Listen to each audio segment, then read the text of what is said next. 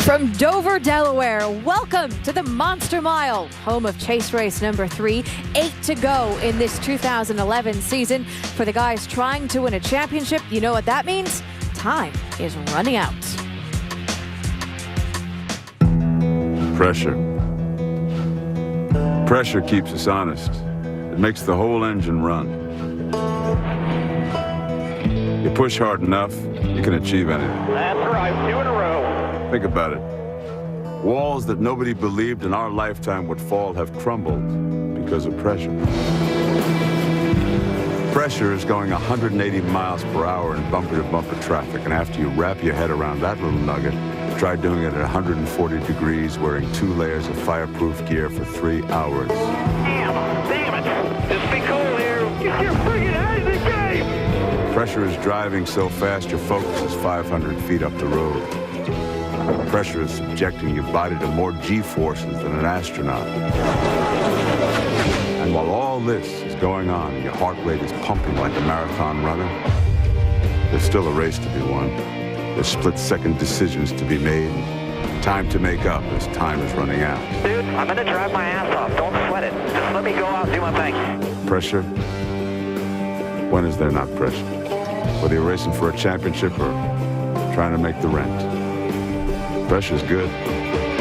Without it, people would achieve nothing. This is NASCAR Sprint Cup Series Countdown presented by Napa. This is Dover International Speedway, affectionately known as the Monster Mile. And yes, it is a beast. In fact, earlier this week, one chase driver called it the last great test of man versus machine. That's why the fans love it. It's also why some of the chase drivers hate this place. That, though, is not the case for Jimmie Johnson. Dover means opportunity for the 48 team. They've won here 6 times. In fact, it was this race last year that Johnson last won a non-restrictor plate race.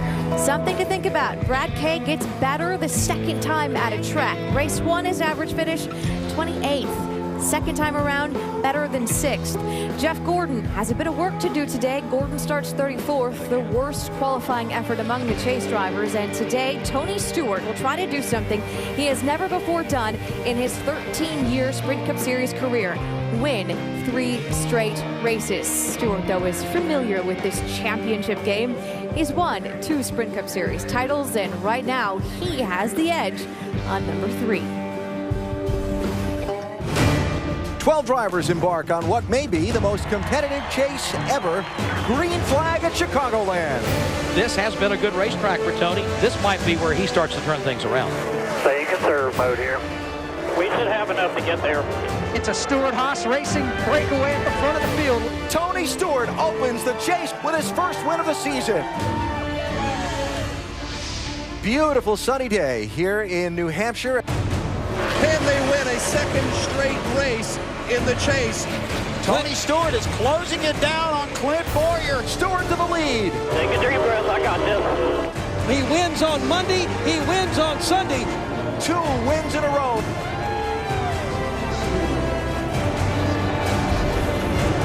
That win in New Hampshire moved Stewart into the points lead for the second time this season. He led very early on after Las Vegas. Last week, Stewart jumped 1 spot. Brad Keselowski jumped up 3. Jeff Gordon was the biggest mover. He moved up 6 spots. The biggest loser, that was Kurt Busch. But Doc, how about that points leader? Well, Nicole, when Tony and I spoke 6 weeks ago at Michigan, you questioned whether you or this team even belonged in the chase. But now, after 2 races and 2 wins, you sit atop the point standing. So, Tony, just how confident are you that this is a championship you guys can win? Well, we got to get through today. I mean, this is one of them on the schedule that I was worried about going into. So we got here in Martinsville that we struggled at, and if we can get through these 2 races, then I feel like we've got a shot at it. Now, you knew this day was coming. I mean, you said last week, realistically, you were going to struggle here, and that has been the case throughout the weekend. So, realistically, what are your expectations? I don't know. We, Darian Grubb and I talked on the phone last night and, talked to Matt Borland and feel like we got a little better direction going into today. So, we're making some changes. I don't know if it's going to work, but we're just going to get everything we can get right now. I mean, that's what you got to do in the chase. We're going to be racing guys like they've been racing us all year. We're not going to give as much as we've been given, and we'll take everything we can get. Hey, Tony, thanks for your time, and good luck today. Thanks. Well, Nicole, Tony Stewart has started 20th the worst in both chase races and won them both, so stay tuned. And just a quick reminder, if it has four wheels, Tony Stewart can drive it. In 1997, he won the IZOD IndyCar Series Championship. A few years later, he got his first ever win in this series at Richmond. His first Cup championship came in 2002. His second in the chase format came in 2005. That was his second overall title. And then last week's win gave him 41 in the Sprint Cup Series. And welcome to our home for the next several hours. It's the ESPN Pit Studio. And inside, I'm Nicole Briscoe alongside Rusty Wallace and Brad Doherty. It's hard to believe that just a few weeks ago we sat, well, you guys did, in those chairs at least, and said, Tony Stewart is in trouble. But look at him now. He's the points leader. No, he's doing great right now. But a lot of people said the only reason he's the points leader is because he's just survived on fuel mileage. Well, I'm here to tell you that is true. But he's been running top 5, top 10. He's been there every single time. And right now, because of this, good runs he's been having and really watching that fuel mileage, he is our points leader. So it's not a default that he's there. He's worked for it. Yeah, I agree with that. And it's very interesting when you look at Tony Stewart. We always talk about Kyle Busch as being this super talent. Tony Stewart is one of the greatest race car drivers ever, period. So when we heard him say a few weeks ago to Doc Punch that, you know, maybe we don't belong in this chase, you start to read between the lines from this side of the table, and you think, well, maybe it's his crew chief, maybe it's his. Darian Grubb has dug down and given Tony Stewart two great platforms the past 2 weeks to go out and race on, and you see what happens when you give that guy the right opportunity. He puts you in victory lane. That is what I'm talking about in a great race team. He may have fooled all of us and all of them with that comment after Michigan. Yeah. We're not saying it's impossible, but history does say that Tony Stewart won't win the championship, and that's because no one at this point in the chase has ever gone on to win the title. It's not impossible. It just never happened before. Look, Nicole, I don't like numbers and I don't like history, okay? I'm going to tell you something about Tony Stewart.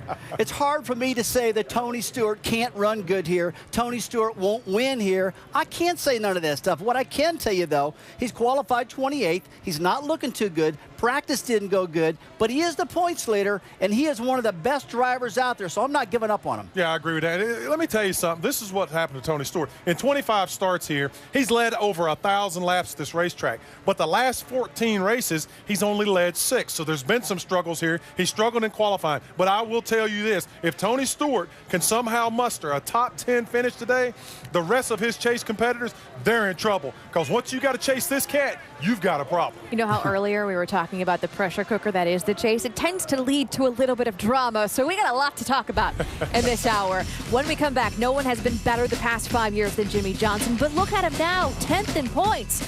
How much should we actually read into that? And this time 1 year ago, we were talking an awful lot about Denny Hamlin. What about this year? Is he already done? This is Dover Air Force Base, and you're watching NASCAR Countdown. NASCAR Sprint Cup Countdown is presented by Napa. Napa know-how. For 5 straight seasons, the Sprint Cup Series trophy has been owned by one driver and one team, Jimmie Johnson and his 48 team. But as this chase begins to pick up, Johnson finds himself in just a little bit of a hole. He's 10th in points, which is the lowest points position ever for Johnson in 8 consecutive chase appearances. History, boys. No one ever The championship is going to go to Jimmie Johnson, and if you don't think he's going to be one of the greatest, think again. You are looking at the 5-time champion. For TV! Yeah! Woo! They're 3 wide. 3 by 3 to the line. Johnson. Jimmie Johnson. Jimmie Johnson will get the win. You expect him to have 4 or 5 wins by now. You expect him to come into the chase dominating. Compared to his previous years, it's disappointing. I mean, 1 win this season, coming at a restrictor plate track. The expectation with Jimmie Johnson is that he's the leader of the pack, not a follower. And this season, he hasn't always been the leader of the pack. Johnson in trouble. Jimmie Johnson goes for a spin. I feel bad for Jimmie. Every year he comes into this deal, at least that I can recall, as the previous winner, and he doesn't get labeled the first favorite. I want to be that guy. I want that target on my team and on my back. There is an advantage you can gain by dominating and by setting the mark and having everybody chase you. You expect him to be the guy that you say, this is the guy that's going to win, or this is the guy that's poised to win. And I don't think you had that feeling at all when he came into the chase this year. 6 laps to go. Harvick for second on Johnson. He believes he's saved plenty. Yeah, he's not saving any now. It's a gamble for him to go now. Come running out. Chad has to adjust to some of the new style racing, the new calls, the more aggressive things. He told me essentially, you know, crew chiefs are calling Hail Marys every time out. And he says that makes it really difficult to call races in that environment. I've seen Jimmy be pretty aggressive today, trying to get by these cars, maybe a little frustrated.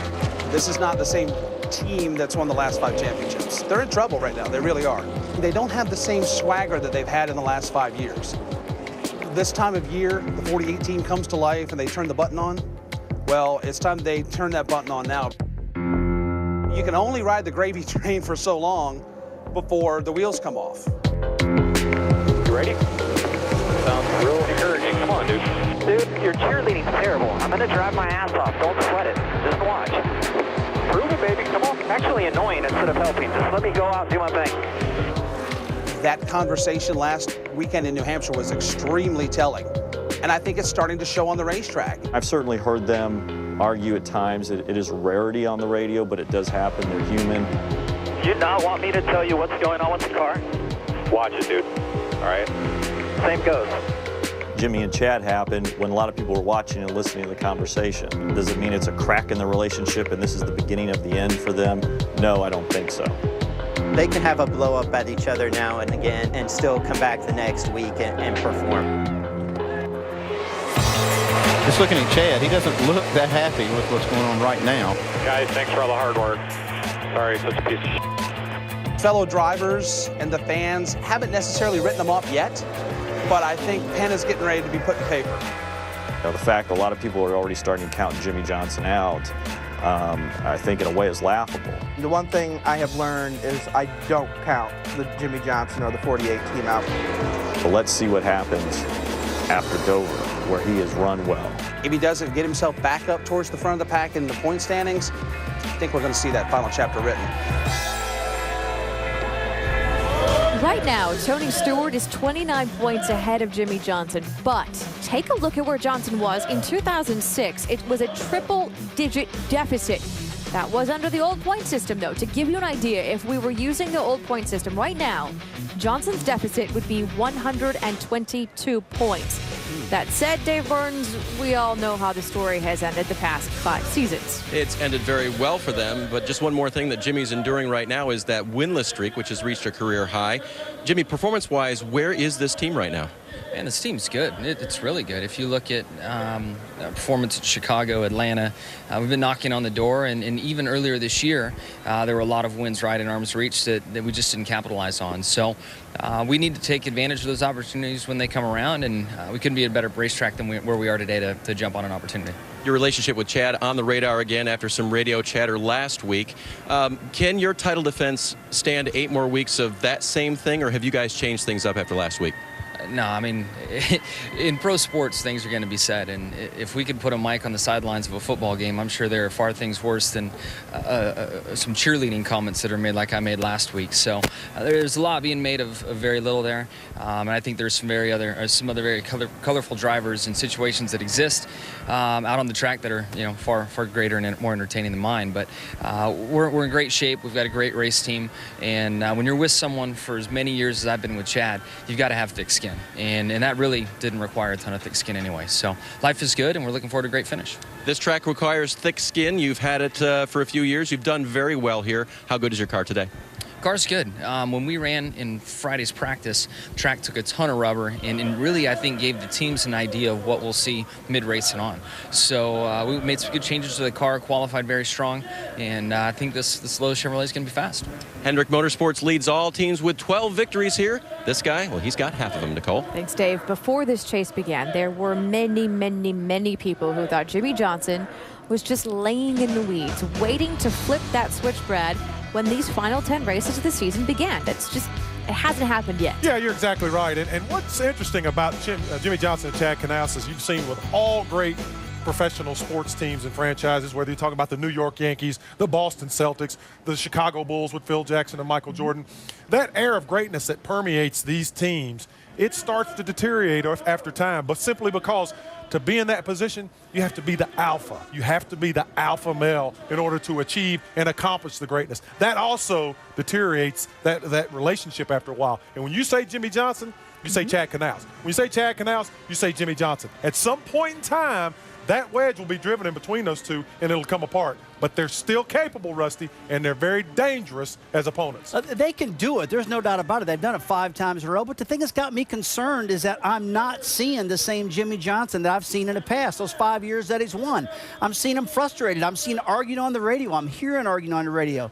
It just doesn't look the same to me. And one thing I'm concerned about, a lot of good things do come to an end. And I do wonder if this organization with Jimmy Johnson and Chad Knaus, those two together, have maybe run their course. I don't know if they have or not, but I will tell you, I'm not going to be the one sitting here counting them out.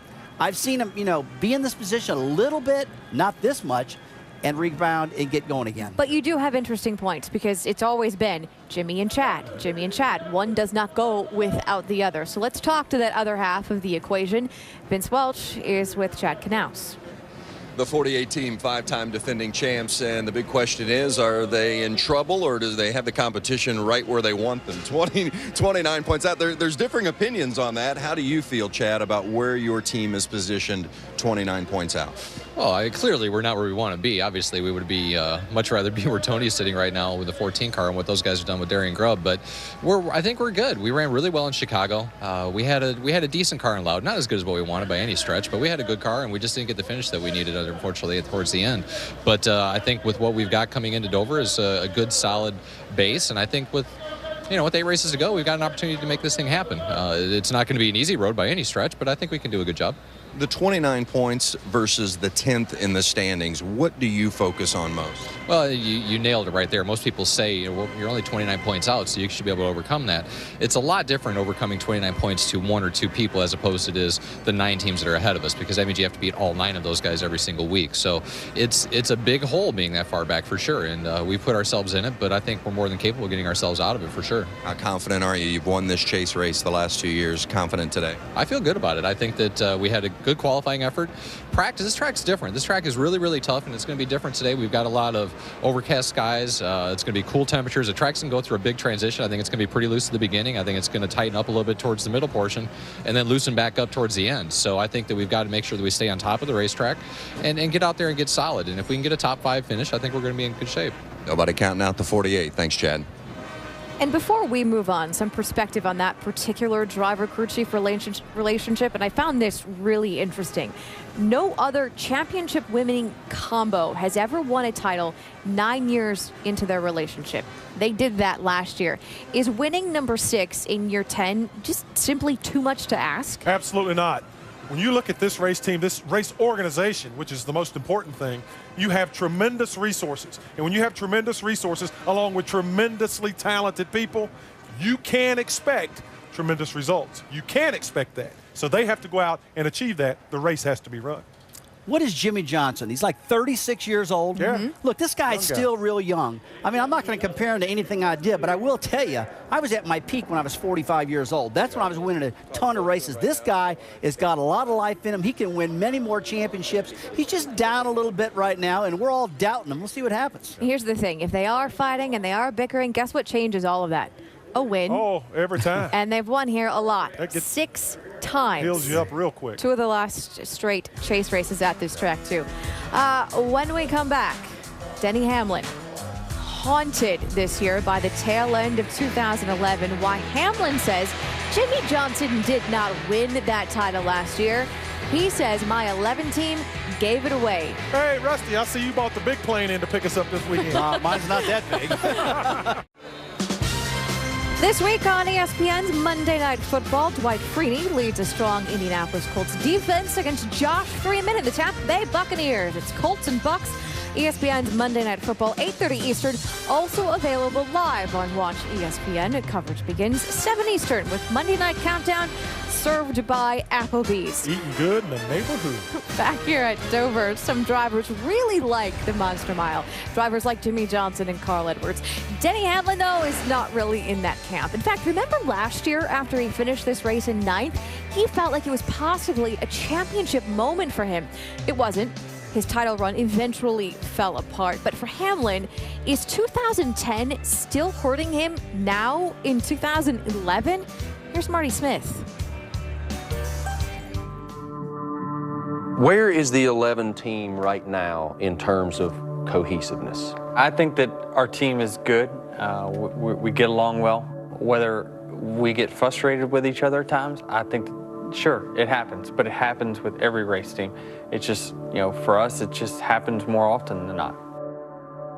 How would you describe your relationship with Mike Ford right now?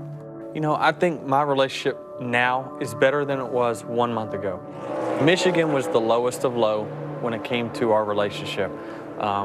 Communication had completely shut down. Get tires on, take it to the garage. I ain't taking it to the garage. Fix the car. This is the hardest season in NASCAR history it's been to win a race. When things don't go my way, I'm not going to place blame on Mike in particular. I'm going to put it on myself and everyone else that's involved. Even championship level drivers like you can be fragile mentally at times. How badly do you need that affirmation from your team leader that he thinks you're great? A lot, and a lot more than I tell him. I'm the worst person when it comes to being consoled when things don't go well for me. I don't want to be consoled. I don't want to be screwed with. But at times I do need a support character around constantly saying, you're good, you're the best, you can do it, you can do it. Right side to fuel, go on the jack. The money stop, maybe the championship stop for Denny Hamlin. You said last weekend at New Hampshire, when asked about fuel mileage, that Phoenix last year was the dagger that eliminated your championship hopes. I remember after Phoenix, Mike saying, I knew this problem was going to come up, I just didn't know when it was, and it bit us at the wrong time. Denny Hamlin is limping home after having to make that stop in 12th position. I didn't know that our fuel mileage was that bad versus the field. And so when it caught me by surprise, you see the reaction that I had afterwards, I just couldn't get over it and couldn't get over all those points that we left on the table with 2 races to go.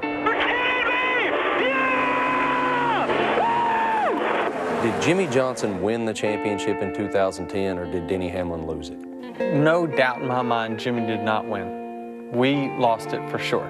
We outperformed him the whole chase. We just didn't have the fuel mileage, and it made me feel like I had to push the envelope in Homestead, and I made a mistake. Without a doubt. That's what happened. Are you over it yet? I honestly am over last year. It's hard to feel good about yourself and your confidence level when you continue to struggle. It's hard to walk through the garage like we did last year with our chest poked out and confident that I'm the best driver out there when we're running like we are for the most part this year. With a little more experience, I promise you, you put me back in that same position, I'm going to be a hell of a lot more relaxed and I'll beat them. So when I get back there, we'll talk again. Hamlin, by the way, is currently working with a sports psychologist. And Rusty, I know you don't like numbers, but we got some numbers for you. At this point in the season last year, Hamlin had 6 wins. This year, he's won once. That was at Michigan the first time around. And check out the difference in points. That pretty much sums it all up for the 11 team. Yes, we said earlier, a lot can change in these final 8 weeks of the season. But as far as the 11 team goes, and winning a championship this year, is the 11 team done? Yeah, I think they're done. They're not going to win a championship this year. There's just too many things that they're not doing consistently throughout the season. We haven't seen them perform well enough to be able to come into this chase. You can't just all of a sudden flip a switch and all of a sudden go get these guys. You're racing the 11 best teams in all of the sport. You're not going to jump them. You're not going to leapfrog them. Well, he's not going to win the championship this year, in my opinion, but for sure he's not done. I mean, you heard from the piece. He's got the right frame of mind. He's into it. He wants it real bad. Unfortunately, this year, he's not going to get it. A lot has been made about his relationship with Mike Ford, and he did say that he does want to stay with Mike Ford for a long time. So we've talked about Mike Ford and Denny Hamlin. We've talked about Chad Knaus and Jimmie Johnson. Are there any other drivers and crew chiefs in the field right now that you think are really looking to find that chemistry? Yeah, I mean, for me, it's going to be the 22 team with Kurt Busch and Steve Addington. Steve Addington's one of the most brilliant minds in this old garage area. He does an outstanding job as a crew chief. And Kurt Busch, we've seen from time to time be very, very caustic and hard to deal with and have a tough relationship with. I would question how far these guys go beyond this season, simply because of it just seems like each week there's something with Kurt Busch, and Steve stays in the background, tries to control and massage all that stuff. I think it's tough to do. Well, for me, it's got to be Kyle Busch and crew chief Dave Rogers. I mean, look, if they go out there and have any more problems whatsoever, this dude could snap. I'm talking about Kyle Dave Busch. or Kyle, okay. I'm talking about Kyle Busch. This dude could snap, and he could go back into the old Kyle. And I'll tell you one thing, I like the new Kyle a lot better. Much calmer, much nicer guy. And these guys got to get back on track, because I don't want to see Kyle go crazy. Go to the old Kyle? The old Kyle, yeah. So we're talking about Dave Rogers. There are some people who think that maybe Dave Rogers right now is feeling more pressure than Kyle Busch. On the flip side, there are the combinations that are working, the guys that get it. Who do you like? Who do you think is clicking right now? I think the guys who have clicked all year long would be Kevin Harvick and Gil Martin. I mean, they have done an outstanding job. They've flown under the radar. We don't talk about them hardly ever, but they have been consistent. They've been solid. They're at the end of every race competing for an opportunity to win. And I think this is a championship caliber team simply because Gil Martin is a guy that Kevin Harvick trusts. Kevin believes in Gil and believes he's going to give him the information, the platform to race on. And whenever something's wrong, he thinks Gil's going to fix it and be ahead of it. Great combination. And Brad, for me, it's got to be Brad Keselowski and crew chief Paul Wolf. Oh, yeah, that's a good one. These guys are so smooth. They're calm on the radio. They're really working through everything nice and easy.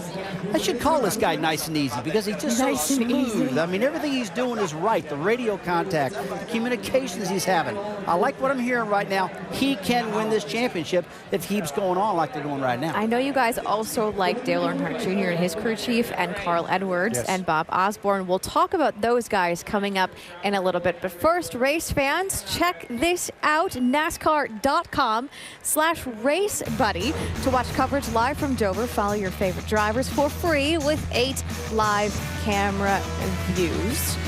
When we come back, no one has made mockery of the numbers this season quite like Brad Keselowski. So how can he keep this pinch me season going? And what about Jeff Gordon? Has Jeff Gordon finally found that championship stride? That's next as we roll on from Dover.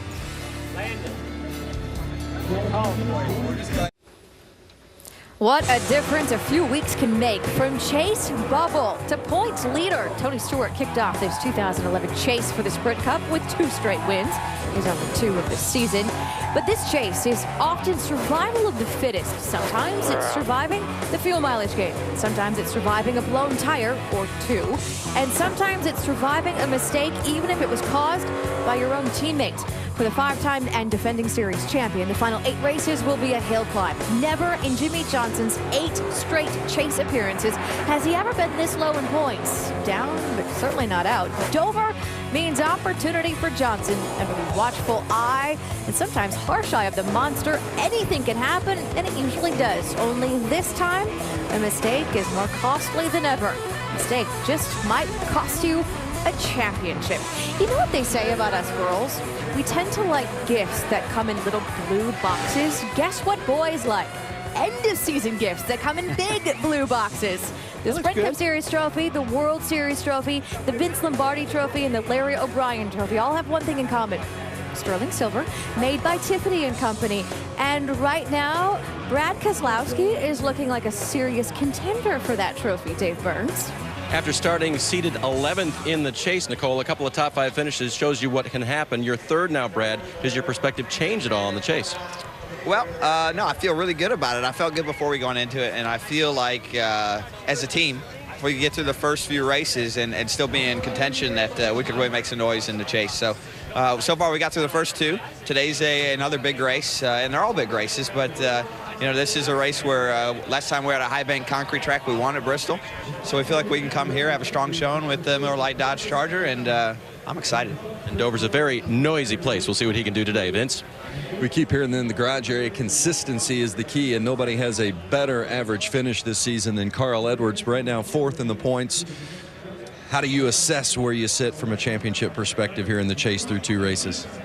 Through 2 races, you know, we've hung on and we've been good, but our Aflac team is planning on doing really well this week and next week. We got to see how that goes, but we do have a really fast race car. Had a great time yesterday in the Fastenal Mustang. That was fun. And, this track is giving us great results. I felt like practice went really well. The weather's going to throw us a little curve, but hopefully we can get this Aflac Fusion to victory lane. You have had great success here. How much of that is just a comfort level from a driver's perspective as compared to how much from a setup perspective? Attitude seems to be so important coming into an event. I wish attitude was the most important part. We'd come in here and we'd be able to use that. But I've also had some really bad runs here, and what it boils down to is having great race cars. Our engines are great. Our engineers have worked really hard at running well at these type of racetracks, and I'm lucky to be able to drive these things. Yesterday's car, anybody could have run well in that thing, and I feel the same way about today's car. He's a former winner, starts 4th today. Jamie? Well, Jeff Gordon hopes to get back to victory lane for the first time in 10 years. And Jeff, you were top 4 in both practice sessions, but what happened in qualifying? You're starting way back in 34th. Yeah, we definitely missed it. It was a real unfortunate. We just were a little bit too loose, and this is not a place you want to be loose. It's so fast. So we got a lot of ground to make up. We're really excited about having Chase Credit Card Services on board our Drive to End Hunger Chevrolet today, and all the contributions that they're making towards the Drive to End Hunger. And hopefully we can find our way from 34th up to the front. The car's been really good this weekend, and I thought qualifying was going to be our strong suit. So it's going to be a battle, which it always is here at Dover. But if anybody can do it, this team can. Your son Leo here, he's loving the microphone. Let's talk about strategy. What kind of plan do you guys have to try to get that track position and get up there early? Well, we'll see how this competition caution plays out on lap 40. That might give us some opportunities. This pit road is very narrow and tight, so we got to be smart, but we're going to have to be aggressive at the same time. All right, Jeff Gordon will roll up 34th, and last week, Nicole, he gained 6 positions. He hopes to ride that momentum today. Well, today is Jeff Gordon's 38th Dover start. Jamie touched on this. He's won here 4 times, but not since his last championship season, which of course was 2001. Today, as we've said, keep in mind, he starts way in the back, 34th, the worst among the Chase drivers as far as qualifying is concerned. In years past, we've heard Jeff Gordon talk about the Chase, and with the exception of 2007, when he did run that very close second with Jimmie Johnson, he's not really performed well in these final 10 races of the season. Yet, you're both looking at him as a contender this year, so what's changed? Well, in my opinion, he's got a great crew chief right now, Alan Gustafson. It's really turned his year around. In my opinion, Jeff Gordon's back. I mean, he's been dominating the laps led. He's been out there with that car up front all the time. Look, I know he's had a little problem with the fuel mileage of late, but man, they are running really, really fast, and I'd like to have a fast car. I mean, I know I got to work with that fuel mileage as a driver, but man, if I don't have speed and all I got is fuel mileage, I don't know if I'm really happy with that or not. Yeah, I think the key for Jeff Gordon and this race team as we get on into this chase some more is for him to be able to keep that enthusiasm up. I mean, we really saw an enthusiastic Jeff Gordon as we got to the end of the season. Won a couple of races, was really strong. All of the competitors around him are saying every week this is the fastest race car on the track. The thing that scares me about Jeff Gordon a little bit is he at a point in his career where he can lose that umph? And if he has a couple of bad runs or another bad run, does he get away from being able to rekindle that greatness that we know about Jeff Gordon because of where he's at in his career? Come on, Brad. He's got 7 years left. 7. He's got at least 7 years left. And you said earlier that he's going to win 100 races, so he's got a lot of time to go. There you go. He's won 85. He's got 15 more to go. No problem. He's lost a little bit of his mojo. If he can get that back, he can do it. You putting pressure on him? Pressure, right? I'm putting pressure on him. This guy's pretty good with pressure. Okay. When we come back, we'll talk to a couple more of our Chase drivers, including a guy who's won a championship. He's also starting on the front row today. That is Kurt Busch. We'll also talk to the guy who won the race the last time we were here. More from Dover when we come back. NASCAR Sprint Cup Countdown is presented by Napa. Napa Know-How. Welcome back to Dover International Speedway and the Monster Mile. For the second straight week, it's a mile track, but that's about the only thing New Hampshire and Dover have in common. We'll have more on that in a second. If you're looking for the driver with the best average finish, it's Chase driver Carl Edwards. And how about this on the track, riding around together after driver intros? We know how much they love each other. Had to get a little law enforcement in there to ride with them, too. Jimmie Johnson and Kurt Busch. Hey, back to that track comparison. This chase kicked off at a new track this year. We started in Chicago, and so far, the only thing that 2 of the 3 have in common is length. Dover and New Hampshire are both mile tracks. Check out the banking, though, at this track. In the corners, it's 24 degrees of banking. If you're curious, Talladega has the steepest banking. That's 33 degrees of banking. And so far in this chase, even the pole sitter has been different each week. In Chicago, where it was Matt Kenseth, Ryan Newman won it here in New Hampshire, leading the field to green today with the Coors Light Pole Award. A former winner at this track, the hometown driver, Martin Truex Jr. All of the drivers have to manage their equipment today, and Tim Brewer is standing by in the Craftsman Tech Garage. One of the big challenges of the day, keeping that right front tire safe. Nicole, as these guys coming down into these corners, they're really going to abuse the right front tire. They've got a tremendous amount of load on it, but still yet, when a car doesn't rotate through the corner, it slides the front tire. Really puts a lot of heat and wear. Now, the crew chiefs, before in practice, we have a tendency to put more camber, lean the tire in more. What that does is enables the car to turn through the center of the corner, but we run the risk right here in this area of wearing the tire out. And if we get a little greedy with that camber, you're going to blow the tire. So what we have to do to adjust the camber, we come in here and actually pull the shims out, meaning stand the tire up just a little bit. Too much camber, great to make the car turn, but when you get really aggressive, wear out the inside of the tire, you blow the tire, you're going to hit the wall here in Dover. Nicole? Thanks, Tim. You know, we could talk all day long, and we have quite a bit about driver-crew chief relationships, who's got it, who doesn't. But let's not forget about this particular track. It's the Monster Mile. Ooh, Brad yes. Keselowski, by the way, is the one who said it's the last great test of man versus machine. So it does take a little bit of Napa know-how. Well, I will tell you, there is no track like this anywhere on the circuit. It's got a mind of its own. It's got a shape of its own. And it's very, very tough on equipment. 24 degrees of banking, about 9 degrees in the straightaways. And I'll tell you what, if you don't get it right here, you will crash big time. And we see problems all the time. Take a look at the 22 cars sliding up there. And we're going to see that all day long. It's a tough, tough track. Yes, it is. I wish all of our fans could come and visually look at this racetrack. It is intimidating. These guys haul off down here to turn 1. They drop down to the bottom of the racetrack. It looks like they fall off a building. They land, the car's squat, and the car's handling good. It's hammered down. You're back into that thing, and they are flat boogieing around this racetrack. Man, I'll tell you another thing that happens to this particular track is crashes. It could be one car crashes, and when one car crashes, it takes them all out. Take a look at this crash. Yeah, it does. They just keep wrecking and wrecking and wrecking. You see, can't seem to get away from it. It's a big problem. They're still wrecking. Yeah, that It's 9 the degrees big of one. banking, the 9 degrees At of Dover. banking, it creates a washout effect. And once you wreck on the back or front straightaway, there's nowhere to go. Everybody's involved, and they all flush down to the bottom of the racetrack. Here's something else. Remember what happened when we were here last time in May? Yeah, Jimmy Johnson, Carl Edwards, they led a whole lot of laps until the very last pit stop. They came in, took 4 tires. Matt Kenseth came in and took 2. He went out, took the lead, never looked back. And we actually saw Jason Leffler try this yesterday in the Nationwide Series. Early on in the race, he took 2 tires. It didn't work for him. Do you see it working today?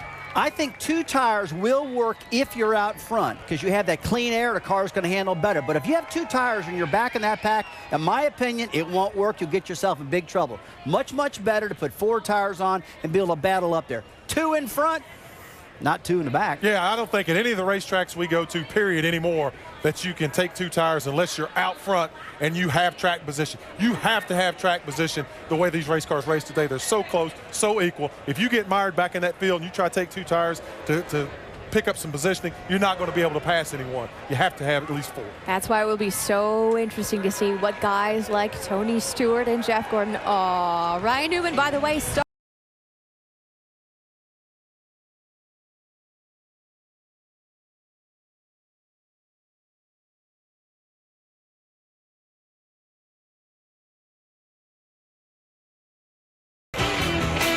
back at the Monster Mile, it's NASCAR Sprint Cup Series Countdown presented by Napa. Something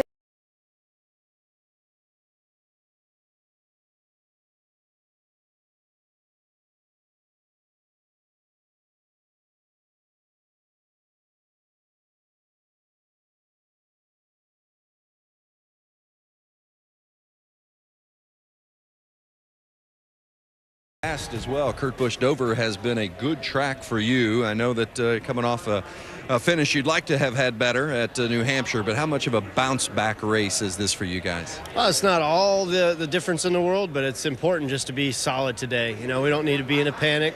We're outside pole. We can get some laps led early on with this position and just keep plugging forward. I mean, this is a long 10 weeks, and so 22nd isn't going to kill us, but our guys are looking for more. We're a better team than that, and we want to represent Dodge and Shell, Pennzoil, and all of our sponsors with the best way that we can through this chase, and that's an excellent 7 more races. And as you mentioned, starting on the front row, so obviously you have a good car, at least it's gotten you on the from a qualifying perspective. How about from a race perspective? How good is your car? I feel good about it. Yesterday I knew I had a shot at the pole and came up a little shy. Today I feel just the same. We've got a shot at the win.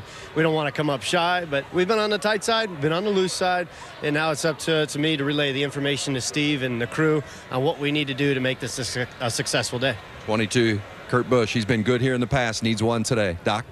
It has been a very difficult week for the Kenseth family. Matt's wife, Katie, suffered a broken shoulder practicing for a charity race at Charlotte coming up in a few weeks, and he is basically helping take care of the kids. That is a 7-month-old Grace he is holding here. And Matt, as a husband and father, what's been the toughest part of your week? Just watching Katie be in pain, but I haven't really been as much help as I should have been, so don't give me too much credit, but yeah, it's been kind of a tough week for Katie, but yet we've had fun as well because we've been able to spend a lot of time together, you know, as a family hanging out at home. And I probably appreciate a lot more what Katie does and how much work it is chasing these two around the house.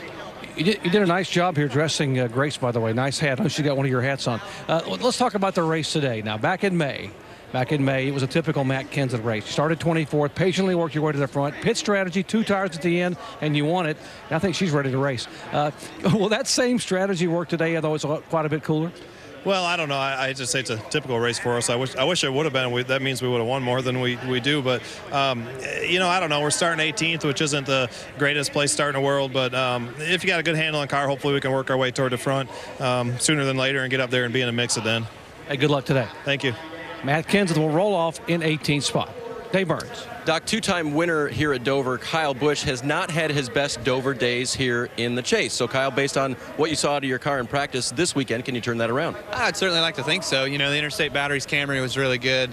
We've worked on it awful hard and made some adjustments to it we typically haven't made, but felt good. You know, car had a decent feel and had some speed to it. So looking forward to the race today and seeing what we could have. You know, qualifying well here.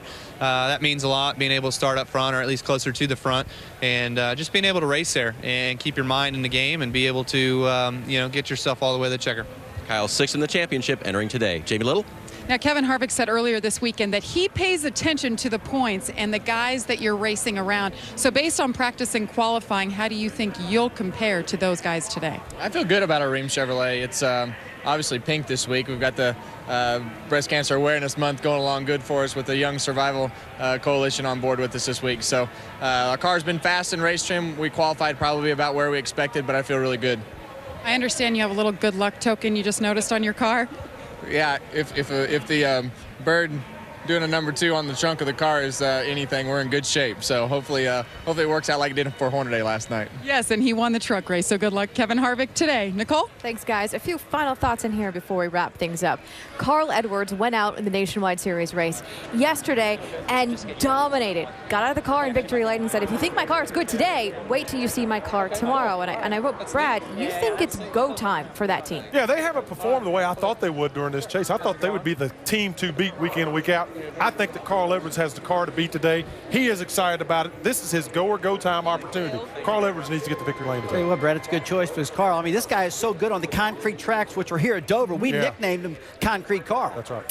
Then there's Dale Earnhardt Jr. Yeah. Started off strong in Chicago, had 2 blown tires in New Hampshire. What do you expect out of him today? Well, number one, I hope he's going to be okay because this guy has been hanging on by a thread all year long. He made it in that chase, and it didn't look good. The stuff he had to go through at Richmond getting into it, and his old car hasn't been handling that good, but he's been hanging on. for dear life, and I think he's going to be okay, though, if you're that tough. There are also a few non-Chase drivers that need to be highlighted, specifically at this track, because they've won here before. Oh, yeah, Greg Biffle, that's the guy I'm talking about, the 16 car. He is very, very aggressive at this racetrack, and you have got to be aggressive here at Dover if you're going to run good. This is a mean track, and that guy is mean behind the wheel at this particular place, Brad. Oh, Greg will go hammer down, but the guy for me is Martin Truex Jr. I mean, he has had an up-and-down season all year long, has come so close to running up front, maybe winning a couple of races. This is his home track. Last place he had a win. He starts up front. I think Truex needs a good day today and possibly can have it. Have you noticed all of the babies today? A lot of youngins walking around here. The grid has turned into a daycare center. Around here, yeah. My Lord. Bottom line, this is, oh, she's cute. Bottom line, this is Chase race number 3. Somebody has to step up, and there is the potential that this race could really change the points. Yeah. Who do you think that person's going to be to well, step it's Jimmy up? Johnson. He's got to step up, so we'll quit talking about his demise. Once he steps up and runs up front and wins that race, we'll all be back on the bandwagon again. He has to get the victory lane today. For me, it's going to be that number 14 car of Tony Stewart. Oh, that's a good one. Look, this guy has won 2 races in a row. We've talked about maybe one because of fuel mileage. But if he runs good here, look out, man. This guy's on the way to the title. And of note, Tony Stewart, in his 13-year career, has never won 3 straight races in the Sprint Cup Series. We'll see what all of them can do when we come back from Dover. Look, there's another baby. Youngins everywhere. From Dover, Delaware, welcome to the Monster Mile, Dover International Speedway, home of Chase race number 3. 12 Chase drivers separated by 66 points, and with 8 to go for those chasers, time is running out. Who can withstand the pressure today? So this is a place that Pressure. Pressure keeps us honest. It makes the whole engine run. You push hard enough, you can achieve anything. That's right, 2 in a row. Think about it. Walls that nobody believed in our lifetime would fall have crumbled because of pressure.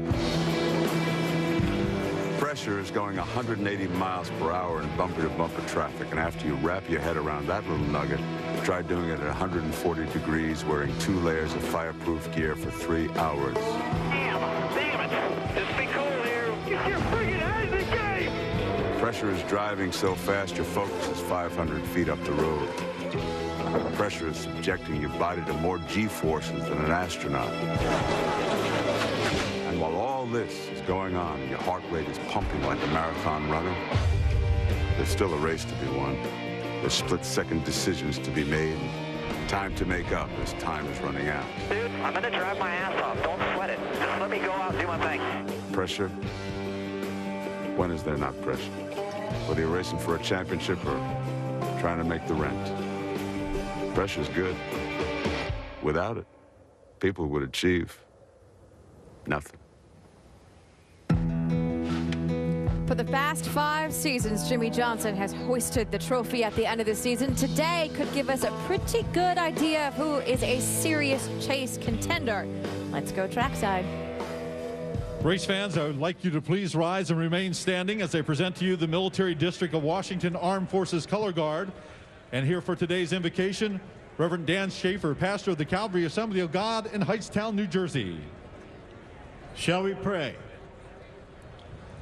Almighty God, we pause this day to remember this race 10 years ago as America lost many of our citizens, our first responders. But through the years, our military and our nation has proven to be the greatest nation on the earth. And we thank you that we can be here today to enjoy the greatest sport in America. America is still alive, and America will go on. And we thank you and we praise you. And we ask now for a great race, for a safe race. In Christ's name, amen. Shalom. And remain standing for today's anthem, being presented by actress Melora Hardin from 17 Again, Monk, the Hannah Montana movie, and she played Jan on The Office. See her starring in the new TBS comedy, The Wedding Band, starting in June 2012.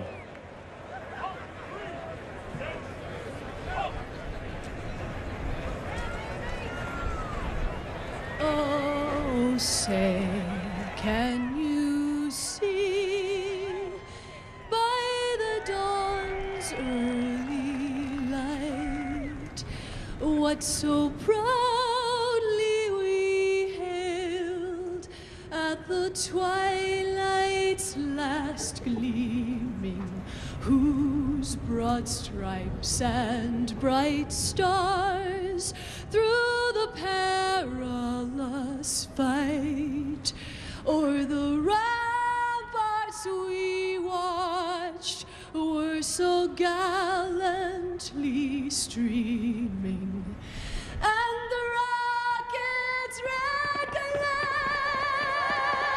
the bombs bursting in air, gave proof through the night that our flag was still there. Oh, say does that star-spangled banner yet wave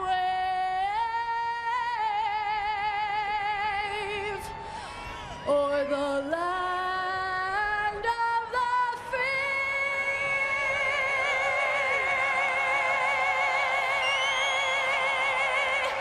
and the home of the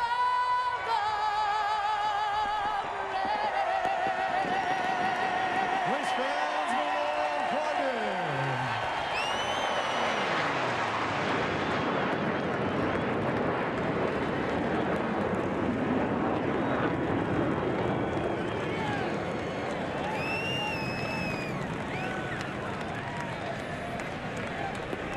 And you can join Goodyear in saluting America's armed forces and give back by helping support our troops. Visit Goodyear.com/support our troops to learn more.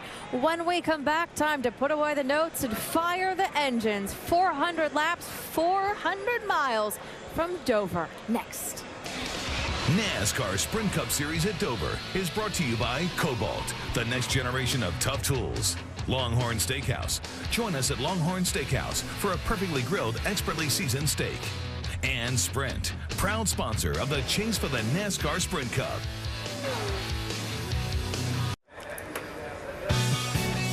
Race fans, check out NASCAR.com/RaceBuddy to watch coverage live from Dover.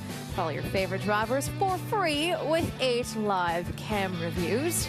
Fans are filling in and down on the grid. Drivers are getting ready to climb in the cars, like Paul Menard. I tell you, Paul Menard looking really good right now. He's qualified third. He won one of the biggest races of the year, the Indianapolis race. This fantastic team, man, I'll tell you what, it's getting better and better.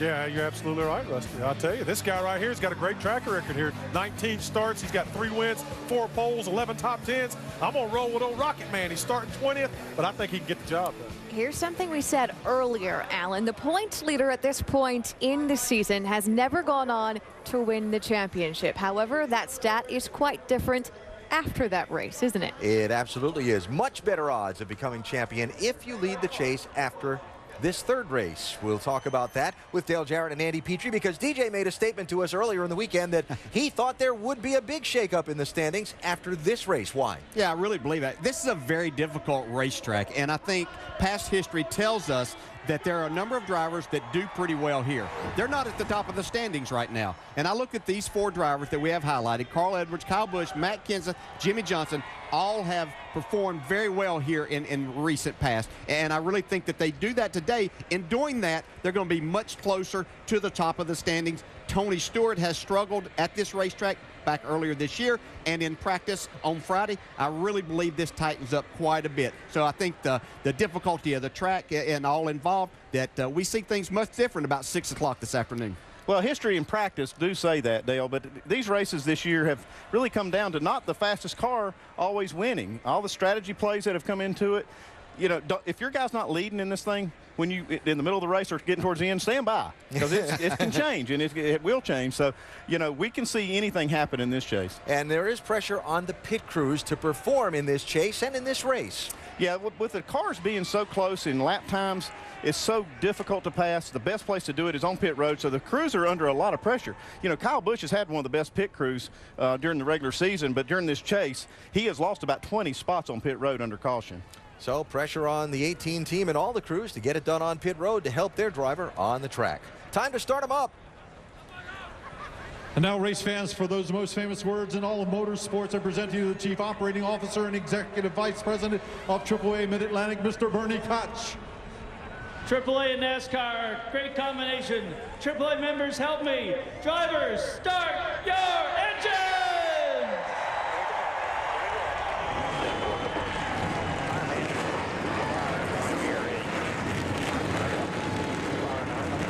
You got me? There is some rain in the area. I got Josh lap 40. I got to let you where you are.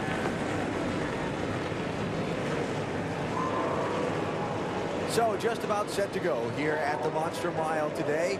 And our in-race reporter for this third race in the chase is a man who not only drives that 5 car today, but he's had a ton of success at this Dover racetrack in the past. Mark Martin, a 4-time winner here at Dover across the years. Mark has made some 50 starts at this racetrack, and he'll be the man reporting to us from on board. We'll talk with him on the pace laps next. 42 years of racing at Dover. We've seen some great performances by some great drivers. Yeah, Rusty Wallace, Dale Jarrett among the winners here. And how about this guy, Mark Martin? I know that picture's from a little while ago. Mark's been racing here at Dover for a long time and is going to race again today. He is our in-race reporter for race 3 in the chase for the NASCAR Sprint Cup. Starting lineup coming across the top of the screen, Martin Truex Jr. on the pole, his home racetrack, the site of his only NASCAR Sprint Cup Series win so far. He's really been running well lately. Watch for that 56 car today to maybe find a way into victory lane and be a big celebration if he does. Now, you're going to have to wait a while in this starting lineup before you get back to our in-race reporter, Mark Martin, the subject of this week's Gillette ProGlide profile. Mark's track record of success here at Dover, left column of numbers there, Andy, is terrific. His track record of success in 2011, right side of the column, not so terrific, but his best finish this season was here in May. Skeptic or believer on Mark today? I'm a believer in Mark Martin today at Dover, always. I mean, I can't remember races where Mark Martin hadn't been a factor up here. Well, he's our in-race reporter, DJ. Hey, Mark, Dale Jarrett, you have a copy? Hey, Dale. Yes, sir. All right, buddy. Thanks for talking with us today, Mark. Our first question comes from our mailbag, and LC in Paris, Texas asked, since this seems to be one of your stronger tracks, what do you like about it, and do you think you have what it takes to get the win today? I love this racetrack. I always have from the first time I came here. The easiest way to explain it is that I've always been able to find a way to make our car handle really good here. So we've had a lot of great runs. And considering that we finished second up here last race, this race team has got a win in their crosshairs here. We weren't very happy with the car on Friday in practice, but we've made a lot of changes, and we're gonna race the heck out of them here today. Hey, Mark, speaking of that race back here in May, where you finished second, a little strategy involved there. We've seen a lot of strategy lately in races. How big of a part do you play in those decisions, or do you leave most of it to your crew chief, Lance McGrew? I leave most decisions to Lance McGrew, but if I see something that is glaring or something, then I certainly put my 2 cents worth in. You know, it's a complete, total team effort. Everybody sees something a little bit different, so we try to put our heads together. All right, Mark, thanks for talking with us. You have a great race today, and we'll talk to you later on. Okay, Dale, thanks. Mark Martin carrying one of 9 high-definition onboard cameras we have for you throughout the field of today's race. Jamie McMurray as well with a great onboard ride for us today. And 7 of those 9 cameras are with drivers in the chase for the Sprint Cup, and they're spread throughout this starting grid from the front to pretty deep in the field. Kurt Busch on the front row. Kevin Harvick not so close to the front. You'll be able to see from these in-car shots just how hard these drivers have to work to navigate this track.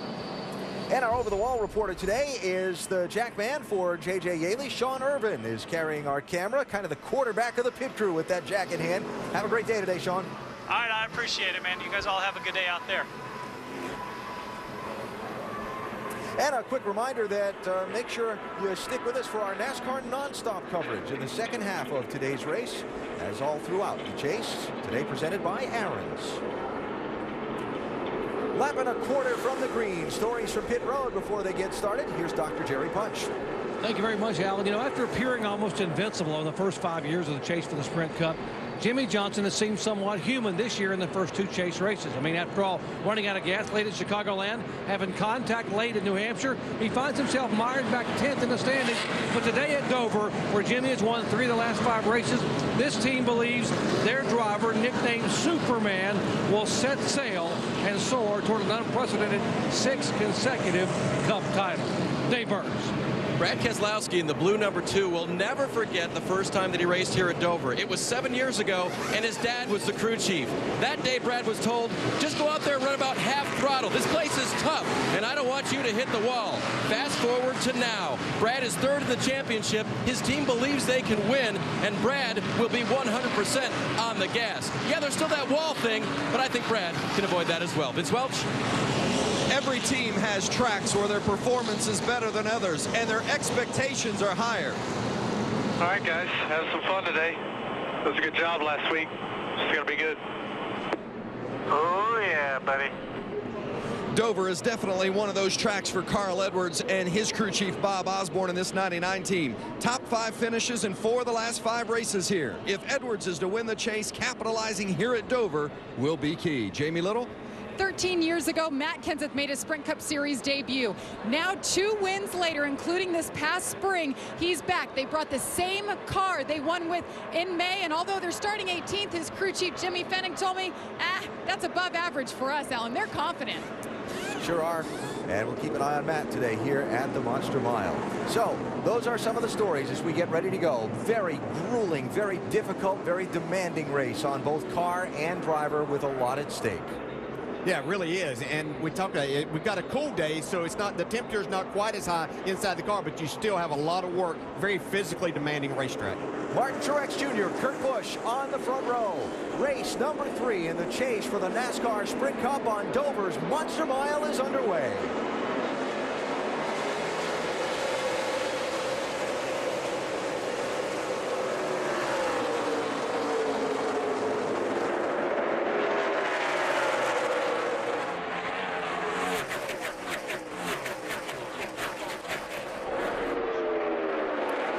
Gets the lead. He'll pace lap 1, single file, back through the front 8 or so. Maybe now even back through the front 10. This racetrack is very different than from when these drivers last were on it for any significant amount of time. You can see just from that last shot how the tires are putting rubber down right off the bat. That's a good thing. The track has not much rubber on it right now, so we'll see that groove widen out as they go. But we'll just see these cars also handling different with the rubber buildup on the track. Practice, all the practice for this race was held on Friday. Conditions were mostly sunny, then clouded over during that practice. The only time these cars have been on the racetrack since Friday, 2 laps of qualifying on Saturday. As Kurt Busch goes after the lead on Truex. Wow, he's really strong through the middle of the corner. Easily taking the lead from Truex. So first bonus points earned today by a driver in the championship goes to Kurt. Yeah, and we've seen this 22 team be really good when the track surface was cool before it got rubber down on it. Will they be able to keep up with the changing conditions here today and keep Kurt Busch happy with his car? The track, excuse me, Alan, the track has a ton of grip when it doesn't have that rubber buildup on it. Lap times are really fast. The cool temperatures are helping that too. Talk to some of the crew chiefs down there. They don't really know how these cool temperatures are really going to affect the balance of their cars. Jimmie Johnson through to 5th in the 48 car. And Denny Hamlin. Heard from him extensively. Oh, look out, trouble. Allmendinger sideways. He may keep it off the wall if he doesn't get hit.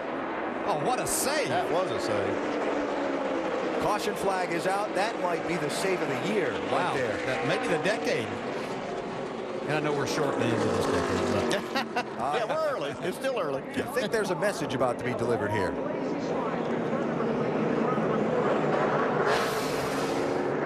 This is racing for 7th place. Yeah, that was a case that A.J. Allmendinger didn't feel like that Denny Hamlin was up there far enough. He was making his wide, normal arc into the corner. Denny thought I believe that he was going to be able to get that spot. And from that shot, they went under the bridge right when the contact took place. I'm telling you, you don't do that here normally. What a great job. That was That was a heavy slide, but a nice save. Look at the black mark. Pit road open. You see none of the front runners are going to take, except Allmendinger, who's going to lose a lot of track position getting tires. We'll come back for the restart at Dover in the AAA 400.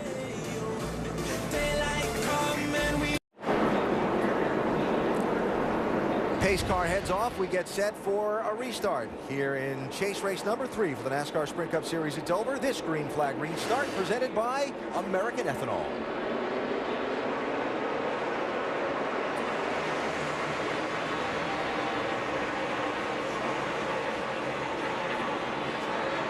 Whoa.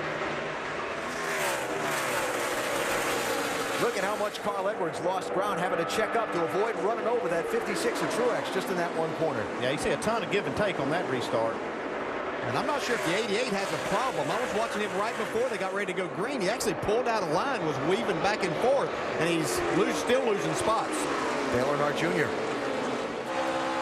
There's Edwards back by Kyle Busch. Carl in the 99 up to 3rd. Kyle to 4th. Denny Hamlin behind him in 5th. Couple of quick mentions. The 43 car, Allmendinger, all the way back to 43rd after pitting on the restart. And there you see Dale Jr. sliding back. I think he feels like he may have a tire going down right here. Looks like the right front corner was pretty low going through the corner there. Can't tell if it's going down or not. All right, we'll keep an eye on Junior. Meanwhile, Jimmy Johnson. Sometimes you get a little bit of that rubber buildup. We're here now that he may have a broken sway bar. That's why it looked like it was down, really rolled over through the corner. I don't know if it's broken, but it sounds like that somebody didn't get the bolt tightened in there, the nut tight on the bolt. And that's exactly right. Paul Menard, 27, slipping back some. Jimmy Johnson got through him. There's Greg Biffle in the 16, going to pass by Menard. That'll be for 7th place. If you've ever seen the sway bar in these cars, it's about as big as an exhaust pipe, and you can't break them, but you can have a link failure, or you can leave that bolt loose. 39 car, 60 saw there, so just hold on so you can here. So Dale Jr. needing a caution. There is a competition caution planned by NASCAR for lap 40 to let all the teams get a look at the tires and the track conditions after the opening run. Carl Edwards by Truex for 2nd, 99 car on the move. But that's a long time for Junior to ride that out with that. Yeah, he's going to have to run about 28 more laps, and he's probably not going to stay on the lead lap, and hopefully not wear the splitter out on that right front corner.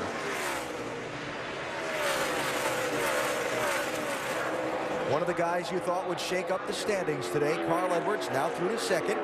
As we look back, all the way back to see the differential, back to where Junior's kind of chugging along for the moment. You can see from that shot right there that the sway bar is not hooked up. And it's just like you said, Dale, more than likely, 90% chance or more that they left a nut loose on the link. Yeah. He knows he's got a problem right this there. is what I saw right as they got ready to start. He knew he had a problem. You can see right there.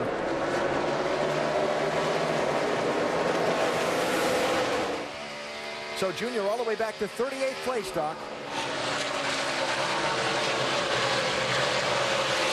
Yeah, the problem, the sway bar not hooked up, or else it was broken, snapped off. Crew here behind the wall working to try to get another one ready, and they told Junior, there's the crew left side of your screen, working to get another front sway bar ready to be able to put on the car. They had told Junior basically, do whatever you can without wrecking to stay on the lead lap here until lap 40 for the competition yellow. He has got his hands full right now trying to hang on. And to show you what this sway bar does, let's go to our Craftsman Tech Garage and Tim Brewer. Thanks, Doc. We've seen this problem up in New Hampshire a couple of years ago with Kyle Busch. The bar goes through the car. The bar is not broken. Here's where the arm goes back. Now, you've got a turnbuckle right here. And the last thing the guys do after they have all their height set is come in here and try to lock the nut down on the hind joint. Now, either the bolt come out of it or this hind joint has come unloose. But that's letting the car really roll over. And without this, all the car is transferring all the weight over to the right side. Very difficult to drive right now for Earnhardt Jr. Guys? All right, Tim, thanks. And really, sway bar is a shortened up version. What it really is an anti-sway bar. And that's why you see Junior's car flopping around like you did, or rolling over like you did. Anti-roll bar. Yes. Caution is out. There is a report of a light shower. Peppering, well, there it is, on the lens of the camera on Junior's car. Yeah, and he was needing a little bit of rain right now for this to happen so they can work on this race car, get started prepared, because nothing good is going to come just staying out there running. Oh, there's a big break. They can change. They can fix this. They get in the pits and have a extended caution here for a few raindrops. This can help them a ton. You see the sway bar arms right there. We saw Tim Brewer show us. They're going to, figure out what they need from this set of parts. Their biggest problem is going to be being far back, and this only a 1 mile racetrack. Can they get this work done without losing a lap, Andy? Well, even if they lose a lap, they have to fix it regardless. If they lose one, they'll likely get it back because they can race their way into the position here when this competition caution does come out.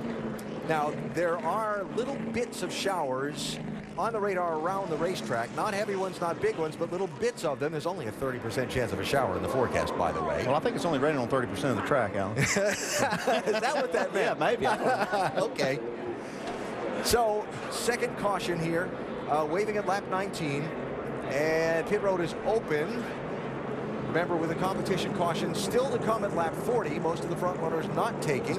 And here's what that really means. You cannot take fuel until that competition caution. 18th place, David Reagan, the first one to head to pit road, and obviously Dale Earnhardt Jr. will be there as well. We'll follow up on the repairs to the 88 car and the other pit strategy under this caution when we come back to the Monster Mile.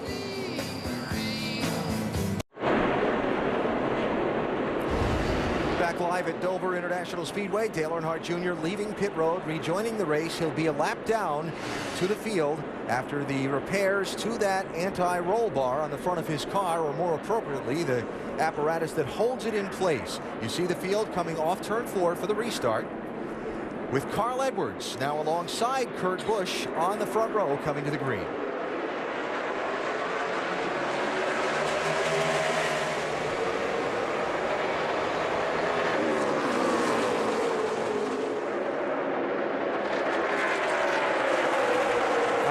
There for Truex in the 56. Kyle Busch to his outside of the 18. Yeah, I think he'll have a harder time making that outside lane work. You see Kyle Busch get a nice run off of turn 4. Now makes that pass on the inside. That was interesting. He just backed that corner up to get the run off it, because I thought, wow, look at him fall back, and then boom. A lot of different ways about going around making a pass on this racetrack, and until you get some rubber down in that second groove, it's going to be more difficult to make any speed up in that second lane. Hamlin trying to move forward. Hamlin's been moving forward the whole race since the start. He's got a good car, especially through the middle of the corner. Makes the pass easily there on Truex. 11 cars started 11th. He's up to 4th. Now Truex left to race with Biffle and Johnson and Menard behind him. And then this group of cars. That's Bobby Labonte in the 47 with Kevin Harvick, 29, trying to make his way forward. Yeah, Harvick is very happy on Friday with his race car in race trim. Didn't get the qualifying effort that he was looking for, but felt like that he could make his way towards the front in this 400 miles. It's already picked up 10 spots in this race. Harvick has.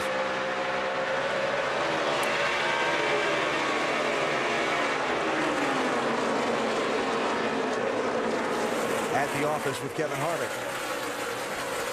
You see just the difficulty right now as Greg Biffle goes by Martin Truex. That's for 4th place. Truex looks like he's chasing the back end a little bit. It's not going to be good. He'll lose quite a few spots like that. Jimmy Johnson and company trying to find a way through.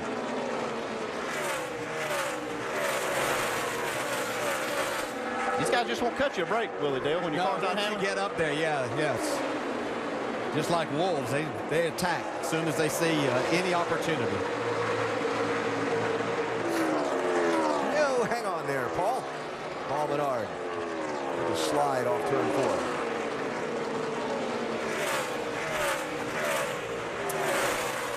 Already see how dark the racetrack's getting, but again, when your car is struggling for handling, I don't care how much rubber they put down, on this racetrack, you're really hanging on. Yeah, you really hang. Yeah, it's just such a difficult racetrack to make a pass on.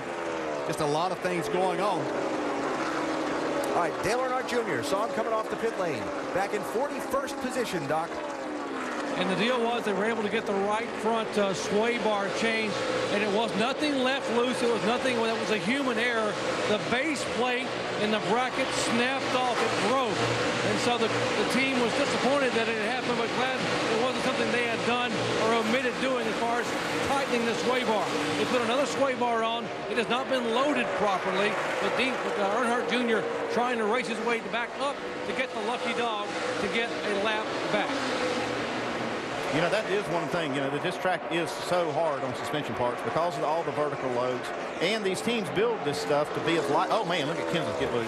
Yeah. They build these parts and pieces and cars to be as light as you can and build them to as close a tolerance. And so if you have something that's borderline, this track will find it and break it if you're not careful. Yeah, just to give you an idea, Junior has about 3 cars in between himself and the car that's currently in the lucky dog spot, which is J.J. Yeley in the 38 car.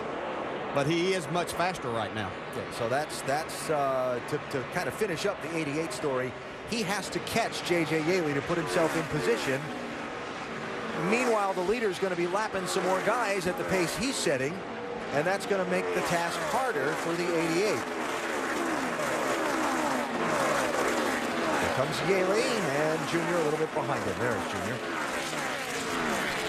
So Kurt Busch out in front. There's the gap. Carl Edwards hanging with him. Carl said his Cup car was better than his Nationwide car was yesterday. He only led 179 of the 200 laps yesterday, so only? Yeah. The lap times are still really fast.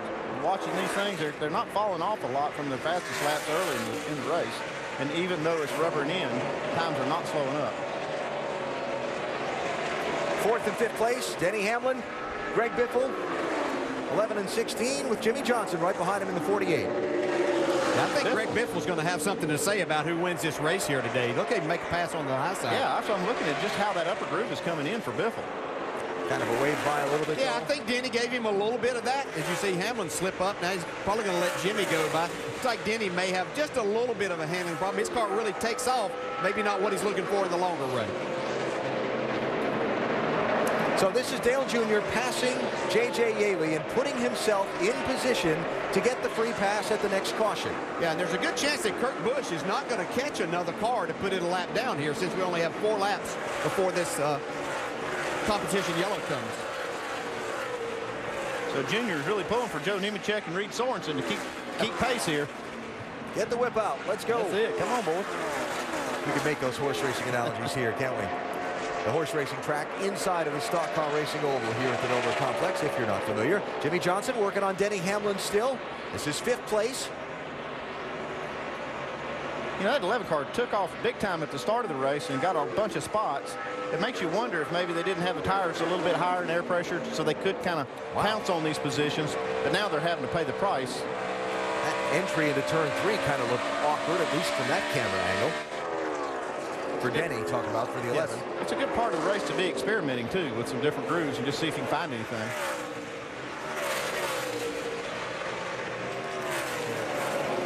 Here's the guy that's gained the most spots in the race so far in that 24 car, Jeff Gordon. Needing to have a good run, Jamie. Yes, he does. Already gained 15 positions. And better yet, he came on the radio and said, we're pretty sporty by ourselves and we're pretty darn good. The plan was to get off pit sequence and stay out when the leaders came in, but they're making up so much track position on the track. They're having to rethink that now, Alan. All right, Jamie, they'll have another chance for a little strategy call here shortly. As the competition caution expected. Yeah. Kurt Busch is closing in on Joe Nemechek. This is critical for Dale Earnhardt Jr. that he does not the get caution. There it is. So, it's like Junior did race his way back into that lucky dog spot. Nice job by his pit crew to get all of that done and get him back out there. All right, so a few different things to discuss here at this caution at lap 40. First of all, this driver, Dale Earnhardt Jr., does get back onto the lead lap. Jr. with the Aaron's Lucky Dog free pass. First driver a lap down, so he'll come back around in 39th spot. Second item of discussion, split field. A lot of the guys pitted on that second caution at lap 20. The guys that pitted there in the back half of the field now, but strategy window open for them. Yeah, it's Jamie McMurray, A.J. Allmendinger by making that early pit stop. Looks like Joey Logano and Brian Newman. They can take 2 tires here without a lot of penalty because they don't have many laps on the left side. I think you're going to see some of the other cars take 2 tires as well. So it'll be interesting to see what they do. Time for the AT&T Fastest Pit Crew of the Year award. Fastest pit crew determined by the winner of each race. Fastest pit time, and you, the fans, vote. Text the car number to 234567 for your pit crew choice. Something else to watch for: pit exit. Contact between cars happens here at Dover all the time. We'll look for it. Doc?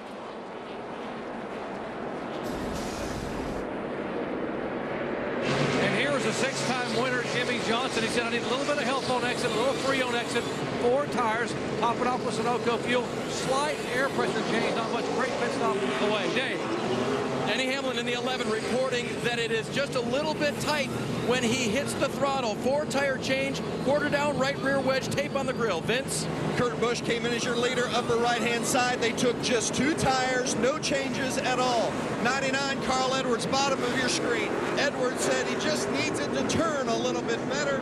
And the race off pit road belonged to the 22 of Kurt Busch. All right, and as you look at our Longhorn Steakhouse race off pit road, there is the strategy play.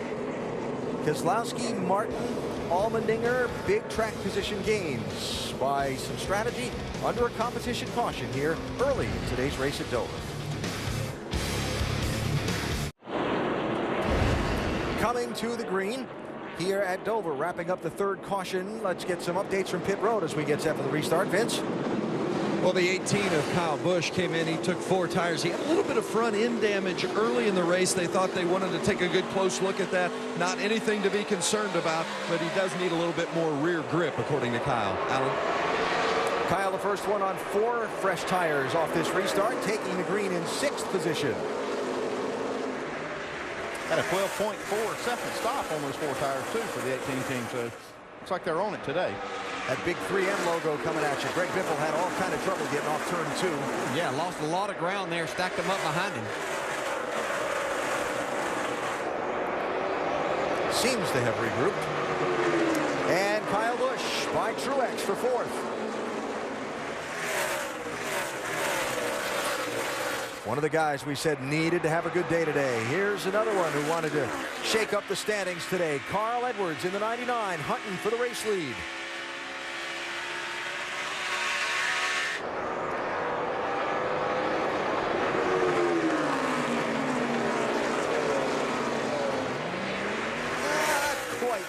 Yeah, Carl's just so good on these concrete surfaces. You know, it is a different feel as a driver as to what you actually, the feel you get from your car and what you're looking for. And Carl seems to have adapted to that as well as anyone in this field.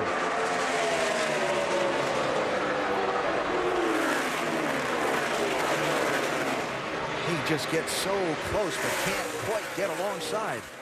Yeah, he's putting a lot of pressure there. You know, you can do that. You can get close enough that change the handling characteristics of that car in front of him without ever touching him. Getting such a good run off the corner. That's where Carl Edwards right now is good. He's going to make the pass now. Finally put enough pressure on him to maybe change the handling of that 22 car. Here comes Keselowski, though. He's closed up with these 2 leaders. Well, you're going to slow down a little bit in this scenario. So he still couldn't make the pass. On board Keselowski.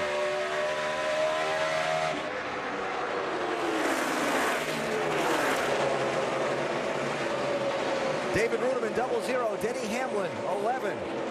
Farther back in the field, 12th place. It looks like the handling on the 11's not quite as good as what it was at the beginning of the race that Andy was talking about. Yeah, it just went away. I thought maybe it was just because he put some laps on the tires. Whoa! Whoa, man. Check that out. And for the lead, it's got him this time. Racing everywhere. So Carl Edwards out in front. Hey, you better get going because there's 4 tires on that 18 car coming at him. And Jimmy Johnson picking up a spot there. That's 5th place on the 48 car. Update on 5 time from Doc. Who, by the way, is also a 6-time winner here. How does he do it? Well, they think about what's going to happen on this racetrack and plan ahead. Listen into this. 22, 99, 56, 2, 5. All took 2 tires. You're going to eat their lunch. Nice. Chad Knaus walked up and down pit road during the nationwide race yesterday and watched what happened when guys changed 2 tires with just 4 tires. That's why he's very confident they're going to be in really good shape with 4 fresh Goodyears, guys. I doubt, in a lot of folks' minds, this Dover a must-have race. Jimmy himself said, we need a top 3 finish here at Dover this weekend. Well, with their history here, if they don't run into top 3, then that tells us this team isn't as strong as what it has been in the past. Recoveries.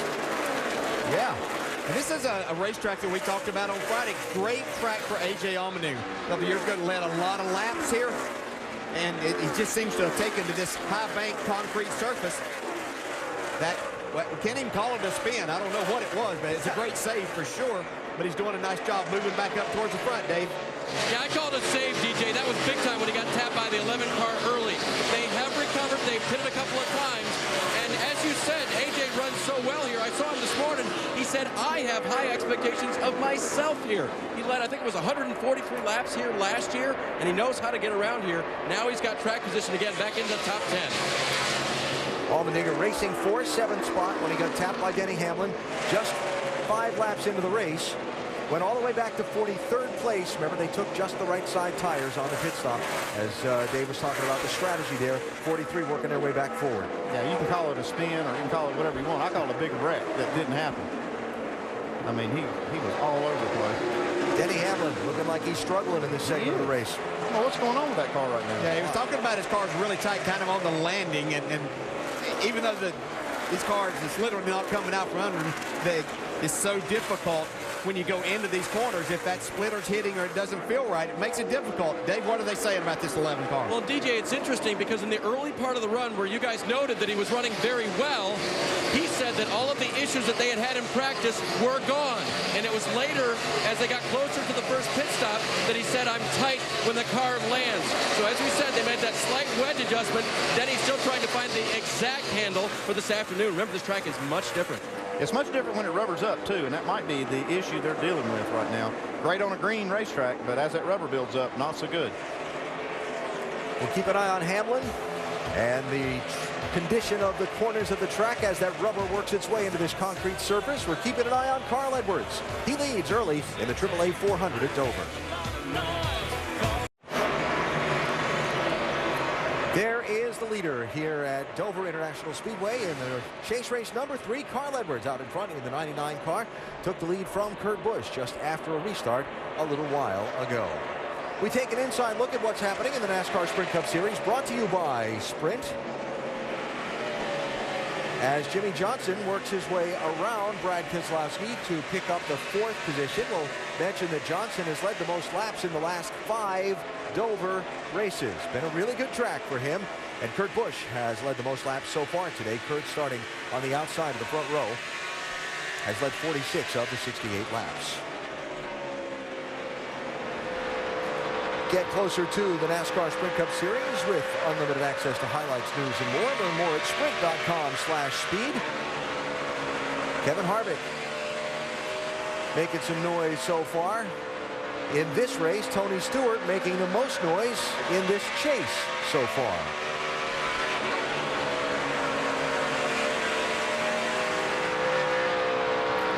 Tony Stewart is back in 19th position, and this was a race that concerned them. They had not run very well throughout the weekend. Doc, what's the early report on this 14? Well, Tony said early on, Alan, he said, you know, we're better than I thought we would be. We're not as good as some, but we're not nearly as bad as others. And the deal was to try to get some track position from Darian Grubb. You mentioned he started 28. He had driven up to 24th when the yellow came out for the competition caution and pit stop.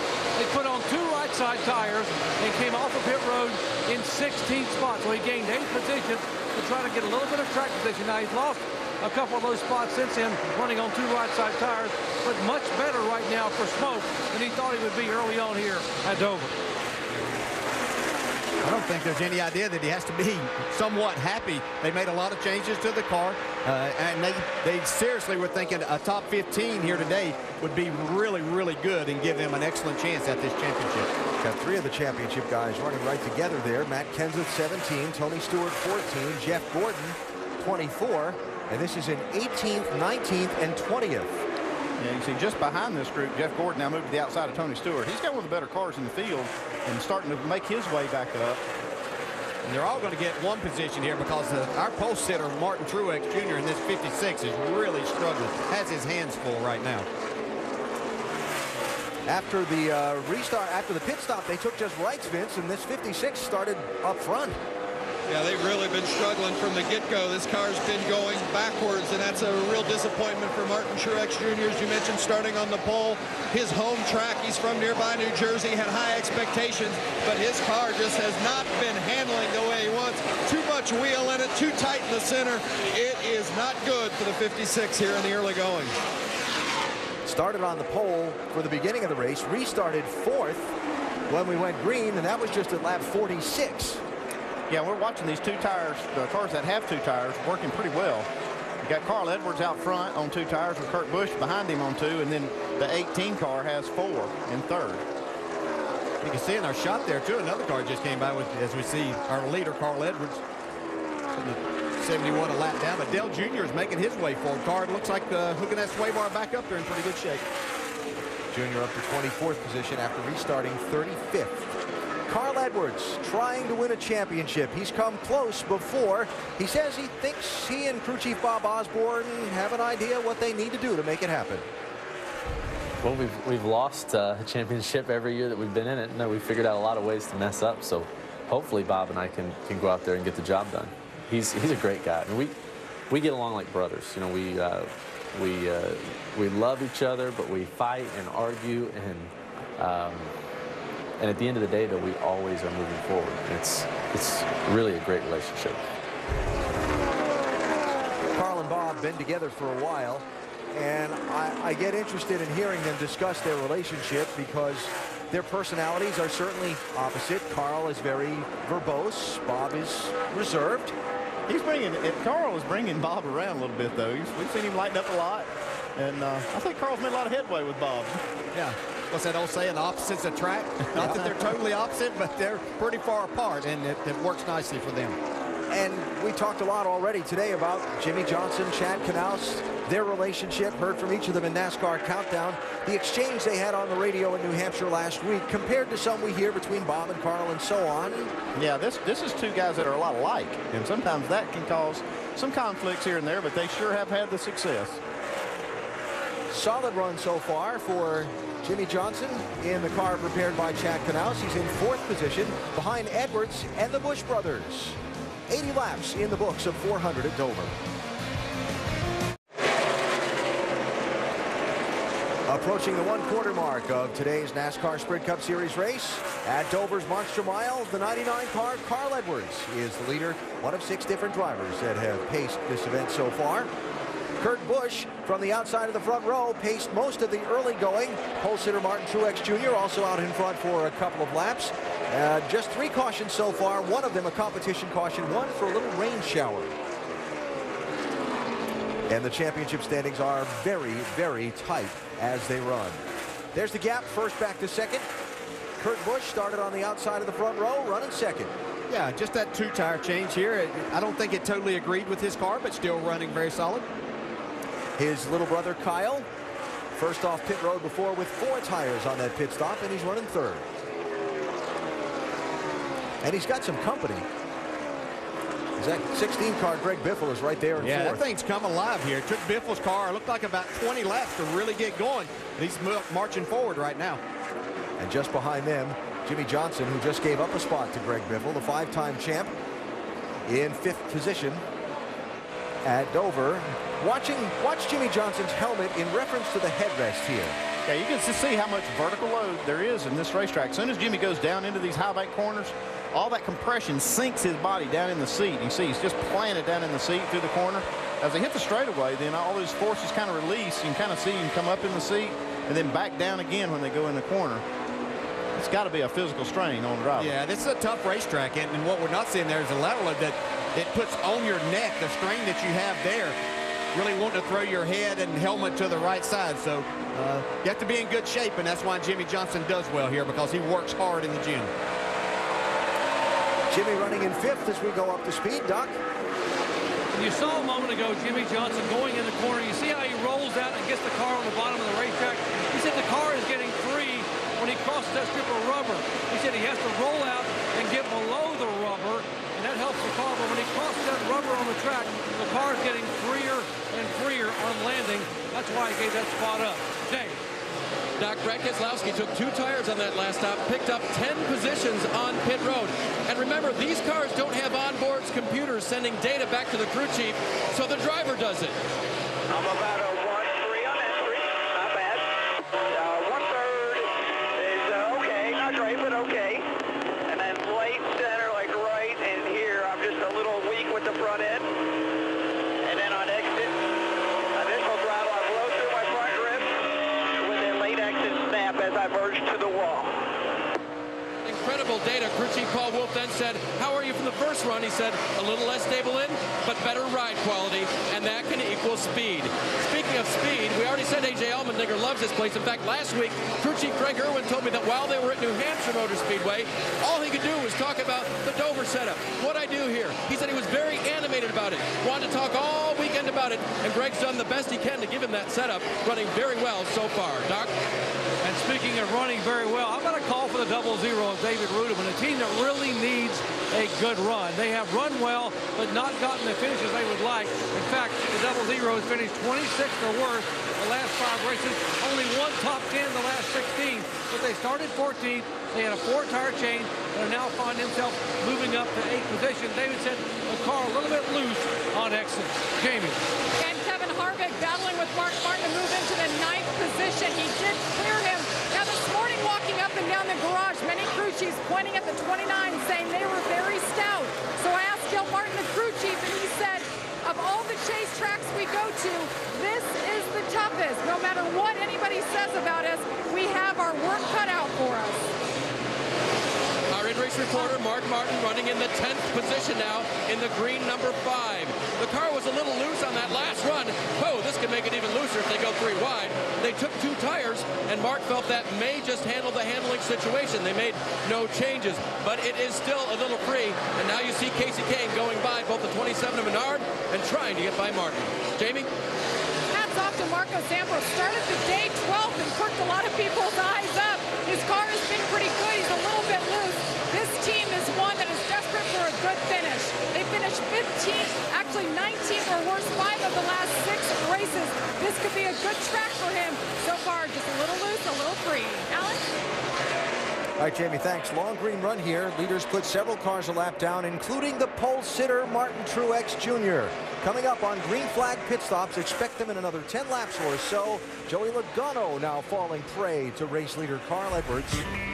As we're through a quarter of the distance at the Monster Mile today, some early excitement. A.J. Allmendinger with a huge save early in the race. Crew chief trying to figure out what the right strategy is.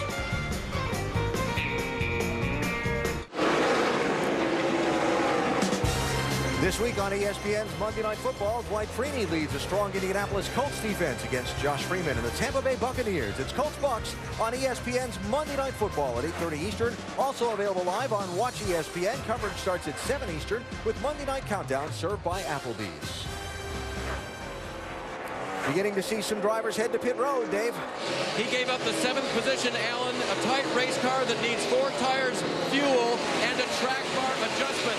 Best Buy crew going to work to make that happen. Sunoco fuel going into the left rear side. A good pit stop for these guys. Doc? David Rudiman in about 5 laps before he was expected to come in. Said the car very, very free on exit. Track bar adjustment, small air pressure change, 4 tires, and topping off with Sunoco fuel. Impressive run so far for him. Vince. You see the 1 car, Jamie McMurray, making his way to pit lane, pitting all the way down, almost to pit out.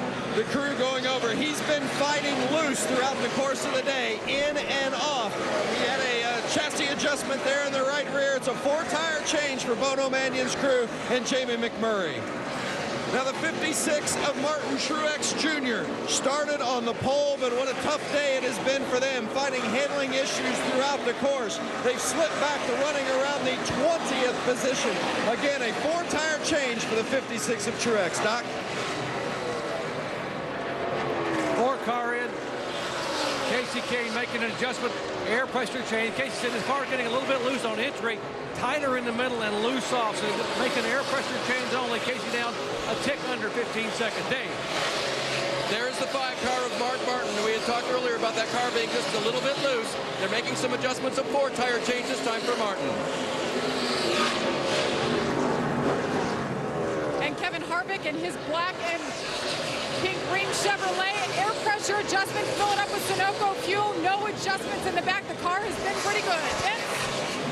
The 22 of Kurt Busch, he's led a lot of laps today, but Busch wasn't particularly happy. They made a chassis adjustment, an air pressure and 4 tire change on the 22. Now the 99 of Carl Edwards comes in after being the leader. Edwards says it's a little bit free, but he and crew chief Bob Osborne had a long discussion about whether they should make any changes. They decided a half a round a wedge just to snug up Edwards a tick. It's a 4 tire change for the 99, Jamie. And the 17 of Matt Kenseth has been charging his way forward, says he's mostly too tight, complaining of low grip, air pressure adjustment and wedge, 4 tires as well. Jeff Gordon is now in his pit box. They wanted this green flag stop, want to get 4 tires here. They were worried about where they were fitted this week on pit road because they qualified so poorly and jacked up the left side. They'll put on the other 2 tires, Vinceville. Matt Pusha has given Greg Biffle another good race car this week. They had a strong run last week in New Hampshire. It's just a little bit snug and a tick free off. 4 tire change and air pressure for the 16. Doc. Jimmy Johnson coming in for his second scheduled stop. The car, remember, is 3 on landing. They will make a track bar adjustment to the car. Just 3 when I go across the rubber on the racetrack. Right side tires on, left side tires on. No issues so far. They've already made the track bar adjustment. No, again on the left side. And get it full of fuel. He's away. All right, that's for the most part going to complete the cycle of pit stops among the leaders. Greg Biffle and Brad Keselowski coming back to pit road. Keselowski to complete the cycle of stops. Biffle for a pass-through penalty because the first time he tried to come to pit road, yeah, he got way too much. He tried to get way too much to get to the entrance of pit road and made the commitment cone, but then could not make pit road. Had to go back out on the track. Dave? Just double checking, they are coming to pit road for the first time during this cycle. Remember, Brad had been running in the 6th position. He did stay out and lead a lap. The car this time, we heard the lengthy description. Paul Wolfe, his crew chief, asked if it was still the same, and it was, so he will get a wedge and air pressure adjustment on the 2 car. He is out of here. All right, Dave, so that completes the cycle of pit stops for the race leaders. It puts Carl Edwards back out in front. A bad break for Biffle. You know, he was running his way towards the front and just tried to get too much there. And let's show you what happened to Greg Biffle when he tried to come to pit road for his stop the first time. See, he gets down there off the track and he's made the commitment cone, but he's just got too much speed. He can't make that entrance. So because he went below the commitment line but didn't go to pit road, there the pass-through penalty for the Biff, and that's going to drop him way back in the field. We'll update his status when we come back to Dover's Monster Mile.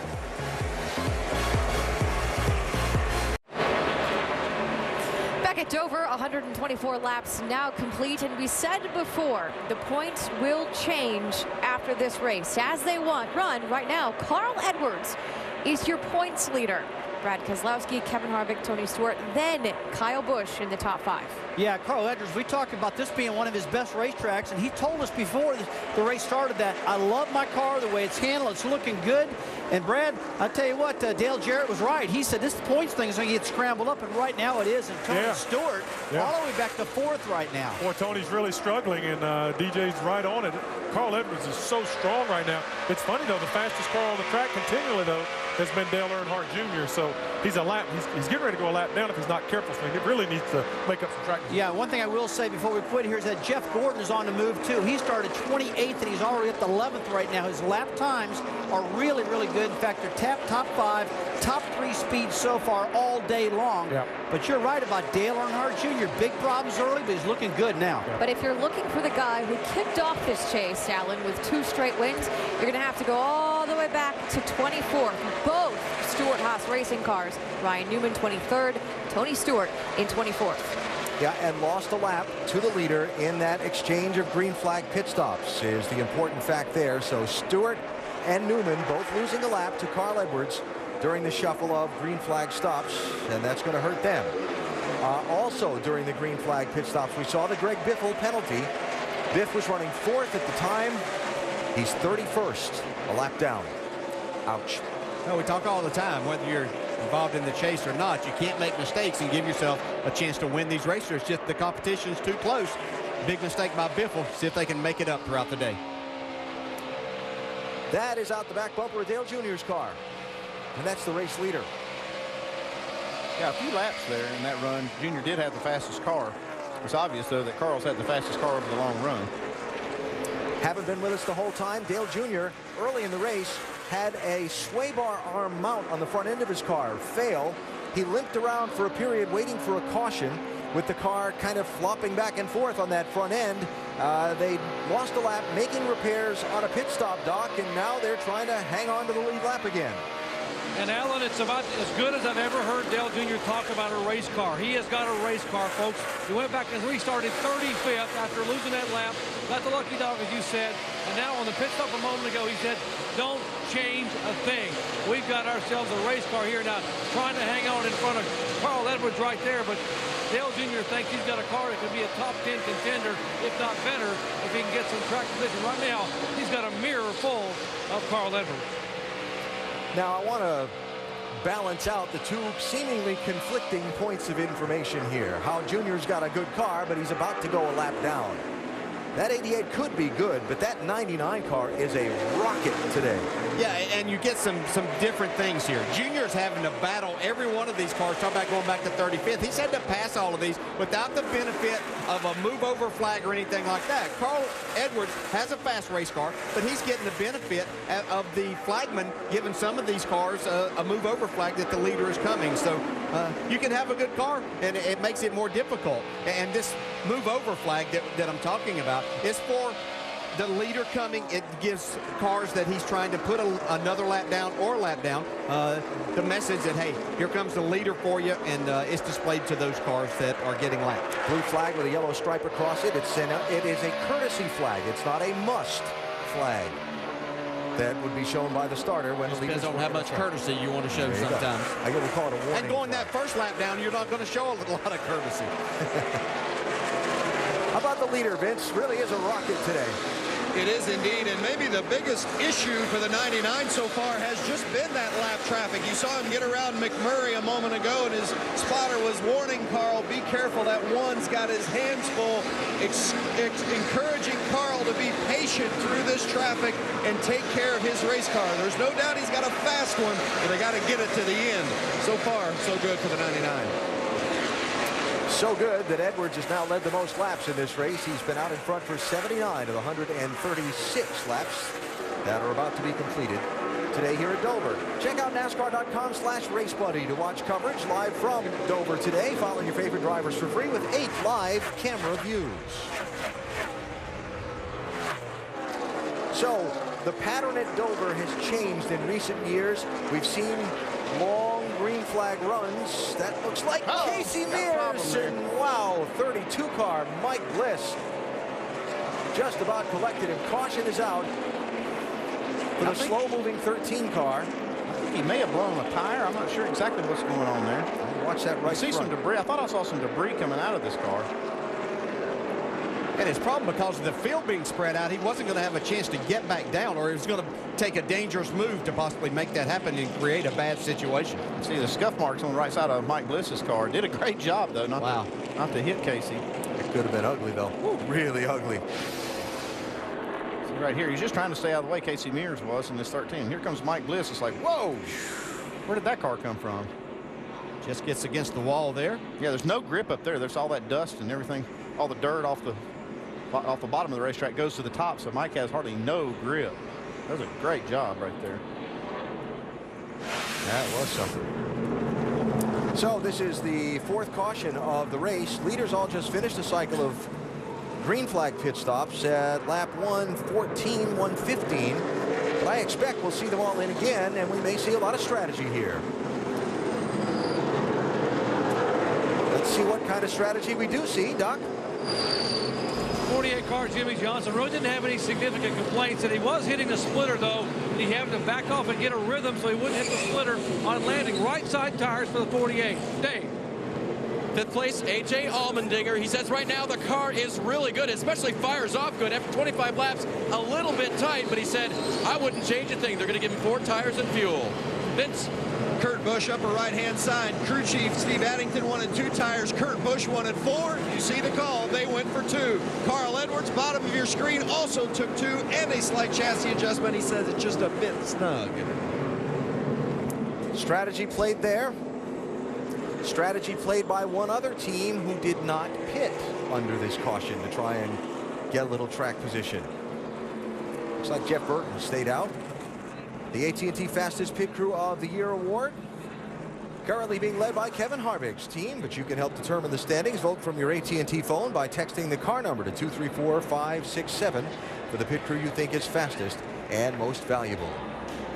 Little extended stay on pit road for Denny Hamlin, working on a car that they've struggled with a little bit.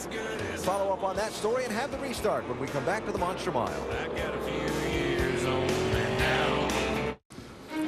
Back in 1969, they opened a dual-purpose facility in the capital city of Delaware. Horse racing track on the inside, auto racing track on the outside.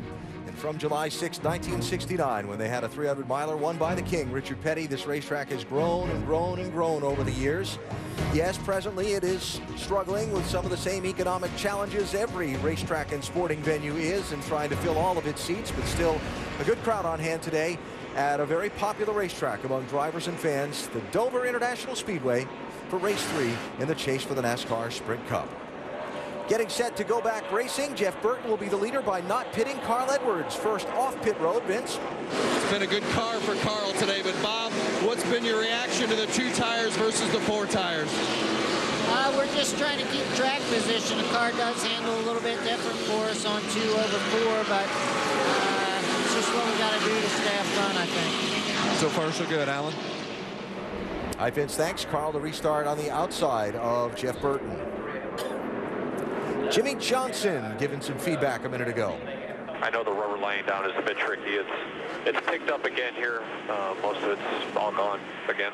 For him. I just found it interesting. You know, we pitted under green, and the first few laps I was nervous about going that fast or running across the black. Nothing happened, and it was good for a long time. And I guess it's tire pressure related. Once the tires get pumped up, the tire doesn't have any dampening left when you run over those black patches. Pretty good feedback there from the 5-time champ as we go racing.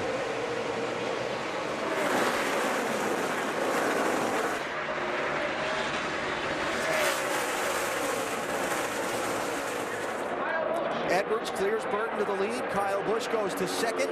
Let me mention 7 cars took a wave around before this restart. 3 to get back on the lead lap. Regan Smith, Greg Biffle, and David Gilliland.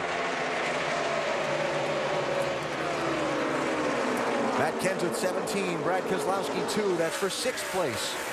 And we expected to see Matt Kenseth show his hand here sometime as this race went along, but kind of in Matt fashion, just taking his time getting there. I think there's 2 cars that are going to wind up making their way to the front, being a factor before the day's over, and that is Matt Kenseth and Jeff Gordon. We've seen Jeff, he came from way back in the field, had to pass a lot of cars. He did do a 2-tire stop that last stop and gained a few spots, and now he's inside the top 10. Can I ask on what basis you offer that prognostication? Absolutely can. I've been watching the monitor, and he's had one of the consistent top 3 cars in lap times all day, so that means he's going to be up there at some point. I knew you'd have an answer for me. Jimmy Johnson rolling through, picking up a spot. That'll be 4th place for Johnson. Yeah, and keep an eye on this 22 now. We've made a few pit stops. This car's been pretty solid, but the one thing that they've had a difficult time doing this year is keeping up with the changing conditions of a track. See the 22 a little bit sideways off of turn 2 there. That's one thing you see, this team has just struggled with late in the race of getting their car where it needs to be, as good as it was, say, in the beginning of the race. Had a good car so far in the beginning of this one. We'll see how it winds up for him. It's Kevin Harvick, 29, Clint Bowyer, 33, the 4 of Casey Kane. And I'm watching that 43 car, A.J. Allmendinger. He was the first one that changed 4 tires on the pit stop in line on the restart. He was 11th on the restart, and he's lost a couple of spots on the break. I actually think that sometimes on the restarts here, the The left side tires are pumped up. The right side's come up a little bit quicker for those cars that just get 2 tires. I think they're at an advantage for a few laps as Jimmie Johnson goes for 3rd. Jeff Burton, who got no tires that last time, decided to stay on the track. Yeah, Jeff Burton's crew chief, Luke Lambert, made that call to get them back up front and see if they can use that track position. It's Luke's 29th birthday today. So young. Yeah, I know. A lot of years ahead of him here as a crew chief. Brian Vickers in that 83 was the free pass recipient at that last caution to get back onto the lead lap. Tony Stewart had just been on pit road under the green, did not stay out under the caution to get a wave around and come back on the lead lap. That's kind of puzzling to me. I mean, Dale and I both kind of looked at each other like, why wouldn't you take that opportunity now to try to get that lap back? We saw Biffle do it, and we'll see how it works out for him, but I just thought that was a good opportunity that they kind of passed on. Yeah, he and his teammate Ryan Newman, who is right in front of Tony on the track, both chose that. I thought we might see them stay out there. Here comes Kurt Busch going by Jeff Burton. That's 4th place for Kurt. Yep.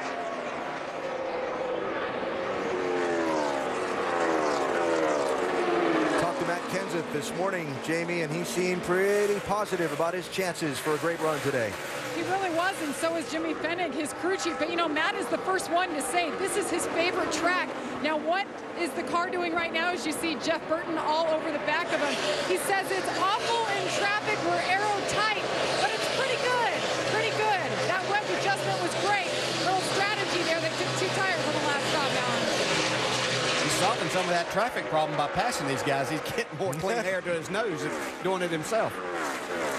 Another guy who had great hopes of having a good run today, Marcos Ambrose in that 9 car. Finished 3rd here in the race in May. He's one of the teams that made the call for just right sides on the last pit stop, gained in some track position, which he held for the rest of the race. And Marcos loves this racetrack. It's a place where you can really feel the speed and feel, he says, feel the challenge. Now, this would be one of the most opposite tracks that you would think of that Marcus would be good on. Such a great road racer. And this is almost the opposite of road racing at this high bank concrete track. But he's got a crew chief that knows what he's doing when it comes to strategy too, Dale.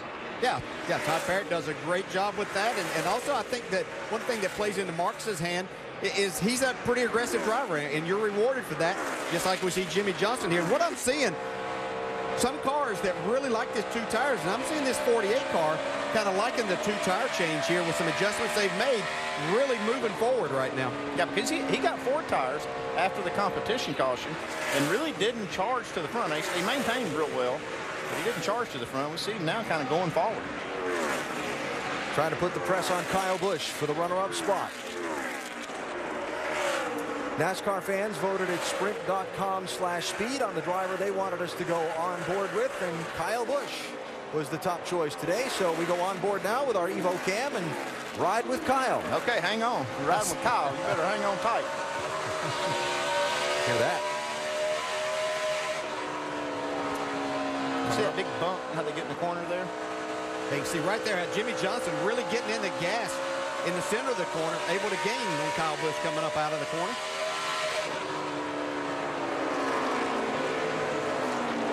Get closer to the NASCAR Sprint Cup Series with unlimited access to highlights, news, and more. Learn more at sprint.com/speed. I was interested when we were riding on board with Kyle. When he came up off the corner, you heard the sound of the engine just change up a little bit, just as that car broke traction. That can't be a good feeling. It is not a good feeling, but he does a great job of handling it there. I believe he's going to let Jimmie Johnson go for this 2nd spot right now. Pretty smart racing at this point. Well, they got about a half a straightaway to make up to gain on Carl Edwards. Yeah, that little dot way out there in the front is the race leader. Past 150 miles of today's 400-miler at the Monster Mile. Top Fuel driver Antron Brown is 2nd in the points, just 5 back from Spencer Massey. This weekend, he set a new national record, a 3:76 with a 6, and he is looking at a possible first championship. Tune in tonight at 7 and see how he does.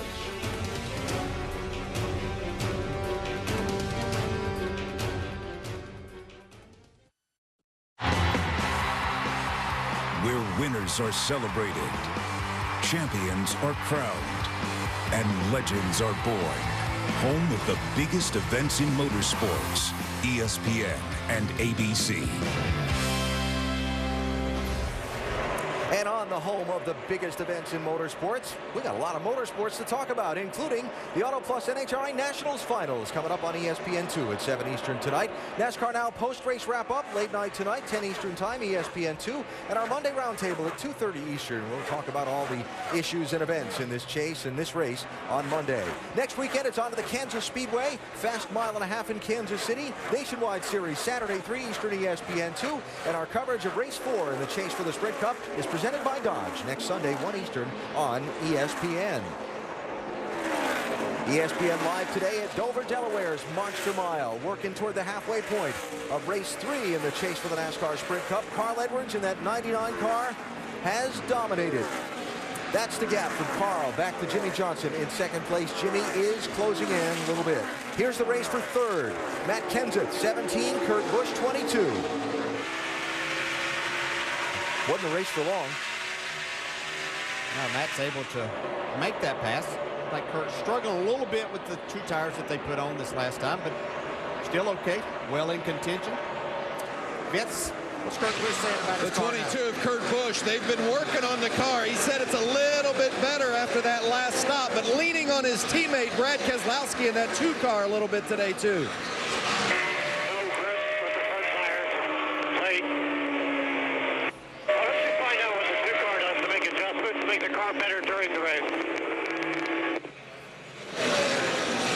That's the advantage of having a teammate in the chase, especially one who actually has been running a little bit better than you. So you take it where you can get it, right?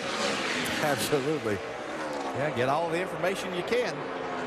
Never know when it might work to your advantage.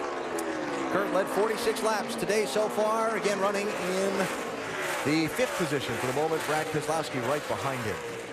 Yeah, when you talk about Kurt Busch struggling at the last half of the races and not making good adjustments, it might not be that simple. Sometimes you got a setup or a combination of your setup that just doesn't lend itself to when the track rubbers in, and you may not be able to adjust for it. Yeah, but you might want to ask somebody what you do for a loose race car, sideways as that thing was. If Allmendinger was the save of the year, this might be the second save of the day. Yeah, that's pretty good there. Without getting out of the gas.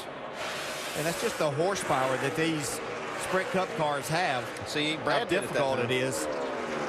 A lot of times that second car behind is actually losing the nose, and you have to give a little more wheel because you're afraid you're going to hit it with the front end and the back end kicks out. I think Kurt Busch's car there, the 22, is just literally loose up out of the corner.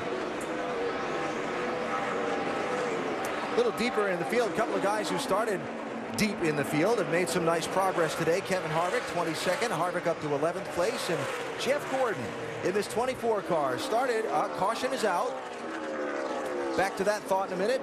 Report of debris in turn number 3 has put the yellow out. And that 16 car, 3M, coming through the screen. Huge break for Greg Biffle. Well, they took a chance there, taking the wave around that last time. He has a fast race car and made it work there, able to get this caution back on the lead lap for Greg Biffle. Just a couple of laps before they were going to need to pit under the green. Timing's everything. Yes. Speaking of timing, how about being the first car lap down when the caution comes out? Pretty good for David Gilliland. He's the Aaron's Lucky Dog free pass. So Gilliland coming back around onto the lead lap. He's in 22nd place. So do a little math here. Everybody just on pit road at lap 138. This is just shy of 40 laps later when they'll pit next time. More in the middle of the cycle, but you see a lot of cars changed 2 tires last time. That's got the crew chiefs going, well, we need 4 here. The ones that changed 4, now they can think about 2. Jimmy Johnson will be one of the first to get to his pit stall because he's pitted all the way down at pit entry. Back in the hook inside of turn number 4, while Carl Edwards will be one of the last to hit. He's all the way down at pit exit, down in turn 1. Here they come, Doc. And Jimmy Johnson's request, very simple, guys. Keep the balance the same, but I can use a little more grip. So we're going to go a half a round on the track bar. No air pressure change. Right side tires and then left side tires. Remember, right side only on the previous stop. Jamie. And Matt Kenseth, who's driven all the way up to 4th, says he's a little bit tight now. Pretty good overall. Let's make an air pressure adjustment and try 4 tires this time. Dave? Brad Keselowski needs a car full of Sunoco fuel. The car this time a little tight to center and snapping loose off to make an air pressure adjustment, and 4 tires this time, Vince.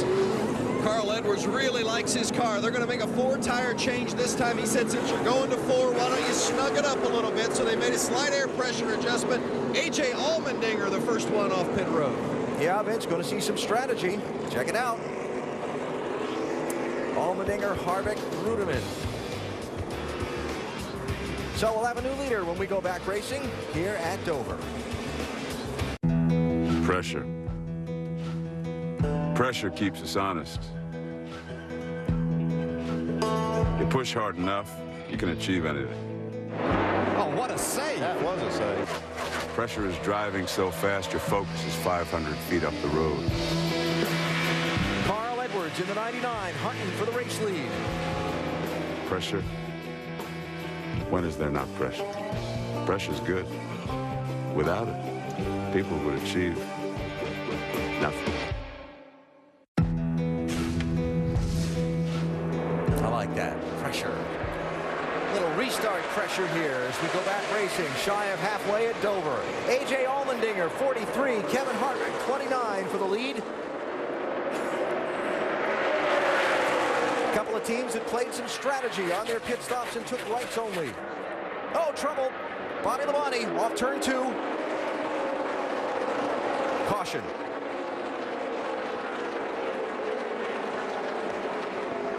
How did that not get uglier than it was? It's hard to do here. Yeah, it doesn't happen very often.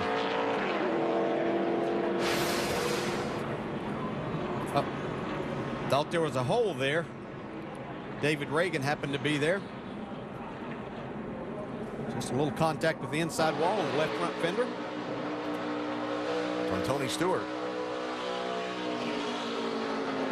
See, it looked like he had a hole, and Reagan got a good run and closed it up real quick on him. And I'm sure that his spotter probably told him there was a hole there, but by the time Bobby made that move, David Reagan had filled that spot. Bobby was 25th at the time.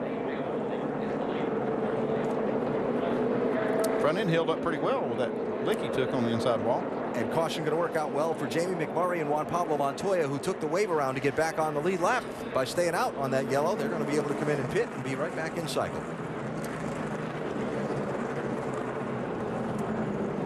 Now, a couple of guys on that last set of pit stops that had a couple of hiccups. First of all, watch Brad Keselowski right rear here, Andy. You see the right rear tire changer. He doesn't get all the lug nuts off on the first attempts, and that really does throw you off on your rhythm. They do a really good job, though, of recovering on this pit stop and not losing any more spots than they did. Fell from 6th to 10th on the pit stop. A lot of times that will really throw you off mentally, and you kind of mess up on the other side, too, but they did a good job. And the other guy on the last set of pit stops that really had some troubles was Jeff Burton. Now, this is him live on pit road. He's just come in and left his pit stall. But Burton came down the pit road in 8th position. Look ahead at this 31 car right here, left. 10 away, right sides only. 5 away, 4, 3, 2, 1. So that from Kevin Harvick. Burton had to stop, back up into his pit stall. He fell from 8th to 22nd at the time. Our in-race reporter today, Mark Martin, is lead lap. He's running 16th, DJ. Hey, Mark, Dale Jarrett, you have a copy? Hey, Dale. Hey, buddy, we've seen this rubber situation on the racetrack as the corners get a little bit darker, but it looks like more of a buildup in some areas. Is that creating a problem for you? Yeah, that causes a problem for everybody. It cleans off when you put new tires on. That seems to clean it off, but then you get a long run, and it builds up at the exits of 4 and 2 and the entrances of the 1 and 3, and it becomes real slick, almost like ice. So it's kind of hard to deal with. All right, look like you're doing a pretty good job. 1 to go there. Good luck, buddy. Thank you. Mark Martin running in the 16th position. Matt Kenseth, funny, we talked about that rubber buildup this morning. Mark talked about it being like ice. Matt said to me it was like running through slush. And I said to him, well, viewers in Florida aren't going to understand what that's like. And he said, they'll figure it out. Check it out. Yeah, it just makes it, the car will just, the front tires will hit it and take off. It's actually whichever tire you kind of get with it. This right here is the hardest part of it. You see how it collects in that one line?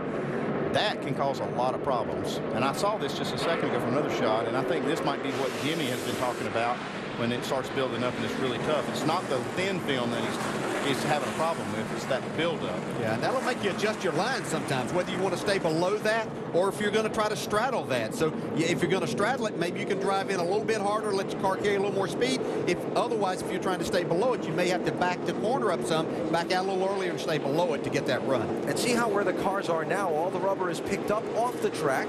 It'll get put right back down when they go back racing. It's a fascinating phenomenon that's kind of relatively new this last year or so. Yeah, and basically what's picking that rubber up, what will pick it up, are those cars that stayed out there and just got, well, didn't just stay out, but got two tires. Those left side tires that they left on there that have a lot of heat in them will actually pull that right up. Now, the next thing you have to do is make sure that you really scrub your tires. And, of course, all of these cars up here have a little bit of heat in them, but the ones before that are the ones I'm speaking of that'll pull that up. So really get your tires cleaned off. Tony Stewart's been struggling here, Doc. Yeah, he predicted to be a big struggle this weekend, DJ, and he's fulfilling that prophecy right now. They have struggled with the car being very, very tight in the middle of the corner and getting tighter as the day progresses. This track changes so much, and right now Smoke started 28, being shown a lap down in 27th spot. They have air pressure back in the right front, took a rubber out of the left rear, making big swings to try to help Tony be competitive and maybe get a lap back. Dave. Doc, his teammate, not faring much better. The 39 of Ryan Newman has been tight most of the day. They got it loose once. This last pit stop, 4 tires, 2 spring rubbers in the right rear, a Packer in the left front. They said, hey, you know what? Even if this doesn't fix the problem, at least we'll learn something. They're not having a good day. All right, Dave, thanks. So getting ready for the restart. A.J. Allmendinger, the leader, is chosen inside of Kevin Harvick. This green flag restart presented by American Ethanol.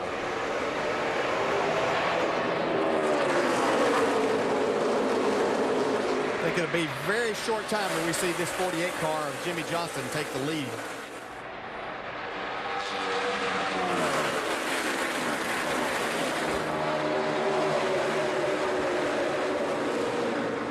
Already putting that rubber back down. New leader Kevin Harvick around Allmendinger to the top spot. Side by side, 4th place, Kyle Busch, 18 inside of the 00 of David Ruderman. And Kurt Busch hunting for some running room as well.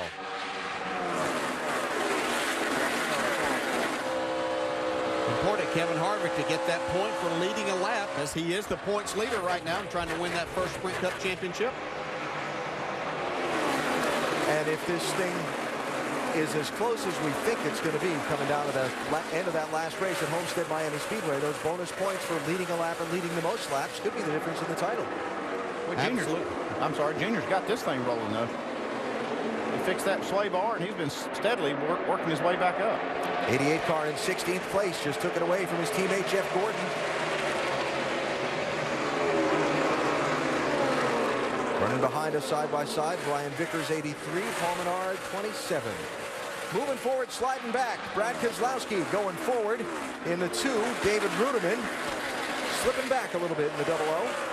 And the driver that's led the most laps here today, Carl Edwards, been out front a lot. Hadn't really seen him in this position where he's back in traffic. See how he handles it for now? Remember Ruderman's team, one of those that chose to go for just the fresh right side tires on their last trip down pit road. Well, you watch that 99 car, and it just has so much lateral grip, you know, just that side. It looks like it's just making a lot of side force. Goes through the middle of the corner so well. Well, when you get a car like that, we talk about how difficult this place is. We see Junior trying to get another spot here, but you have a car like you're talking about, Carl Edwards. Man, this is a fun place to drive. You can pass people. You can just really be aggressive. Makes it a blast. And by the way, following up on the conversation point we had right at the end of that last caution, look how much racing rubber is down in those corners again already as Jimmie Johnson works on Allmendinger for second.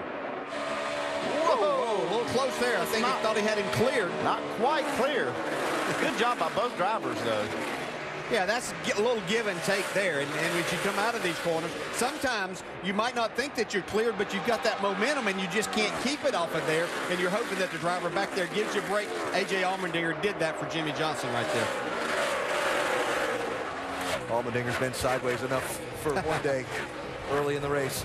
Check out NASCAR.com/RaceBuddy to watch coverage live from Dover. Follow your favorite drivers for free with 8 live camera views. You're watching a pretty interesting race. It's not quite to its halfway point yet and had a lot of different storylines develop already. A lot of strategy, some people recovering from early problems. And a lot of different guys working their way at different times lately to the front of the pack. Carl Edwards dominated a good chunk of the first half of this race, but we've seen a variety of others in recent laps shuffle their way to the front. That's a great shot coming out of turn 2. You could see the 29 car, Kevin Harvick, our leader, wiggle a little bit there. What he's seeing is that Lowe's emblem getting bigger in his mirror.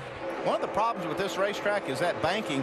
You pick up all that load in the rear tires, you get in the throttle, the rear tires stick real well.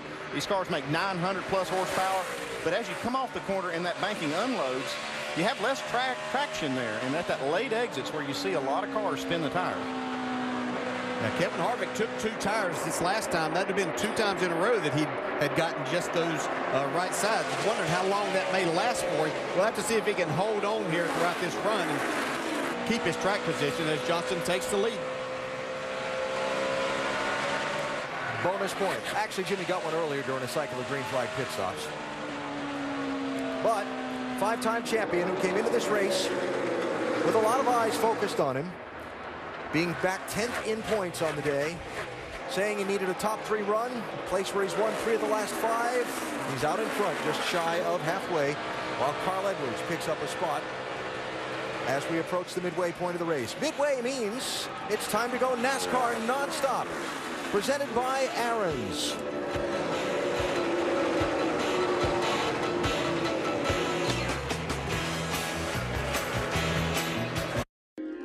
Oh, Rudy, you're so nice to me. Well, no more. No more Mr. Nice Guy. Oh, and you're funny, too. That's cute. Mike, there's nothing funny about it. I'm the new Aaron spokesperson now, and there's nothing you can do about it. Did you empty my bedpan? Hey. I'm the man. Yeah, Mr. Butler's here. Come on. Okay.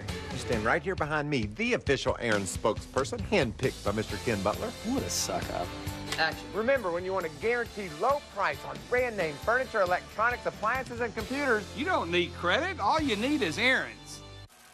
Hey, ladies. Why don't you educate me on why you're not watching the Packers? I got cable. We don't get the Packers in Miami. Oh, boo-hoo. Ow!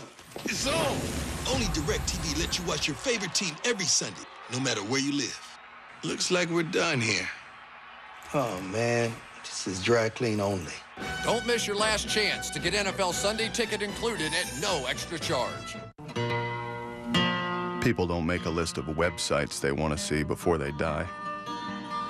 They don't fill photo albums with pictures from an online search. It's okay. The internet will be just fine without you. That's why we built the Dodge Journey. It has everything you need to get out there. Somewhere. Anywhere. Think of it as a search engine for the worldwide world. This year, winning means more, and Dale Jr. would do anything to win. He'd make 65 laps of fuel, last 80. He'd drive a beat-up car for all it's worth. He'd hack other drivers' scanners and feed Amy Grant through their headsets. He'd even get LASIK surgery, even though he already has 20/20 vision. Let's do this. If it would help him win, he'd do it, because Dale Jr. would do anything to win.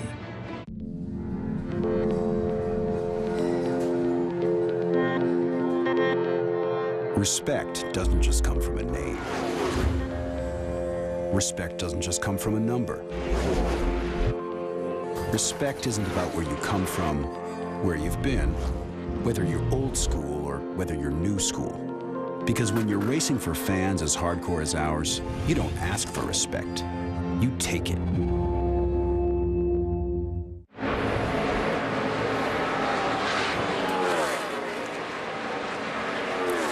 202 laps complete here at Dover International Speedway. The one thing we've talked about all day is Jimmie Johnson is currently out front as the leader.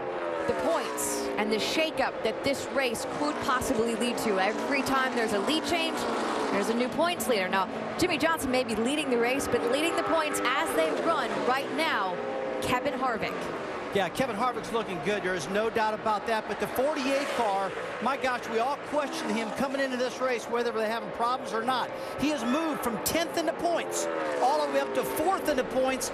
And Brad, he's leading this race now. Yeah, he has. And what he's done is he's put himself, you know, as we continue to sequence out, to be in that final run to have a chance to stay up front. Track position's everything. him being up front right now means after pit stops, if they're just solid, he's going to have a chance to win this race. Chance to win the race, and this could set him up for a chance to win his 6th consecutive championship. Talking about saves, how about A.J. Allmendinger, currently running 3rd after that incredible save earlier in the race that dropped him back to 43rd. A.J. Allmendinger is having a heck of a run today. He's been really strong up front. That race car's been really loose this run. He is driving the wheels off of this Richard Petty Motorsports entry. An outstanding day. We keep waiting on this young man to get to victory lane. This could be his day. If he can get that car tightened up just a hair, I think he can go forward. This has been a track that A.J. Allmendinger has always liked. Moving back to the back of the middle of the field, you'll see the 88 car running in 14th to Dale Earnhardt Jr. That, by the way, in 14th is the highest that car has run all day. Nicole, I said earlier in Countdown Show that Dale Earnhardt Jr. has been hanging on by a thread. He's been doing great, but barely. Really been doing a good job. Early, he broke a sway bar. As it wasn't a personal failure of a pit crew member or something, just a broken part. But Doc Punch, I got to tell you, he has really rebounded. He's up to 15th right now. His lap times are looking good, buddy. Exactly, Rusty. And Steve Letarte, the crew chief left side of your screen, has told me he thinks he and Dale Jr. are going to make some noise in this chase. Why does he believe that? Well, at Chicagoland, they had a 6th-place car. Guys ran out of fuel. They finished 3rd. Last week in New Hampshire, they ran no worse than 7th until cutting it 2 tires late. They would have had probably a top 5 finish. He's taking up today. Dale Earnhardt Jr. complained a moment ago. The car was chattering and loose in the rear. They made a wedge adjustment, air pressure adjustment, and now Dale Jr., one of the fastest cars on the racetrack, and as Nicole said, in the top 15 for the first time today, and on his way toward the front. Jamie. And his teammate in the 24, Jeff Gordon, he thought he was pretty tight off with right sides only. 2 stops ago, they opted to take those right side tires, but since they put 4 on, he's not much better.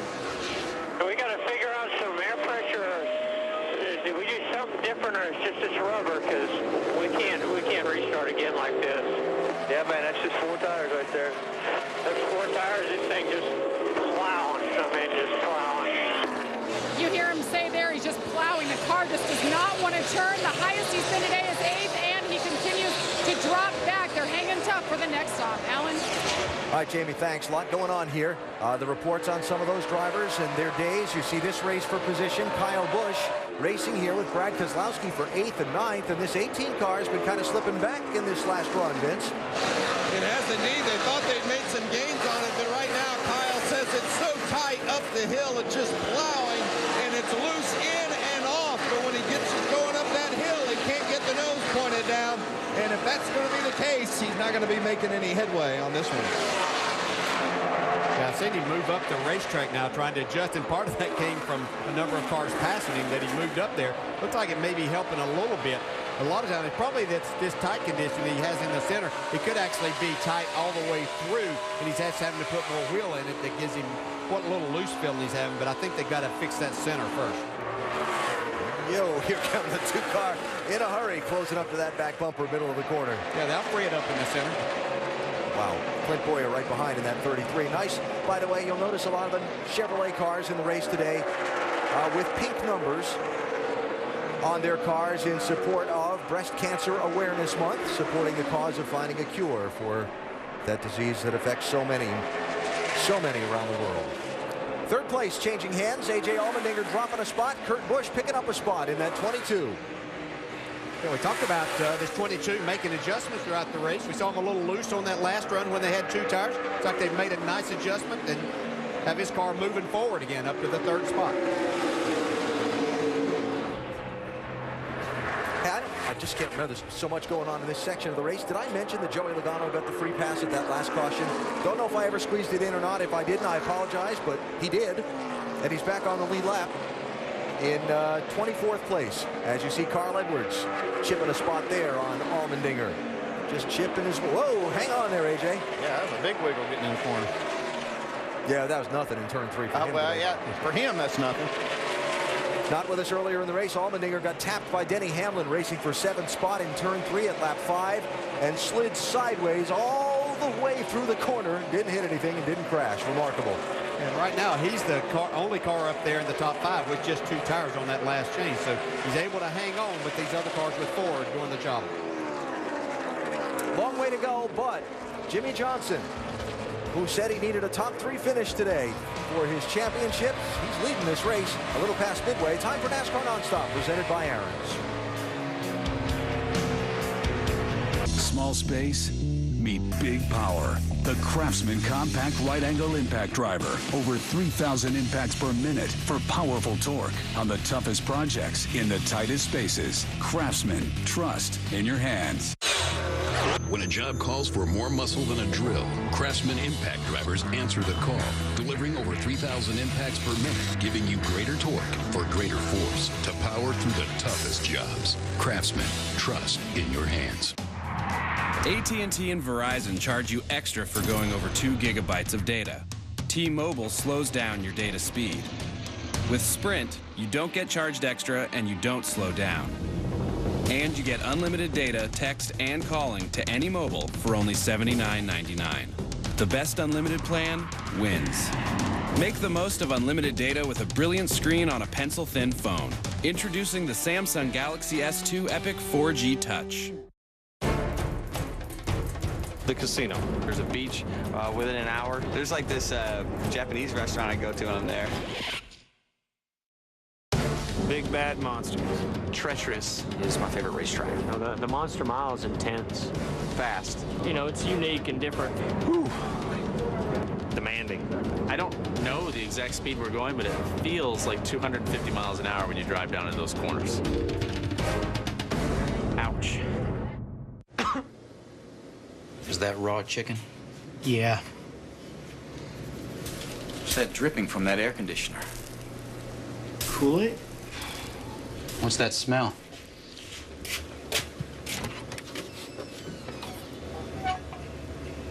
Is that the time? Please, please. Yes. Everything seems tip-top to me. I will see you next year.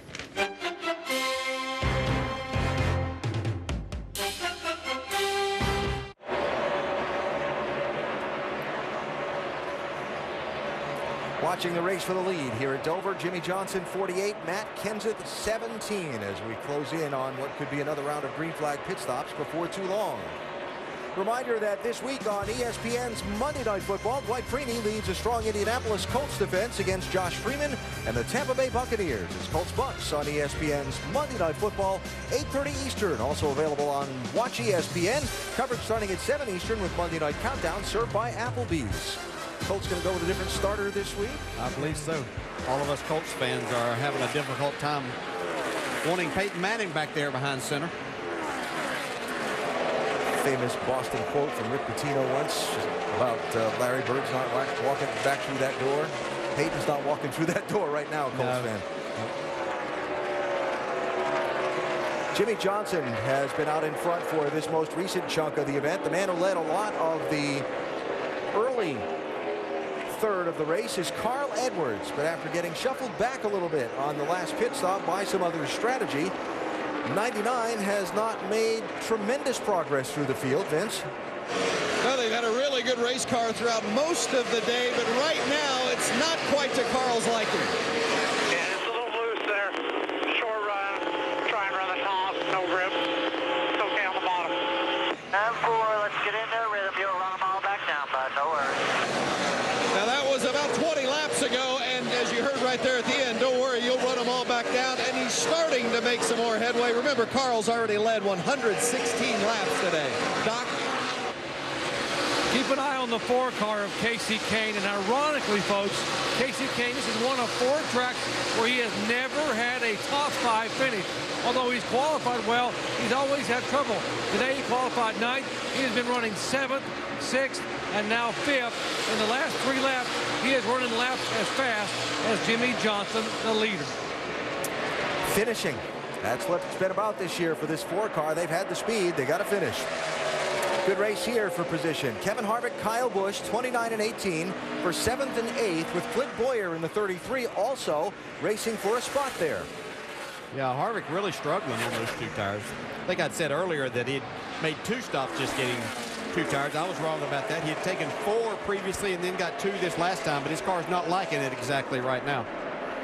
Speaking of sliding up, Brad Keselowski in that 2 car with Jeff Gordon going underneath him. Keselowski slipping back a little bit in this run. Marcus Ambrose there, going to work on him for a spot. That'll be 12th and 13th.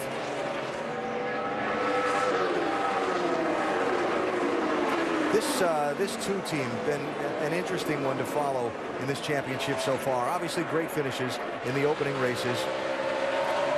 And the attitude that we have nothing to lose from the driver. It's kind of one of those, we're not expected to be here, like a team that's a low seed in the NCAA basketball tournament or something. Nothing to lose, go out and play the big dogs, give them our best shot. Nobody's expecting us to go this far. And that's kind of the attitude they have. Well, you know, they charged their way into this chase by winning some races and moving up in there.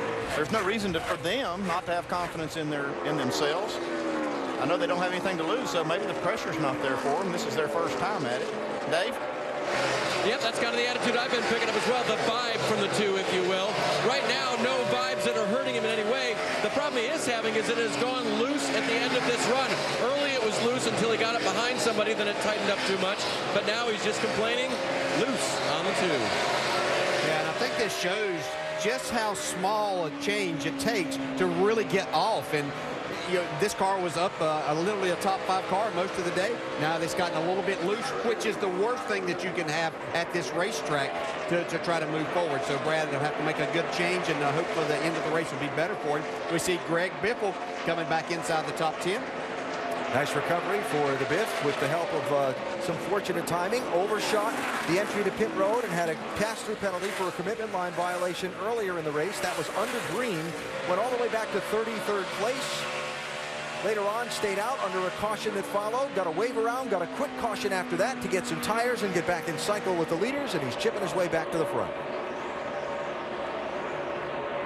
And Harvick, meanwhile, is slipping his way back again off that strategy that DJ talked about. Now, we're not that far away from the next set of pit stops that are going to happen under green.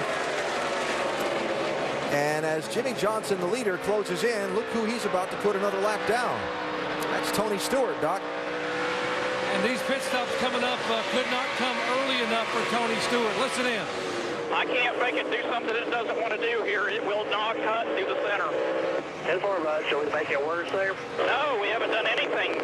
It hasn't done anything to us. Well, Jimmie Johnson goes by Tony Stewart, and Tony, you know, you're driving out there and you've won 2 in a row, DJ, and you know you're plowing and abusing that right front tire. It cannot be a good feeling here for a driver.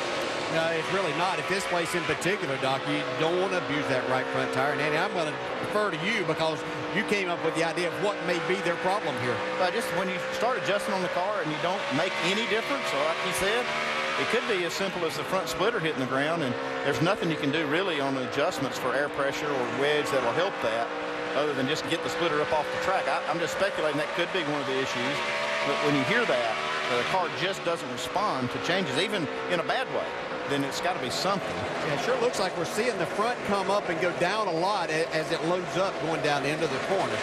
That front splitter, a very rigid piece in a fixed location on the car, and if it's hitting the track, the front wheels aren't hitting the ground the way they need to. But yeah, and that's just what Tony said. Nothing they've done has made any difference. So Tony Stewart, 2 laps down now, 28th place. Joey Logano, all right, he got the free pass. Now he lost that lap. Might need it again. Jimmie Johnson is fast. Here's Jeff Gordon trying to take 9th place away from Greg Biffle. Gordon started back in 34th place. And we're seeing a first move made to pit road here by a lead lap car. Doc? Clint Bowyer coming on the pit road after running. I had a great run in the Nationwide race yesterday. Basically saying the car's pretty good, pretty neutral. A little bit of tight in the middle. Left front and left rear air pressure changes. 4 tires, no other chassis adjustment, down and away, less than 13 seconds. Great stop, the 33 crew. And that is going to kind of open the door, and we're going to see a lot of people on pit road in these next few laps. Jimmie Johnson, not one of them yet. Jamie McMurray got a wave around, got back on the lead lap, got a caution, got back on the same fuel cycle with the leaders, and now he's on pit road under green, Vince. Now, this has been a tough track for Jamie McMurray. 13th or worse the last 6 races here, and they've been struggling with it most of the day today fighting loose. As you see McMurray pull it in, it's still 2-3. They're going to make a track bar adjustment, air pressure adjustment as well. Bono Mannion's going to have him put 4 tires on it, trying to snug up this car for Jamie McMurray so he can do something with it. Dave. Vince, even though Keselowski's car was loose, he had driven from 9th up to the 6th position on this run. It'll be a 4-tire change for the crew. They'll make an air pressure adjustment for Brad and a wedge adjustment. The red's going in the back window now. Once he's full of Sunoco fuel, which is now, he is out of here. Doc. They put a half a rubber in the rear last time for Ryan Vickers. Didn't make a big difference. Ryan saying the car still needs some help. Tires, air pressure change, that's all down and away. Dave. 27 car of Paul Menard had such a great start to the day. Has really struggled. Right now the car very, very loose. He'll get the 4 tires and fuel as A.J. Allmendinger swings around the outside of him. Allmendinger had been running in the 6th position after being your restart leader. He had taken 2 tires. The car had gone to the loose side in the rear of the car. 4 now and fuel. Jamie. Same exact thing happened with the 29. He took right sides to get track position, led some laps, got an extra point. The car got really, really, really loose. 4 tires. Dave, back to you. In spite of shock changes and Packers in the 11 car, it is the tightest it's been all day. Big wedge adjustment, 4 tires and fuel for Denny Hamlin. Right of the screen, Jimmy Johnson still on the racetrack. Dale Jr. among those on pit road. Doc? Yeah, car said loose. He said his car is still loose in the corner, but he said it's probably the rubber on the racetrack. He did not want any major adjustments. Down and away, 13.3 seconds.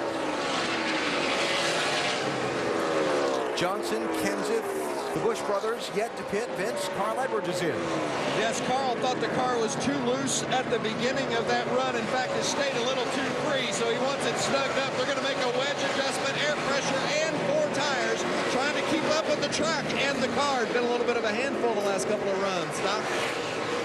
Here is our race leader, Jimmy Johnson, back in. They're going to go back up on the track bar half around. They had gone down a half around previous stop. 4 tires, getting 4 Goodyear Eagles on, topping off with Sunoco fuel. Jimmy Johnson having the kind of day he normally has here at Dover. Vince.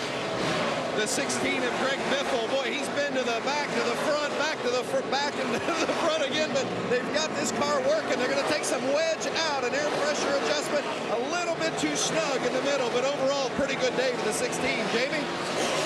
And Jeff Gordon, the 24, said they were just plowing, did not like that last run. 4 tires here and a wedge adjustment.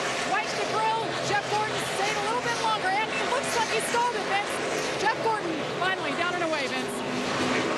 The 18 of Kyle Busch, he said it just won't go up the hill and it's plowing off. So they made an air pressure adjustment and 4 tires. Dave Rogers trying to give Kyle something to work with. Now the 22 of Kurt Busch coming in. Boy, this car has been loose throughout much of the day, but they're starting to get it a little bit better. An air pressure adjustment, right sides, 4 tires for Kurt Busch. Alan? And Vince, you just finished calling the Carl Edwards pit stop. Here he is back on pit road again. That's a pass-through penalty. Too fast exiting pit road. The speed limit on pit road for safety to contain the area where the crewmen work and are exposed to the race cars. Carl Edwards violated the buffer zone given, and that's going to cost him. We'll check where as the scoring cycles out. One thing I can see is they've made these stops. Matt Kenseth's come out in front of the 48 car, Jimmy Johnson. 31 car is the leader, not yet having pitted. Then it will go to Matt Kenseth and Jimmy Johnson as the cycle completes itself. Remember, Jeff Burton came in a little bit later on that second quick caution there than most of the other guys, and that's why he's able to go a little bit further. When Burton does pit, Matt Kenseth in that 17 car, just getting back onto the lead lap there, will become the leader by that much over Jimmy Johnson. Great job by Team 17 on pit road as we go NASCAR Nonstop, presented by Aaron's. It's 5:30 a.m. We got a car, a couple cameras, gonna go have some fun. I can get closer. Here's the true test. Chris, let's see what you got.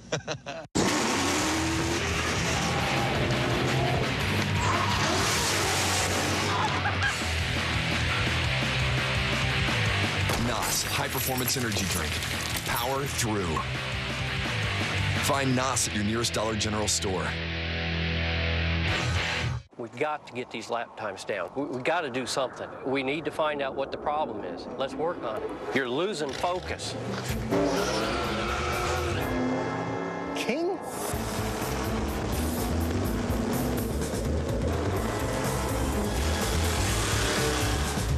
Sharp as ever. That's how you get it done. Spark, the king of energy drinks, and I should know. This where you want it, King?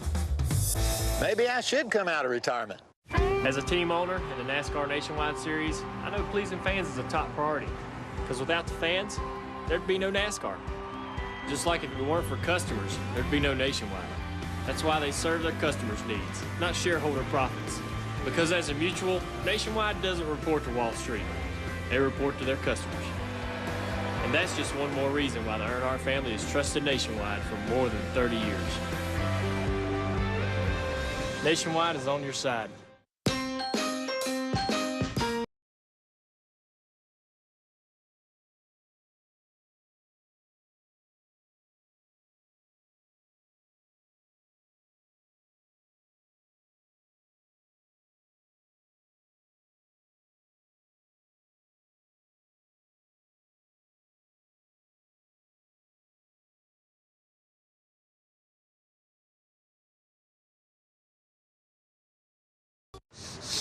Wow, with the help of the Home Depot, this job's a piece of cake.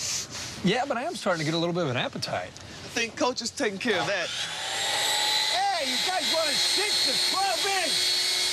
12.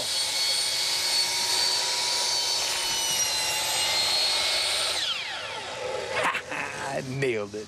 Thanks, Coach. ESPN College Game Day, built by the Home Depot. Saturdays at 9 a.m. on ESPNU. Continues at 10 a.m. on ESPN. As you saw in our NASCAR nonstop coverage, the field is slowed under the caution flag. This for precipitation. A light sprinkle again, peppering this Dover International Speedway. It puts us under the caution for the 7th time today, and Jimmy Johnson has taken the lead back from Matt Kenseth. NASCAR Sprint Cup Series at Dover is brought to you by Nationwide Insurance. Enter this code at CodeSpotter.com for a chance to win one-of-a-kind NASCAR VIP experiences. And GoDaddy.com, domains, websites, and everything in between. So you see on pit road now as we come back live to Dover, Brad Keselowski's team under the hood, Dave. Hey, Alan, sorry, we were just getting the scoop down here. Barely can he drive it because the power steering has gone south on the 2-car. Crew Chief Paul Wolf radioed to him and said it was the longest that he would be able to be on pit road and try to fix it. And I'm getting the high sign that they did fix it. We'll find out what it was. Could have been just been as simple as the belt. If they just replaced the fan, you know, the belt on the power steering. I saw something just fall out from the back of the car there. I don't know if that was the same belt again. Yeah, that'd be a challenge on this racetrack for that skinny young lad there. It's the Monster Mile, after all. I'm telling you, it's difficult. It's hard enough with what little power steering you actually have. We call it power steering. It is some assistance for sure. Jeff Burton about to be waved around the pace car. He gets the free pass under this caution as being the first car lap down. Burton just giving up the lead for a green flag pit stop. Barely before the yellow waved. And on pit road now, a few lead lap cars, Jamie. Yes, we see a few in here just topping off. Jeff Gordon making a wedge adjustment, 4 tires, and topping it off with fuel. They may as well. And the 29 did as well, Dave. Even on that short run, Jamie, Denny Hamlin was able to tell that car is still tight. He'll take 4 fresh tires, more fuel, and another wedge adjustment to adjust that chassis. Kevin Harvick also on the pit lane. Ryan Vickers, a few others there. Juan Pablo Montoya getting back on the lead lap. So Brad Keselowski, we were talking about what they might have done to try and fix the power steering on that 2-car. Tim Brewer in our Craftsman Tech Garage. I knew you'd be ready to show us. How about that, AB? But it is one of the easiest belts to replace on the car because, AB, it sets right out here. This is the power steering pump right here. Some of the guys run the reservoir here. But the belt sits in front of the rest of them, so you just literally have to have the guy cut the engine off, roll a belt on there, you're back in business, AB. Yeah, if it was one of those other belts on the inside of those, it would have been almost impossible because you'd have to take them off to get to it. We see Brad coming back down pit road now. Looks like they're probably going to change 4 tires. So one of the drivers in the championship looking for a little extra attention to his car after his first pit stop earlier, going after that belt, Dave. Yep, and Alan, as we said before, that was the longer period that they had before. So they diagnosed, fixed the problem, put the belt back on, just as we showed you, and now we get the regular service, which is for 4 tires and fuel. Carl Edwards also on the pit lane and leaving now, back to 24th position after that speeding penalty under his stop earlier. First speeding penalty of the year in the NASCAR Sprint Cup Series for Carl Edwards. It's going to cost him time. Bad time. Caution out for a quick rain shower here at the Monster Mile. We go NASCAR nonstop, presented by Aaron's.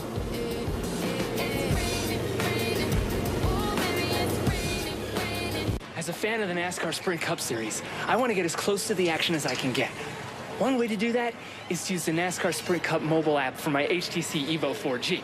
Another way is to hide in the back of Carl Edwards' car. Yeah, Carl! Whoa, we're getting ramped! Get unlimited access to the chase for the NASCAR Sprint Cup with highlights, news, and more. Truly unlimited data, only from Sprint. This is not as safe as I initially planned. Here's to the pursuit of better, faster, cleaner, funner. Here's to the pursuit of a Pennzoil motor oil so advanced, Elio uses it straight from the bottle in his IndyCar. Here's to the pursuit of another 100 years of earning America's trust. Not just oil, Pennzoil. Enter for a chance to win at participating AutoZone locations or at Pennzoil.com. In the number 3, Wrangler Chevrolet, Dale I'm a Wrangler guy. Always have been, always will be. For unbeatable comfort and value, the right choice is Wrangler.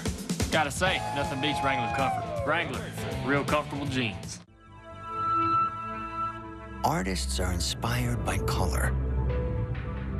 So are our engineers. Wagner Thermo Quiet Brake Pads. Brakes without compromise. This is where young men can stake their claim, and battle-tested veterans can redeem a lifetime spent behind the wheel. Makes history. This is how we discovered it's possible for greatness to be annually renewed. It's where outsiders become heroes, and heroes become legends. This is an opportunity to not only seize history, but become a part of it. This year, winning means more, and Dale Jr. would do anything to win. He'd make 65 laps of fuel, last 80. He'd drive a beat-up car for all it's worth. He'd hack other drivers' scanners and feed Amy Grant through their headsets. Hey, bud, get a moment. He'd even get LASIK surgery, even though he already has 20/20 vision. Let's do this. If it would help him win, he'd do it, because Dale Jr. would do anything to win.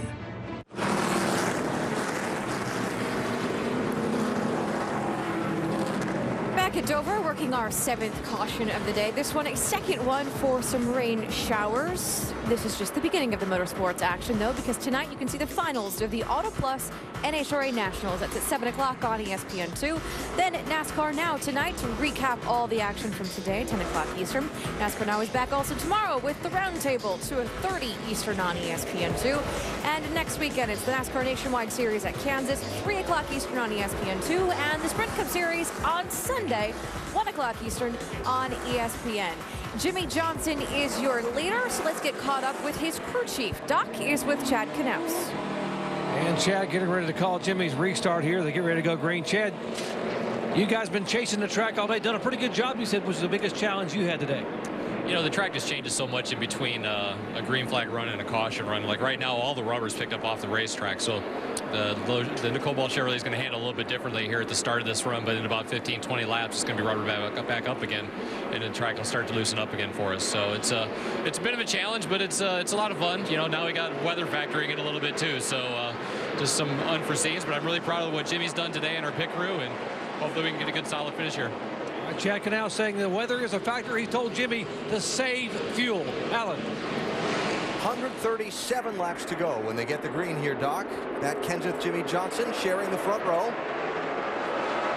And that number of laps to go, yes, does bring about the how many more stops do you need to make between here and the checkered flag. We'll talk about it in a minute. Let's watch some of the restart action first.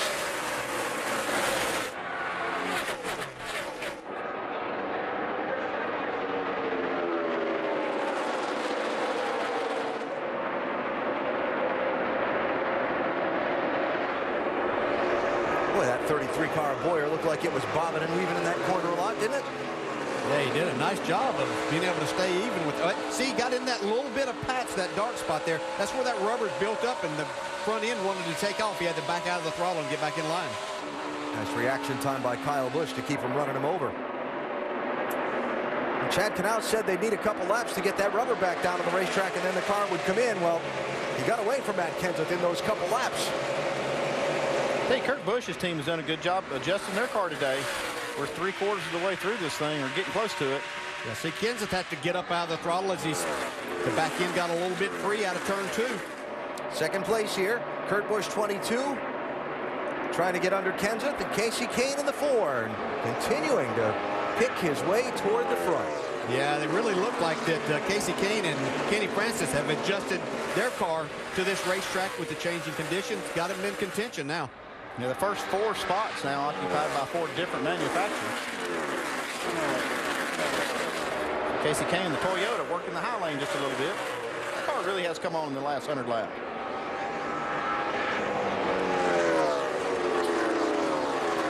Now looking back in traffic.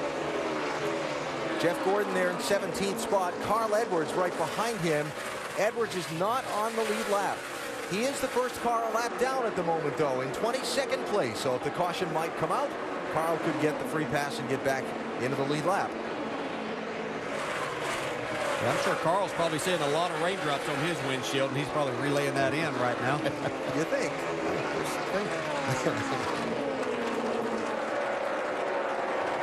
Gordon going to let Carl go there. No sense in racing him. It's not for position.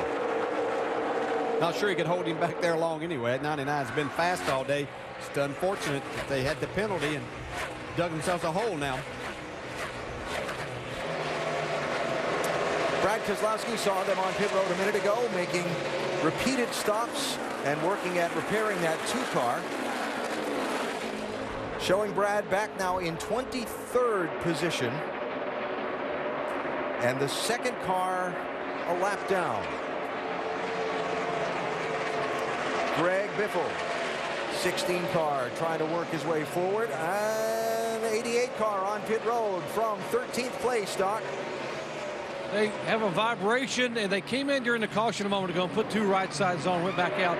And apparently the vibration now they think was a loose wheel. That's why they're coming in for an unscheduled pit stop. Rights only for the L Junior. That's going to hurt. Let the scoring cycle around a lap and then update you where Junior is going to wind up after he gets back up to speed.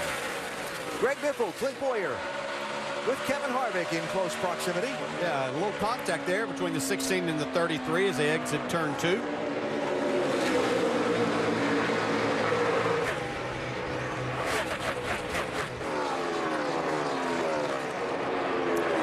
Greg Biffle continuing his effort to get back to the front of the pack. Clint Bowyer having a steady drive.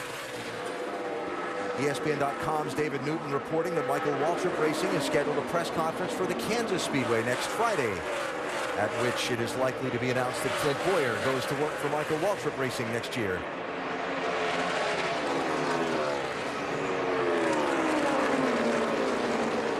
And our in-race reporter, Mark Martin. Haven't had a chance. We talked to Mark once, but haven't had a chance to talk about him a whole lot. That's what I was going to say. We talked to him, but not about him much. But he's starting to work his way into the top 10.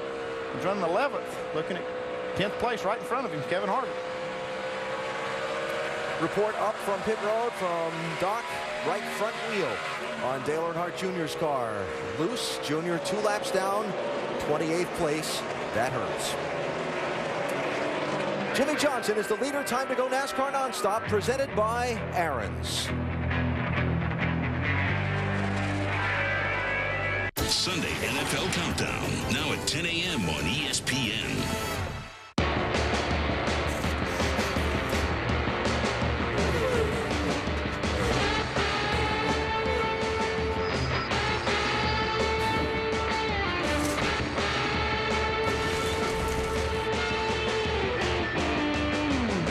These drivers demand the most from their tires. They choose Goodyear.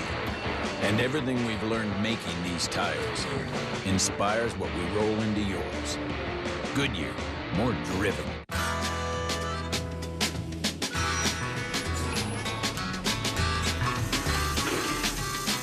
You could save a bundle with Geico's multi-policy discount.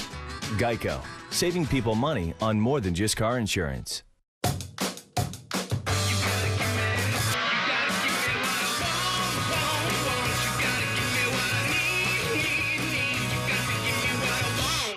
Geico, saving people money on more than just car insurance. Game day. It's all about being prepared. So when you set out your game day spread, be ready. With Bush's Baked Beans as part of your lineup, the perfect complement to juicy burgers and sizzling brats.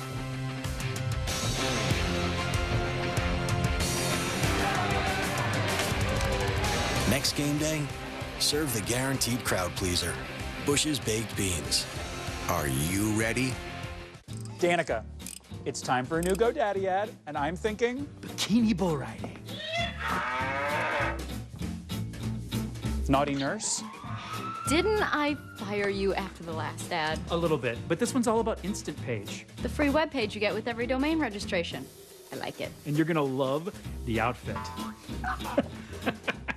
I can't believe I'm gonna do this. I know. See what happens next at GoDaddy.com. Because of these changes, the battle for the 2011 NASCAR Nationwide Series trophy is going to be one for the history books. Let's continue by taking a look at some of the new cars that you'll see on track this year. Collect all 4. Are there going to be any drivers on this tour? Ta-da! Can they breathe in there? The 2011 NASCAR Nationwide Series. Something new around every turn. The new afternoon block on ESPN2. Dan Le Batard is highly questionable at 4, Jim Rome is burning at 4:30, and Sports Nation at 5.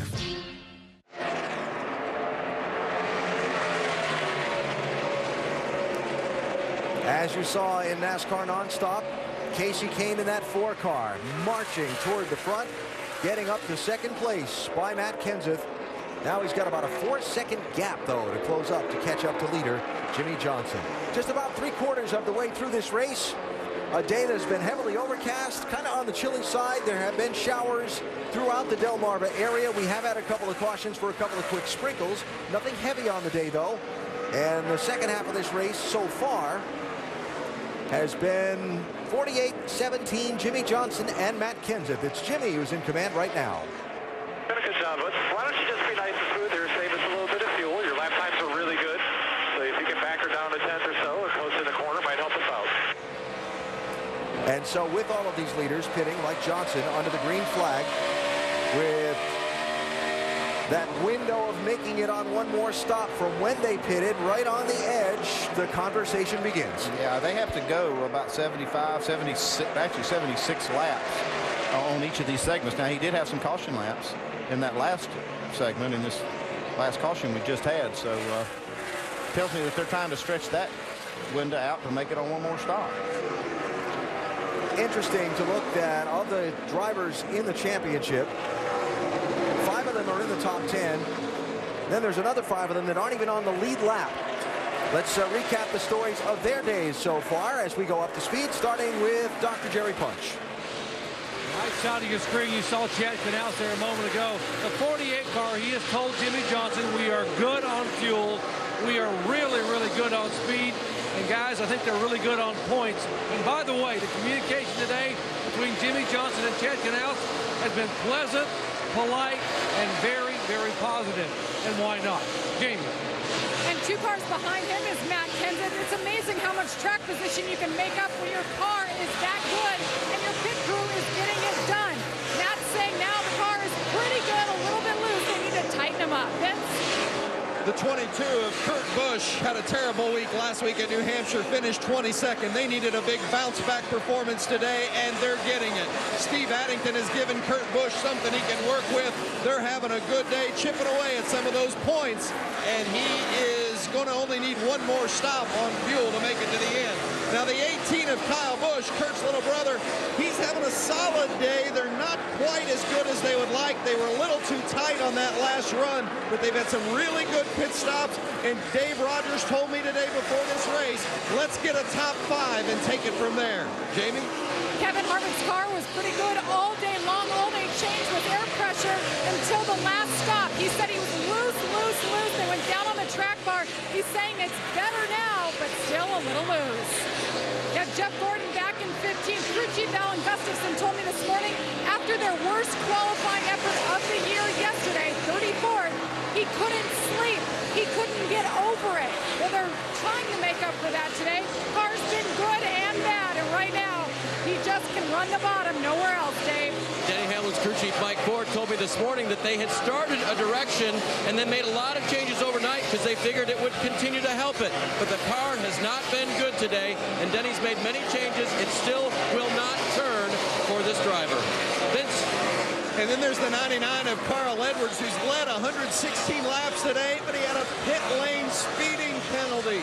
Right now, Edwards is 1 lap down. He's the first car a lap down, and he's been beating himself up on the radio with crew chief Bob Osborne about that rare mistake for Carl Edwards in the 99. Dave?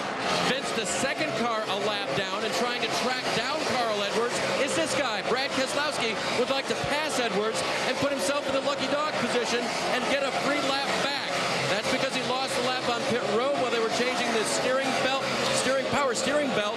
They have it back on. Brad says the car is back to drivable. Doc? Dale Earnhardt Jr.'s day began with a broken right front sway bar bracket. An unscheduled pit stop put him back to 35th position. But then he drove what was a very good race car all the way to the 14th spot. Looked like he was going to easily have a top 15, maybe a top 10. Then a few laps ago, after a right side tire change under yellow, he said, I got a vibration. He came onto pit road, changed the tire. It was a right front wheel that was loose, and now he is 2 laps down in 27th spot. Dave.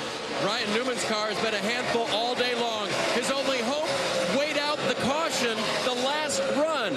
Unfortunately, they had to come to pit road for fuel, and then the caution came out for rain. Ryan radioed in, when it ain't your day, it ain't your day. The message back to him, it almost was, that's racing. Doc? And his teammate and car owner Tony Stewart predicted they would really struggle today, and that prediction, unfortunately, is right on because Tony has struggled with handling on the car. Middle off, very, very tight. They have lost 3 laps because of having to come on and off pit road. Lost a lap early, trying to get the car dialed in.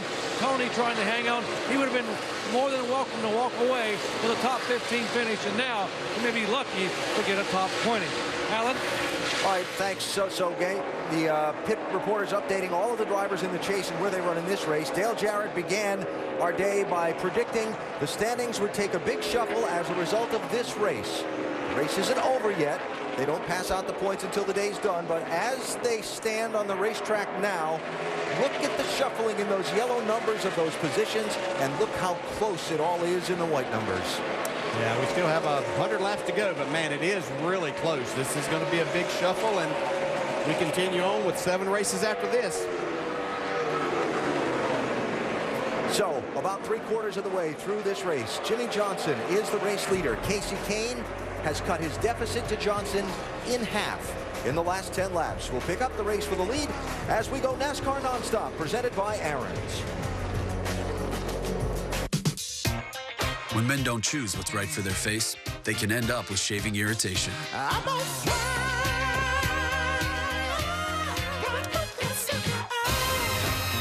Get Gillette Irritation Defense Shave Gel and Gillette Fusion Pro Glide Razor to help defend against 5 signs of shaving irritation. Try Gillette Fusion Pro Glide and the Irritation Defense Line. Help defend your skin.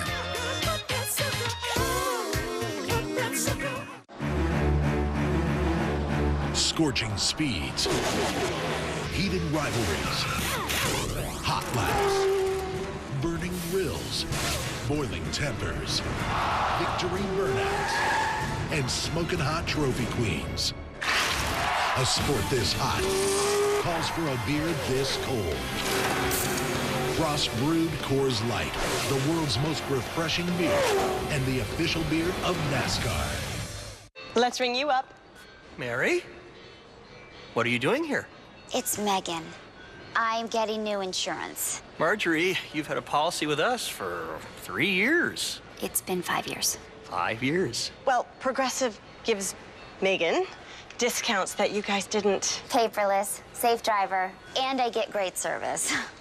Meredith, what's shaking, bacon? They'll figure it out.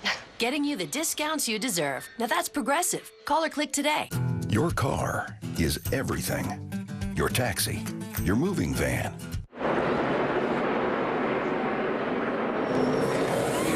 Caution out, pit stops underway. Doc?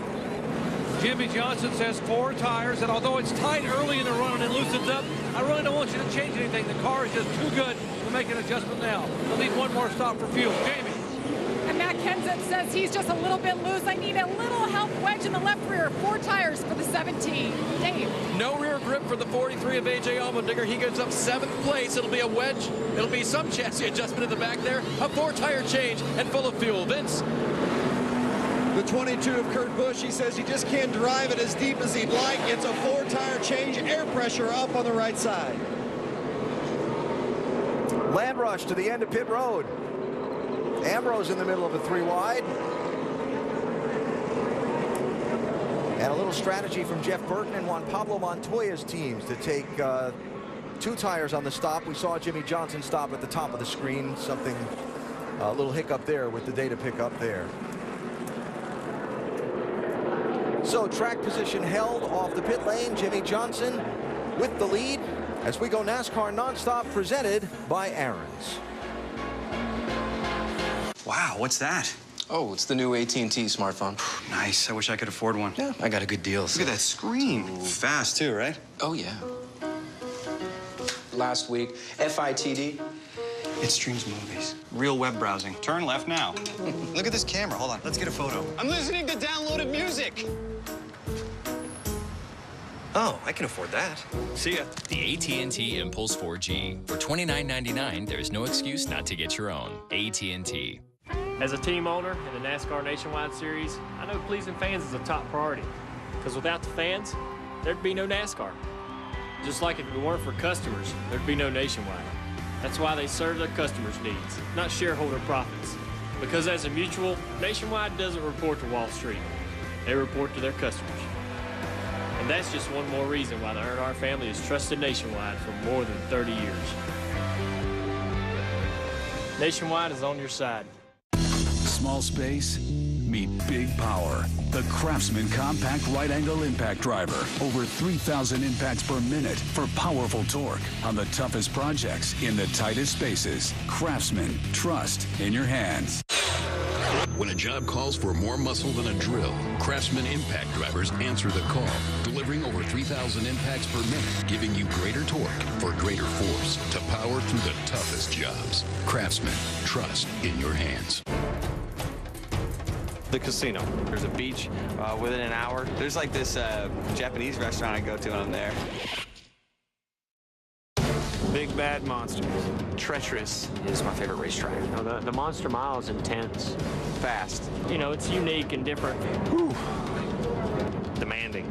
I don't know the exact speed we're going, but it feels like 250 miles an hour when you drive down in those corners. Ouch. My home means much. But with the Watch ESPN app, I could stream one game on my iPad when there's another on the tube. Shoot, all I'm missing is a sofa, a bed, toothpaste, deodorant, someone to tell me I need deodorant, a floor. Watch ESPN.com and the Watch ESPN app. The ESPN networks, live anywhere.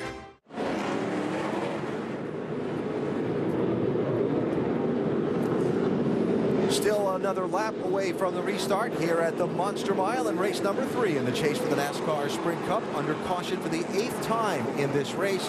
Now let's go back and show you what caused the caution in replay. J.J. Yaley in this 38 car and the Monster Mile wall. Get out of the groove here. I think he had a right front tire going down there. Sent him up. Yeah, I believe he was actually on the inner liner to that point, and then it blew out as he came off the wall. A nice move by a couple of guys to keep from hitting him as he crossed the track to get down to the inside lane. Now, this yellow gave Carl Edwards the free pass. He was the first car lap down. 99 car back on the lead lap, 21st position. Not pitting under this caution and taking a wave around. Brad Keselowski in the 2 gets him back onto the lead lap in 22nd place. He didn't, though, get fuel and fresh tires, and the strategy and the thinking on the 2 about what to do. I mean, it could go either way, man. I can't see into the future, so if you feel like you want to stay, I'm fine. I could go either way, but, you know, we could lose 2, though. I follow you on the lose 2, but I also know if we lose 2, we'd get 1 back on the way route. I'd be back right where we were, basically. Oh, because if the caution comes out, we're going to beat a lucky dog. Then we're going to be on the lead lap. One other key point, they did discuss the fact that they only have to stop 1 more time, and that was one of the key points that helped them in the stay-out strategy. Yeah, and everybody else has to stop 1 more time, too. Now, obviously, they'll have to make theirs a little sooner, but I like this strategy.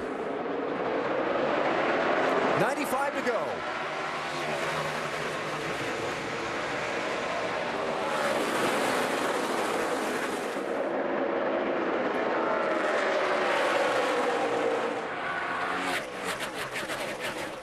Kurt Busch clearing Matt Kenseth to get that 2nd spot.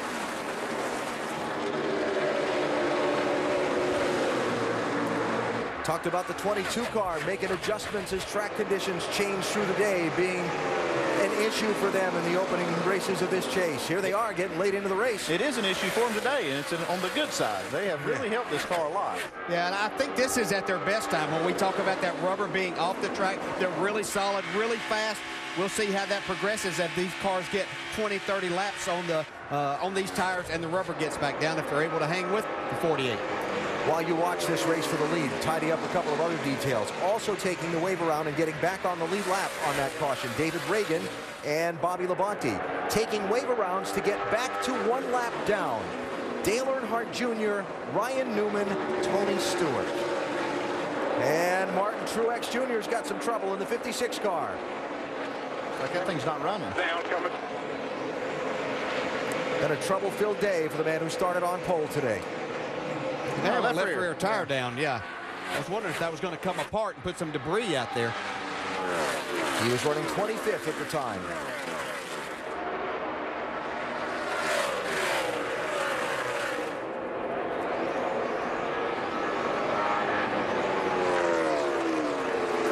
Side by side, Montoya 42, Biffle 16. Montoya, one of a couple of teams that went for just right side tires on that pit stop to try and get a little track position. Jeff Burton was the other in the 31 car.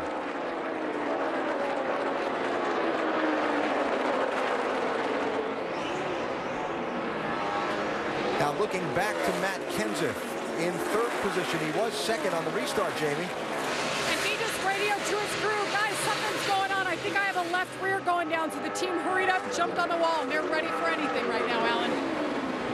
Not a good feeling. It looks fine right now. I don't see, it's no obvious problem. It could just be that after that restart, they didn't get all the tires cleaned up, or that rubber being gone off the track made it drive differently.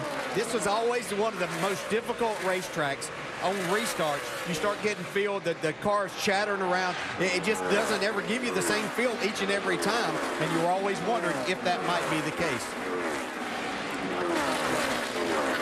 Side by side, Jeff Gordon 24, Montoya 42. Montoya, we're talking about the right sides only strategy. Earlier in the race, they took a wave around to get back on the lead lap, as did the 1 car, Jamie McMurray. It's been an event-filled day. You should see my pad of notes in front of me. It's a mess, folks. There's a lot going on, and I think that we've got 88 laps to go here, and we haven't seen the end of it either. Yeah. Some possible strategy being played out later on. And the Vic, Brian Vickers, 83. He got a free pass earlier in the race to get back on the lead lap. Paul Menard there, who started up front. He's had a day that has been okay, and here comes a man on the charge again, 99, Carl Edwards. Who has led the most laps in this race of anyone so far? $1:16.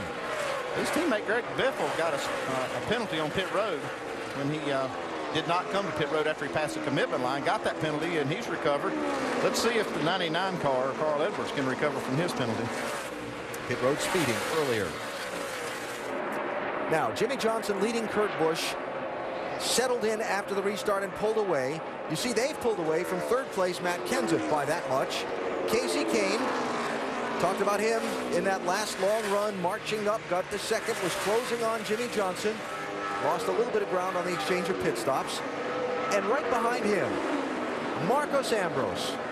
Solid day in that 9 car. Yeah, doing a nice job. Both of these cars, the 4 and the 9, are better on the longer run. As the rubber gets down, air pressures get built up. These 2 cars seem to slow down less than some others, so we'll see if they can pick up even more positions. The Tasmanian Devil loving the Monster Mile. There may be some sort of racing poetry about that. I don't know. 84 to go. Time to go NASCAR Nonstop, presented by Aaron's. People don't make a list of websites they want to see before they die. They don't fill photo albums with pictures from an online search. It's okay. The internet will be just fine without you. That's why we built the Dodge Journey. It has everything you need to get out there. Somewhere. Anywhere. Think of it as a search engine for the worldwide world. Here's to the pursuit of better, faster, cleaner, funner. Here's to the pursuit of a Pennzoil motor oil so advanced, Elio uses it straight from the bottle in his Indy car. Here's to the pursuit of another 100 years of earning America's trust. Not just oil, Pennzoil. Enter for a chance to win at participating AutoZone locations or at Pennzoil.com. It's 5:30 a.m. We got a car, a couple cameras. Gonna go have some fun. I can get closer. Here's the true test. Chris, let's see what you got.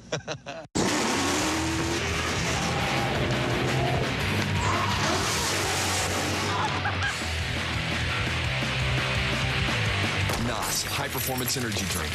Power through. Find NOS at your nearest Dollar General store. Witnessing the sheer spectacle of NASCAR inspired Neil and his friends to share their passion for speed and power. One customized ringtone at a time.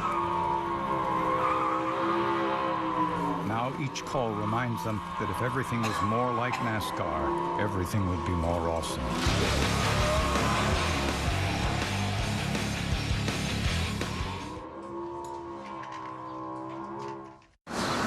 It's not like those guys to be late. Get it up, Boomer! Pick it up sooner! Come on! Hey, whoa. Hey, Coach, what's with the schooner? We thought we'd carpool today. Come on, you guys, get in. Plenty of room. Come on, Fowler. ESPN College Game Day, built by the Home Depot. Saturdays at 9 a.m. on ESPNU, continues at 10 a.m. on ESPN. Your car is everything. Your taxi, your moving van, your baby. And for over 30 years, AutoZone has had the parts you can count on to keep it going. But parts are just part of what we do. We're part buddy, part mentor, part of the American way of doing things. So whether you're Mr. DIY or a master mechanic, AutoZone has your back. Parts are just part of what we do. Get in the zone. AutoZone. Hey fans, customize my gear. My gear. My gear. My gear. Only at the NASCAR.com Superstore.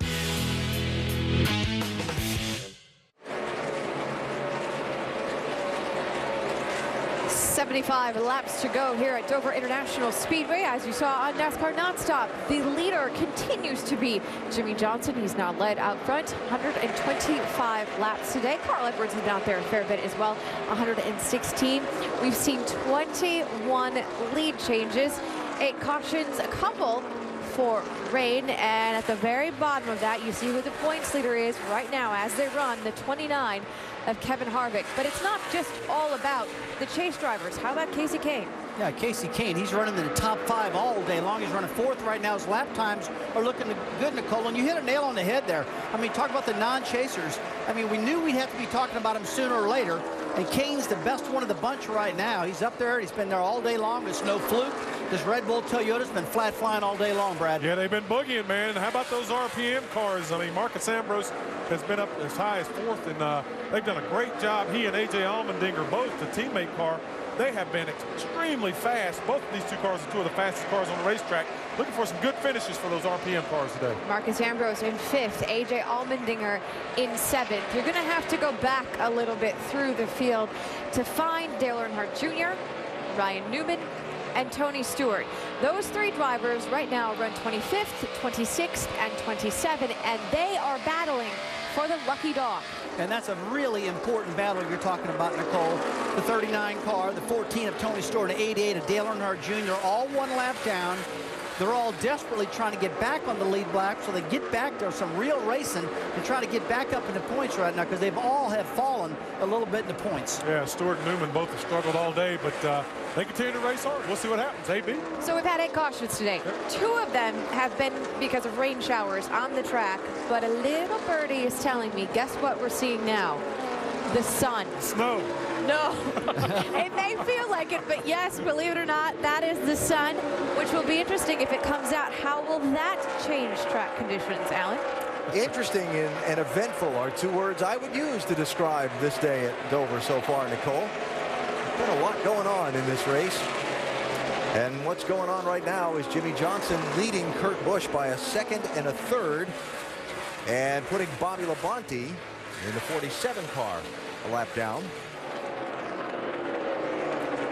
Just doing some math here and looking at some numbers, it's not going to be all that long, I don't believe, before we'll see that 2 car of Brad Keselowski on pit road after staying out to take the wave around. But again, at 69 laps to go, Andy, that ought to put him in a window to go to the finish if we were to run caution free from here. Oh yeah, he could come in any time now and still make it to the end.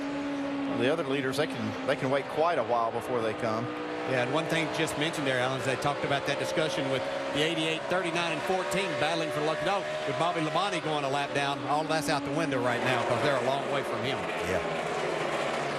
Jeff Gordon picking up a spot on Jeff Burton, and the fastest car on the racetrack, watching the lap times for most of this last segment of the race, has been Carl Edwards in that 99 car.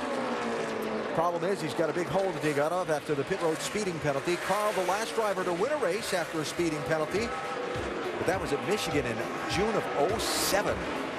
We go NASCAR Nonstop, presented by Aaron's.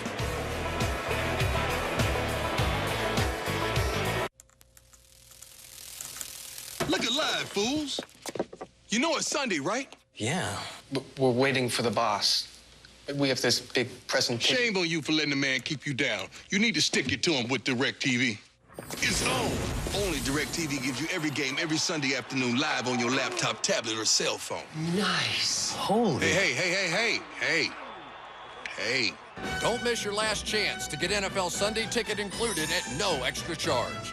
Chances are you've probably had your Kraft macaroni and cheese stolen. Now there's a policy that covers you in the event of macaroni and cheese loss.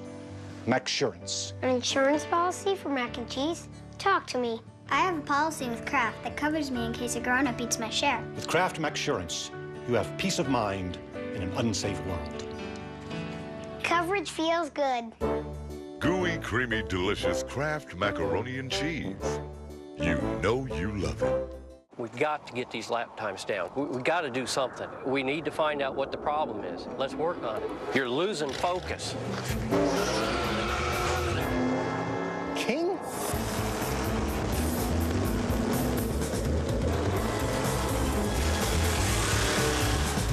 Sharp as ever. That's how you get it done.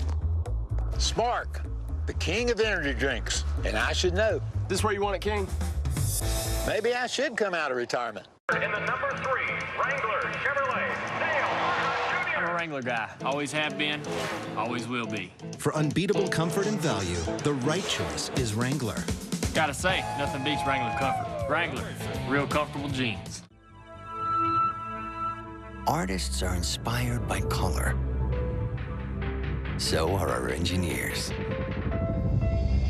Wagner Thermal Quiet Brake Pads. Brakes without compromise. Hey, Bucky. Hey, that piece on left-handed athletes, is that almost done? Okay, thanks. Hey fans, customize my gear, only at the NASCAR.com Superstore.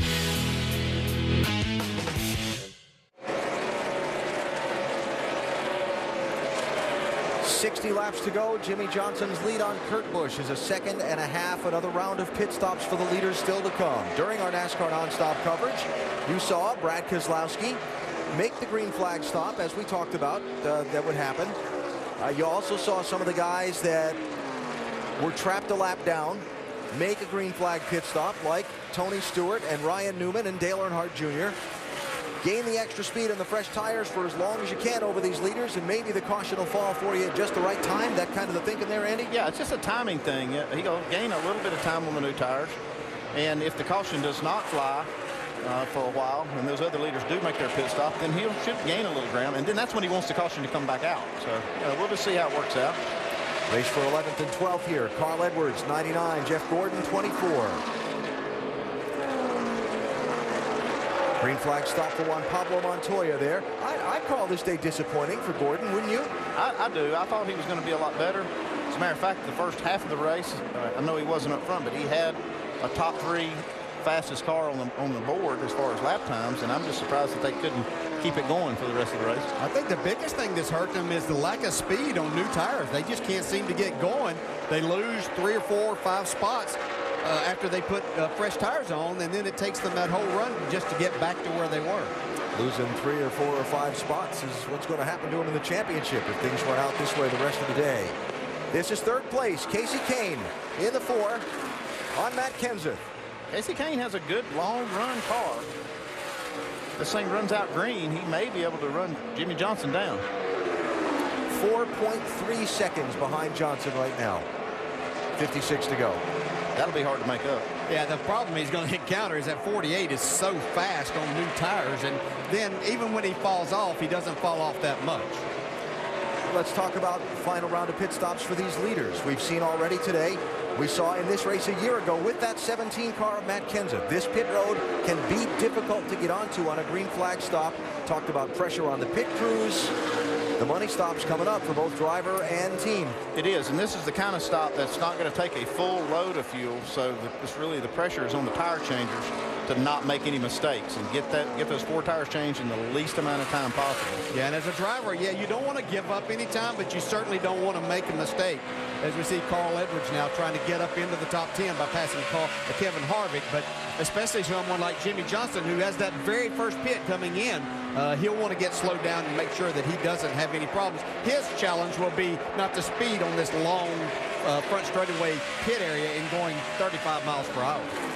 This is Carl Edwards now trying to get in the top 10, passing Kevin Harvick. Yeah, Harv let him go there, I think. That 99 freight train was coming fast. Yeah, car's been fast all day. There's just that one little mistake that Carl Edwards made. That Carl Edwards, Kevin Harvick race there having some implication on the standings as they run in the championship. You see that right under the ticker.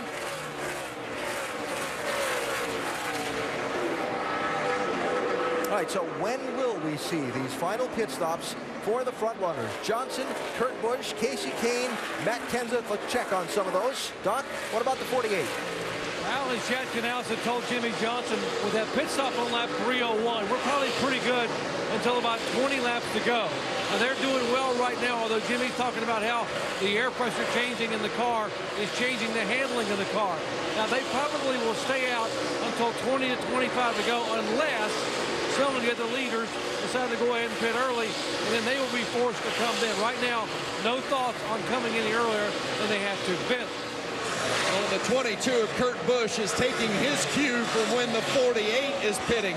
Kurt said he ran it a little harder than necessary early in the run, trying to keep up with Jimmy, and he thinks that's why the car is getting tighter sooner in this run. Steve Addington says he's going to make an air pressure adjustment on the right side and also a little wedge assistance to try to give Kurt the best car he can have on this final stint. Doc?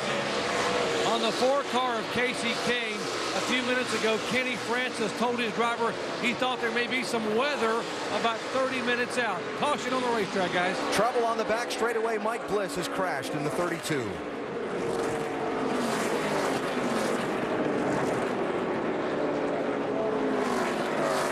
Ninth caution of the race. We're done.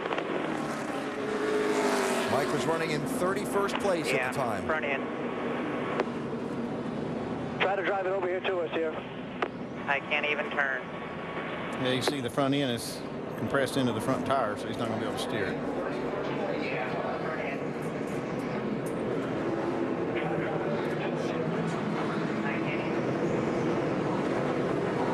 Caution, going to bring most of the front runners to pit road for the yellow flag stop, and the caution, a huge break for this guy, Brad Keselowski. First car a lap down. Well, here's the problem. He's 2 down. He is the first car that's not on the lead lap, but he's not going to get on the lead lap because he made that pit stop. But he will get one of them back. So that's a break, but it's actually kind of a bad break that it fell when it did. This cycle didn't fit his strategy. He lost the second lap on the green flag pit stop because of the distance he was behind the leader. There you go. Yep, okay. I'm with you now. But nobody's 1 lap down, so he will get one of them back. Yep. So Mike Bliss climbing out of that 32 car. Show you what happened that brought us under the caution flag. Yeah, it just gets loose coming up out of turn 2. We talked about the 9 degrees of banking on these straightaways, and he just throws you down to the inside. Not much room there. This track is so unforgiving when you spin. That's why it was such an incredible feat when we saw that 43 save it early in the race. So the stops are going to come with 46 laps to go. I don't think anybody can go 2 tires here. I don't think so. Somebody's going to see, though. Got 20 cars on the lead lap. We'll see. They saw that 50 laps. 99 was really fast on 2 earlier, so see if he takes a chance to get some track position and get himself in position. All right, Doc. Chad Canals told his crew, guys, nice and easy, very deliberate pit stop. Half a round up from the right rear track bar. 2 right side tires for the 48 car. The 4 car also calling for 2 right side tires. Air pressure. He's saying the splitter dragging the ground. Talking about Casey Kane. Jamie. Matt Kenseth is saying he doesn't have enough rear grip as the guys around him on the restarts. They're focusing on that. Track bar down, wedge adjustment, 4 tires, Vince. The 22 was going to do 4 tires. When they found out the 48 was doing 2, they changed up. Also made a track bar adjustment. Just 2 tires for the 22. A lot of different... contact there. Edwards and Biffle. Wholesale 2 tire changes this time. Looks like Matt Kenseth, the first one on 4. We'll have a lot of cars to pass. Guess that's why I was a driver, not a crew chief. I thought just thought they had a lot of laps on the left sides there. Watch the 16 of Greg Biffle and the 99 of Carl Edwards exiting their pit stalls. See Carl having to go around Jamie McMurray. No contact, look close. Amazing a difference in angle. Yeah, and Greg did a good job to give his teammate a break. So the radio communications between Jimmy Johnson and his pit just before the pit stops. Jimmy, you're doing a really good job, buddy. Really good job. Keep whipping that snow. Keep whipping it. We trying to get ourselves set up here for the end. You're doing a really good job. Yeah, we're doing a hell of a job, Jimmy. Thank you. Focus, boys. Let's do this.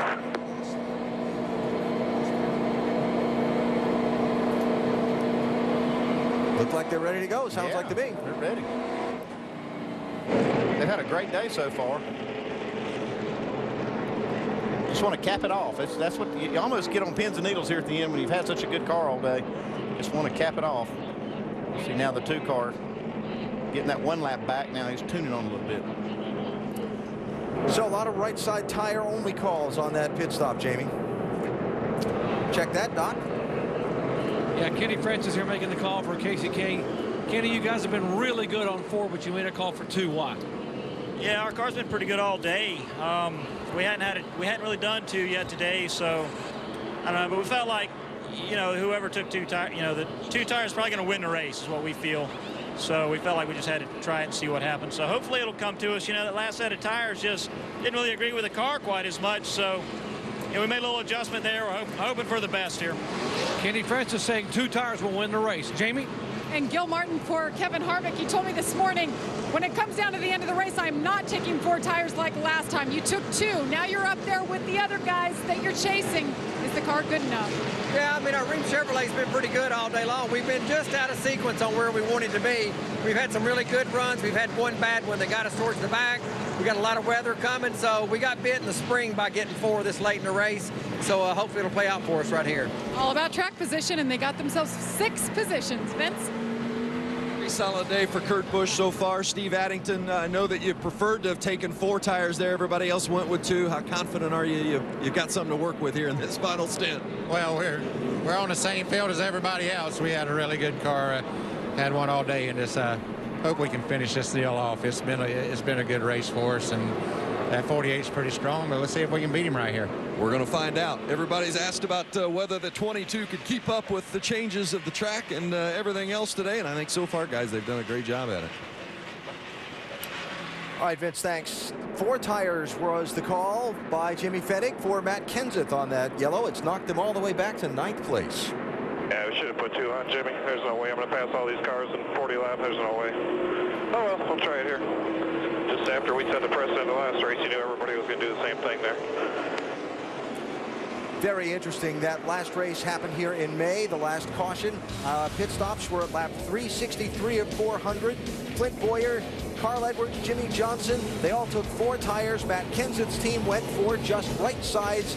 He restarted second alongside Mark Martin, who hadn't pitted, got the lead a few laps later, and ran on to be the first one to the checkered flag. This time, the opposite call, and it's setting Matt back in traffic a little bit, Jamie. Vince, you want to ask him, Jimmy, you guys won this race last time in the spring with right sides. What made you take 4 tires this time? Well, we were pretty bad in the middle. We were pushing pretty bad, and one time we put 2 on, we were too tight, so we had to adjust it, and hopefully 4 would get us. All right, adjusting 4-car handling, but you heard Matt Kenseth not exactly sure if they're going to be able to get back to the front. Yeah, one other thing, I'm sure Jimmy didn't think everybody would take 2 tires. I'm sure he knew some would, but he didn't realize that many cars would take 2, so you don't know that going in, and he wanted to get that set of tires off. So obviously Jimmy and I think a little bit alike. I didn't think it'd be this many either. So there they are, lined up for the restart. That's going to come with 42 laps to go. Remember, after the last restart, Kurt Busch really gave Jimmy Johnson a run for a few laps.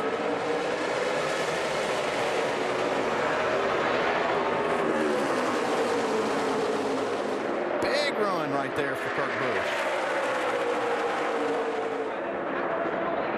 That is going to be a new leader. And behind him, Casey Kane inside of Kyle Busch for 3rd. New leader, the 22. I'll tell you, if this 99 can get clear of these 2 cars, the 18 and the 4 right in front of him, he could be a factor in who wins this race.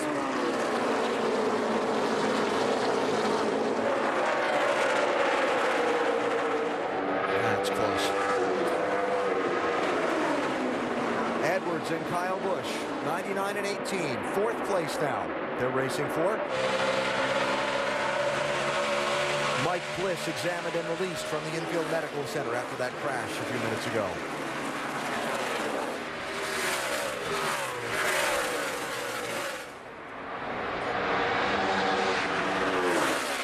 So, last time, Kurt Busch gave Jimmy Johnson fits for a few laps, then Jimmy drove away. Now Kurt has cleared him. Can Jimmy get around? Yeah, and what Jimmy's thinking is he wants to get separated. Oh, trouble. Cars coming, got Greg crashed. Biffle off turn 4 on the front stretch. Into the inside wall. Caution's out.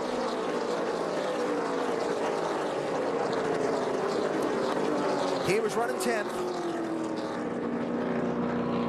Matt Kenseth was the closest car around him. Let's take it to the truck. Break for Brad Keselowski again. who's going to get back on the lead lap now. Now he'll get that lap back that he needs. There he is. 2 in a row.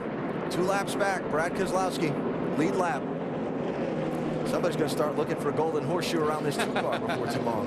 They just hang in there and they take advantage of these lucky breaks.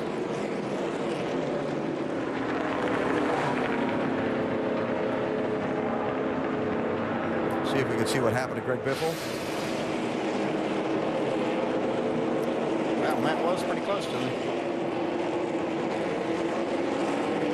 Obviously couldn't tell from that angle if there was any contact or not, but no, it looks, you can see up in front there, Greg Biffle just lost it coming up out of turn 4. Tough. The Biff had rallied back to the lead lap and in contention after some troubles earlier in the race. Caution flags out. We go NASCAR Nonstop, presented by Aaron's.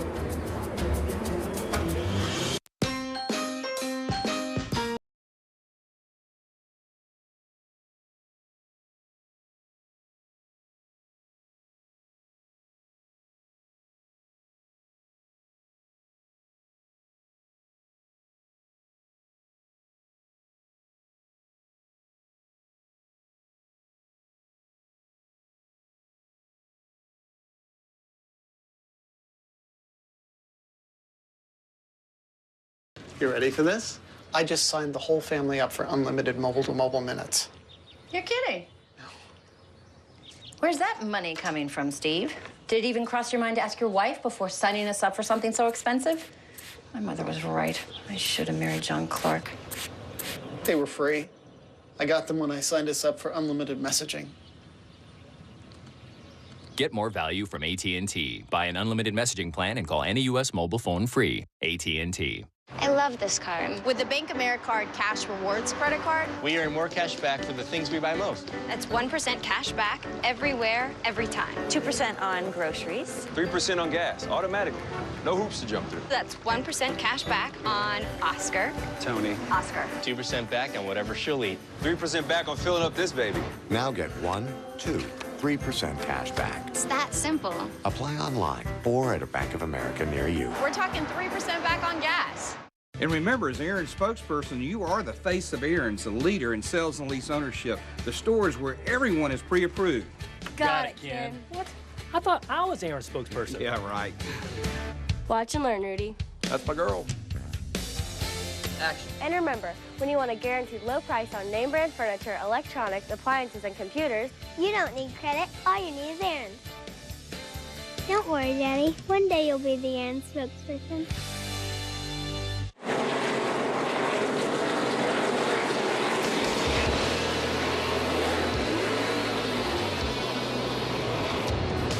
NASCAR Sprint Cup Series at Dover is brought to you by Craftsman, the official tools of NASCAR, Ford, Drive One, and AT&T. Get it faster with 4G. Rethink possible. Getting set for the restart here at Dover International Speedway. Jimmie Johnson trying to hang on and maybe get a win this year. Chad Canals. Chad, you've had them covered all day on 4 tires. Do you have enough with 2 tires for the 22 car? I think so. We'll have to see. We took 2 tires early on in the day when they had the competition caution, and the Cobalt Chevrolet ran really good right there. So I think we got a shot at it. Kirk got by us there in that last restart, but I think we're going to have a little something for it. Okay, Chad Canals saying he thinks they got enough, Alan. Jimmie Johnson did not get going well there. They spun the tires a little bit initially, but got it going. He's going to be okay. I thought maybe Casey Kane might be able to hold that spot, but here comes Kyle Busch. Take third. Casey had to ease off a little bit to keep from running into Jimmy, going into 1 maybe. No, he had to. He chose to. Yeah, okay. So Kurt Busch leading. Sorting it out after the restart. Matt Kenseth still back there in traffic. That's racing for 7th and 8th spots.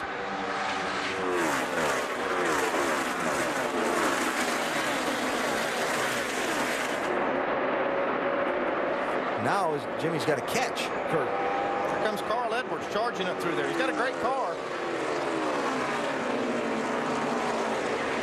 If he's going to have any chance, he's not going to be able to waste too much time in passing these cars that are separating him from the leader, Kurt Busch. Yeah, he's so fast right through the middle of the corner. So Casey kind of taking his line away a little bit. Got to be careful there, too.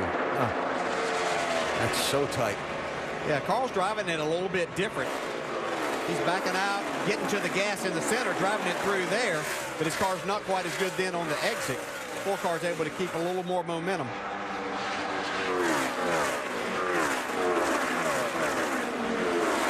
A.J. Allmendinger, Brian Vickers, Marcos Ambrose, Jeff Gordon.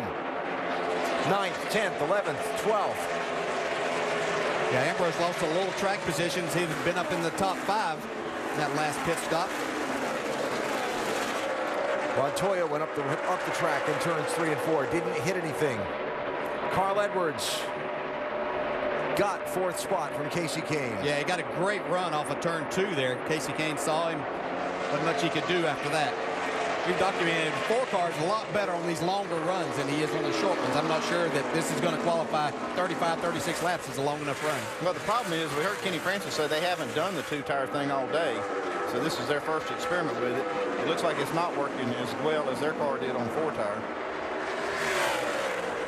Boy, points-wise, it's been a huge rebound for Carl Edwards in coming back. Had fallen way back, but certainly making a great day of it in the top 5 now. I mentioned Montoya going up the racetrack a moment ago. Here's a look.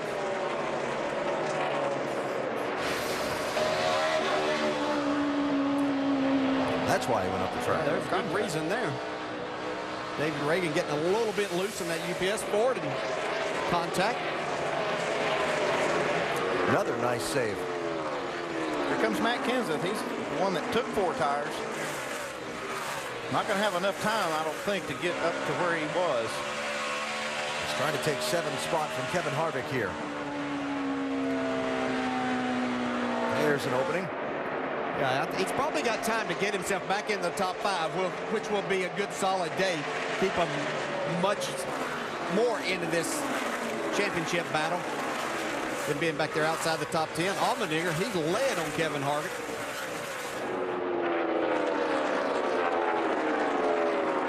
And through. Allmendinger having a solid race in that 43. Marcos Ambrose, Brian Vickers racing for 10th place.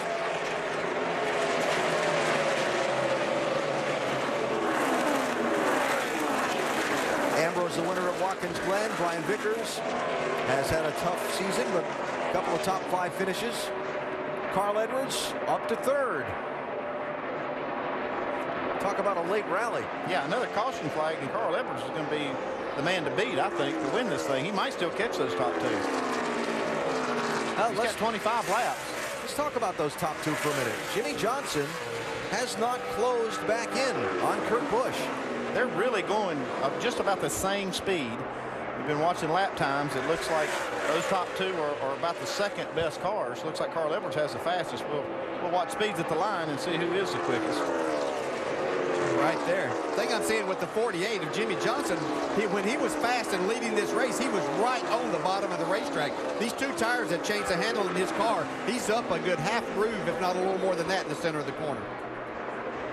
Now, Carl is a little quicker than these top 2, but he's not that much quicker. He's got 24 laps. He might get there. He's knocking some ground off.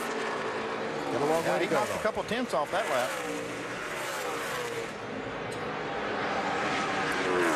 Well, some storylines on the day that have been answered. Kurt Busch making adjustments to keep up with the track as the day went on, and going from being the most consistent driver in the second half of the season, knocking off just top 10 after top 10, but usually between 5th and 10th, to run it up front and contending to win this race. And Jimmy Johnson saying he needed a top 3, in position to get that done right now. 11th place changing hands there. Jeff Burton, solid drive, looking for what would be incredibly just his 2nd top 10 finish of the year if he could pass one more. This is his best run of the day, and that's the time to have it in the last segment. And disappointment for Jeff Gordon, sitting back there in 13th place in the final laps. Not the day the 4-time champ expected to have here at the Monster Mile. I'm watching Jimmy Johnson also starting to close back in on Kurt Busch a little bit.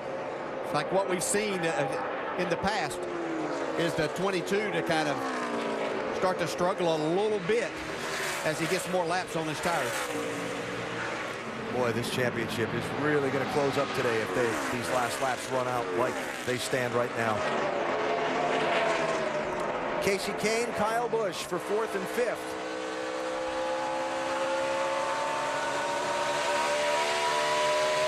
Not been the kind of day at Dover Kyle Busch was hoping to have for his championship. I mean, okay, he's running in 5th, but I think they expected to get up there, lead laps, and contend for the win. I certainly expected him to, and I think, Dale, you did too. Yeah, he was my pick to actually win this race, but hasn't materialized, Vince. No, it has not, and they were confident coming in, but Dave Rogers said before the race he really felt like Kyle had given him everything this week to respond from last week's finish, 11th at New Hampshire, 22nd in Chicago. They thought this would be a good track, and Dave said if we can get a top 5 here, we feel like we're going to be in pretty good shape. Right now, Kyle fending off Kenseth for that 5th spot.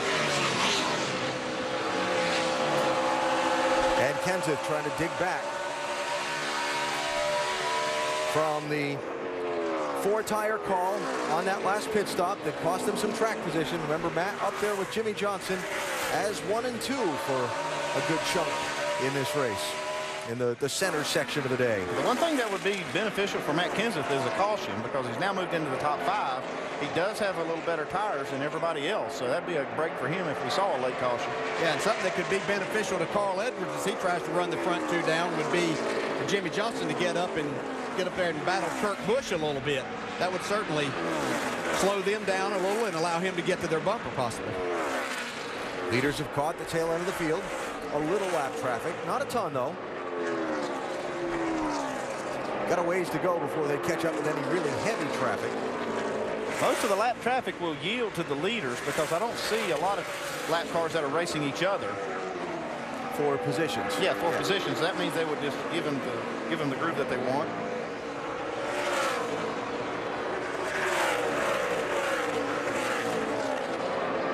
Kurt Busch started on the front row and led a good bit in the opening segment of the race. Led most of the first 50 laps of the race. Then Carl Edwards went out in front. Carl was the dominator from lap 51 for a good bit of the race on through about lap 175. Then Jimmie Johnson went out in front, and he's been the guy in command until this late turn of events, with Kurt Busch getting out in front. Well, Kurt Busch done a great job when he got out front here. I'm really impressed. Yeah, one thing with that 22 car, he got a little damage on pit road that knocked that right rear quarter panel out a little bit. I'm not sure that didn't help him. Make it a little tougher for Jimmy to run him down. Jimmie Johnson, Chad Knaus, so much talk after they came into this race, 10th in the championship. Could they climb out of that hole? Could they make it 6 in a row? Where did they stand between them?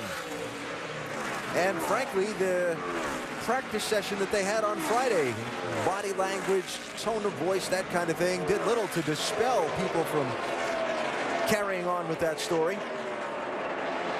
But they certainly had that car fixed up and sporty for today's race. Bob Osborne, I think he's had the best car for Carl.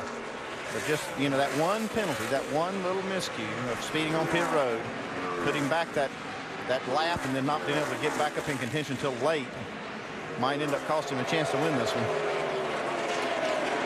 Carl Edwards busted for speeding, exiting pit road on a green flag stop at lap 246. Knocked him back to 25th at the time. Now he's running 3rd, trying to close. Look at that. Johnson hanging it out. Edwards hanging it out. We're going to have Atlanta flashbacks here. These guys sliding all over the place in the final laps. Jimmy's really struggling with this rubber buildup right now. You can see Johnson get in that rubber buildup. His car really wiggling right there. Looks like Carl just power slid through the corner there that last lap. They're giving it all they've got. It probably takes a little discipline when you've got these guys in sight like that to not overdrive the car. Yeah, it is that. And Jimmy's really struggling with his car in the center of the corner where he was keeping it below that rubber buildup. He can't keep it that and carry any speed. See Carl Edwards closing in for second.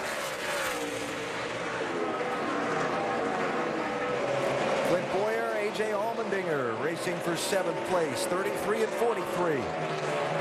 Nice drive today for both. Allmendinger sent for a big slide after contact with Denny Hamlin way back on the 5th lap of the race. It sent him back to 43rd in the field at the time. Yeah, Bowyer hasn't been spectacular, but through the second half of the race, he's been more solid for him. And some other side-by-side on the lead lap. David Ruderman around Brian Vickers. Vickers looks like he's kind of hanging on through these last laps a little bit.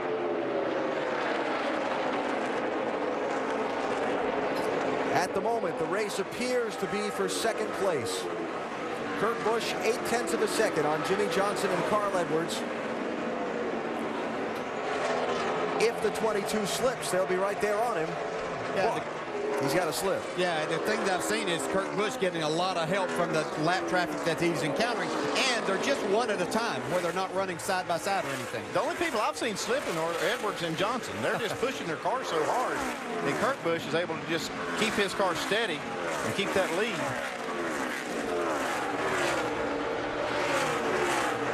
Lead still just 0.8 of a second last lap.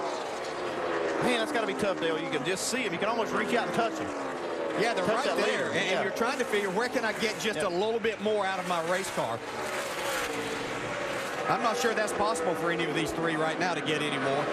Now, understanding that if you try to get that little more, just a little too much, you might end up throwing away a good finish in the last laps.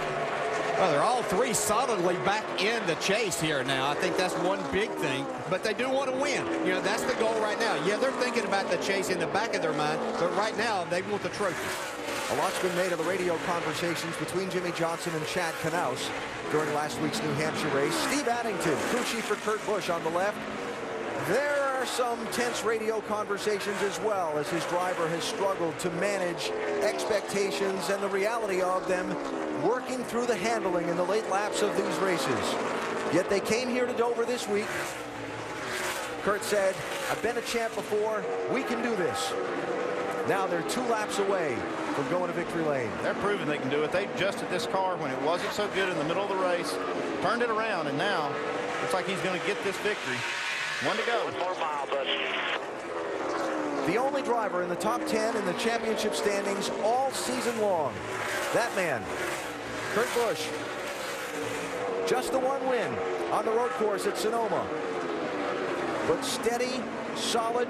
After finishing 22nd in New Hampshire a week ago, to lose ground in the championship, they're going to gain it all back with a win on the Monster Mile today. Kurt Busch wins at Dover.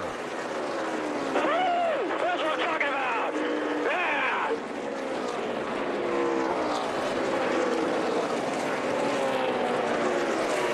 Look at the rest of the lead lap finishers, but it is Kurt Busch getting the jump on Jimmie Johnson on a late restart, hanging on through another restart and pulling away to score the victory, his 2nd of this season. And the win going to pull Kurt Busch up to 4th in the championship standings, only 9 points off the leader, Kevin Harvick. Well, I think you hit the nail on the head right there, Alan. It was that restart when he was able to stay side by side with Jimmie Johnson down into 1 and then powered to the lead off of turn 2. That was the key winning moment. And the winning crew chief is with Vince Welch. And he just got a thumbs up from his cohort on Penske Racing, Paul Wolf, just giving congratulations to Steve Addington. Steve, you told me before the race, we've got to control what we can control. How much did you have to work on this race car to get it to victory lane today? We worked with it. Had to put a good bit of wedge in it, work with tire pressures, and finally found a direction there with the tire pressures and stuff, and it came to life, man. Awesome job by everybody on this Penske Racing Dodge. Shell Pennzoil, I want to thank them. AAA Lennox. I want to thank everybody back at the shop. They busted their butts. We finally got us another win with this 22 car. Total team effort. Alan? All right, Vince, thanks. Steve Addington, a somewhat soft-spoken guy. Nose to the grindstone, though, and working hard and trying to win a championship. And our Goodyear winning moment as Kurt Busch lays the nose of that Dodge up against the inside retaining wall and lights him up for the fans. Lighten up the Goodyears.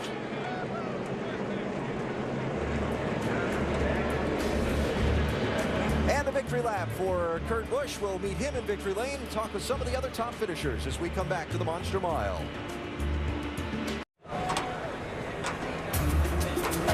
Dover, Delaware, the Monster Mile, where race number 3 in the chase for the NASCAR Sprint Cup is over. We said at the start of the day, Dale said this race would cause a big shakeup in the championship standings. Not only did it shake up the positions, but it closed up the championship as well. Yeah, we've got 9 drivers solidly in the chase here. Battle for this championship within 19 points. Gonna be fun. On to Kansas with that as the picture. And we head down to Napa Victory Circle, where Kurt Busch is about to celebrate a win at Dover.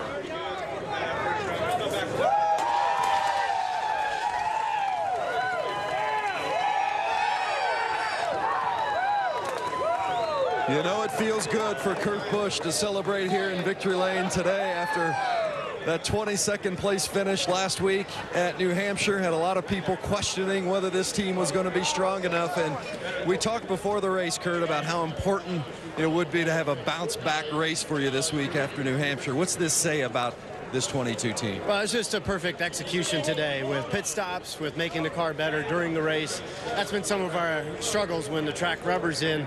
We're not exactly where we need to be, but it's an awesome day for Shell, for Pennzoil, for Dodge. I mean, I can't be happier right now. And to win a Sprint Cup race in the chase, this is what it's all about. That's the feeling of the playoffs and this team. We had everything go wrong last week. We had everything go right this week. We just need nice, smooth races from here. Feel like you're a championship contender? I feel like we're right in the mix. I mean, you just got to cover up those bad days. You know what I mean? Like Tony Stewart probably struggled today. He's going to be dropping back. You know, you just can't drop out of just running consistent for those top 10s. But right now, this team, I just got to thank all of our sponsors. And, of course, the Shell Saver card, 22 cents a gallon off on Wednesday with this bad boy. So make sure you get this card. But thanks to Sprint, thanks to all of the sponsors at Penske Racing, Dodge. I mean, it's unbelievable. With Coca-Cola, AAA, Lennox, Discount Tire, Snap-on Tools. Just got to thank all these guys. And my sunglass guys, even though it's a cloudy day, Tag Warriors. So thanks a lot, guys. Kurt Busch taking care of business today. Up to 5th, or up to 4th in the point standings now, Doc. Now, this is the Jimmy Johnson we're accustomed to seeing. For the 6th consecutive race, you led the most laps, Jimmy. It looked like you had him covered most of the day until that final run when the 22 got by. What were you battling? Really, I just got a poor restart when I was the leader, and then the last restart, I didn't get a good one again, and couldn't race him through turns 1 and 2. So the cars were very equal. We saw that the run just before that final run there, and I could get a gap on him through traffic after 30, 40 laps. But for the first 30, you know, he was awfully quick, and I had my hands full there, and I just didn't get a good restart and cost myself a win.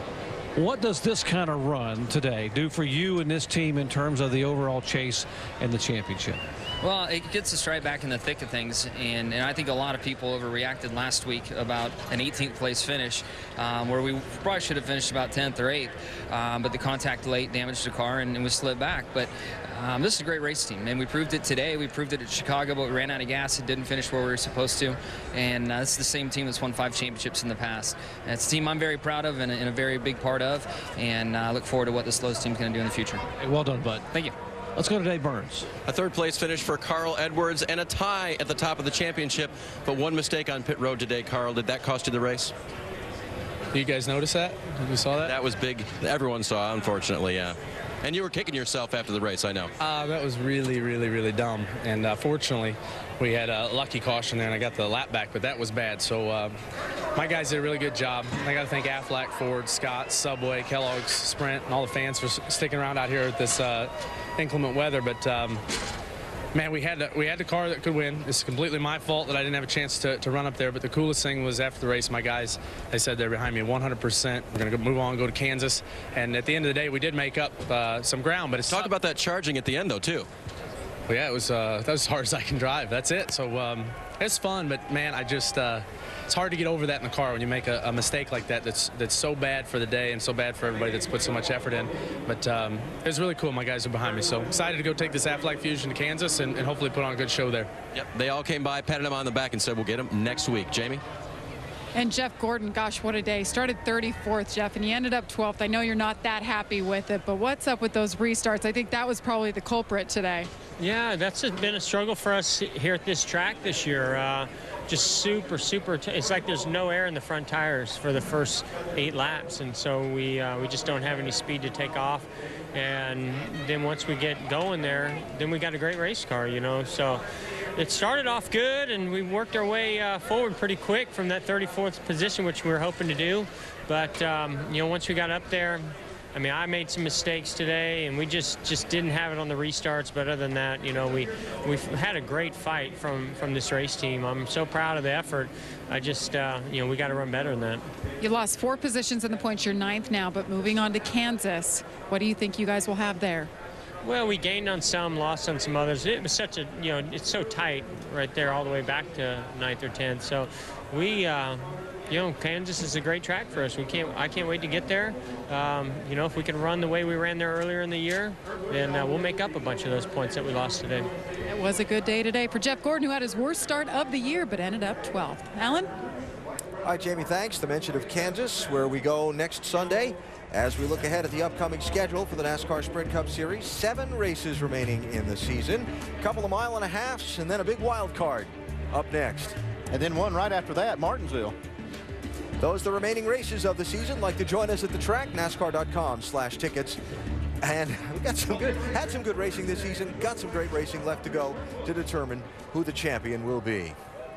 So the Miles the Monster trophy there with that 22 diecast car tucked in the upraised right hand after Kurt Busch wins today. Let's talk to some more of the top finishers from today.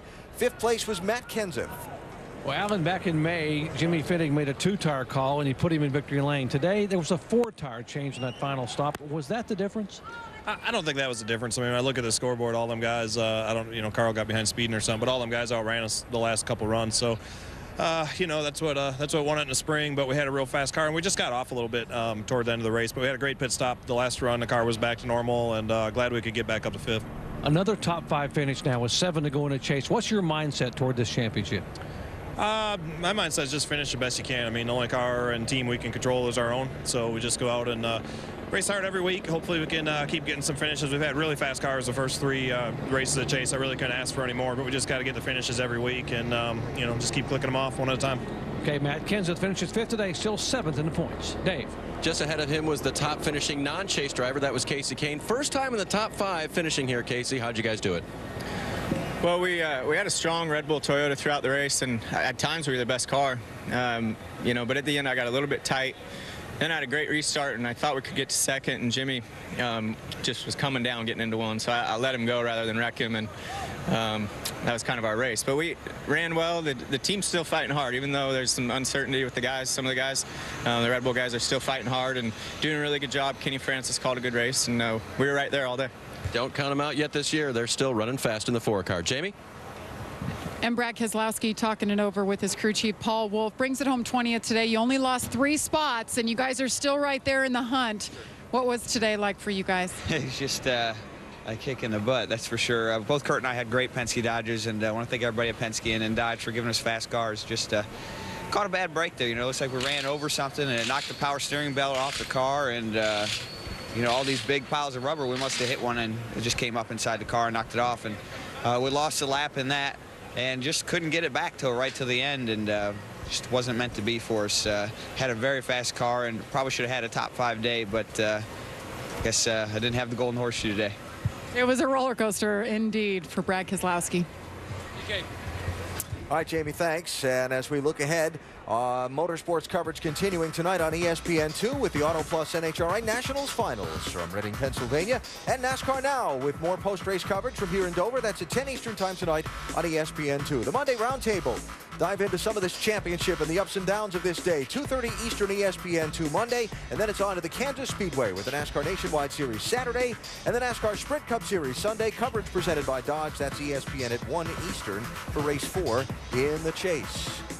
Well, you said it was going to happen. It did. The standings have taken a big shakeup. Final thought for the day? Yeah, it sure have. It's going to be a great race to see who's going to win this championship. And I was impressed with a lot of the non-chasers running up in the top 5, finishing in the top 10. Kane, Allmendinger, Boyer, Ambrose, Jeff Burton finishing in 11th today. So I think it's going to continue to be that. And these non-chasers could be a big factor in these points as we get to the end. And Tony Stewart, he was not looking forward to this race.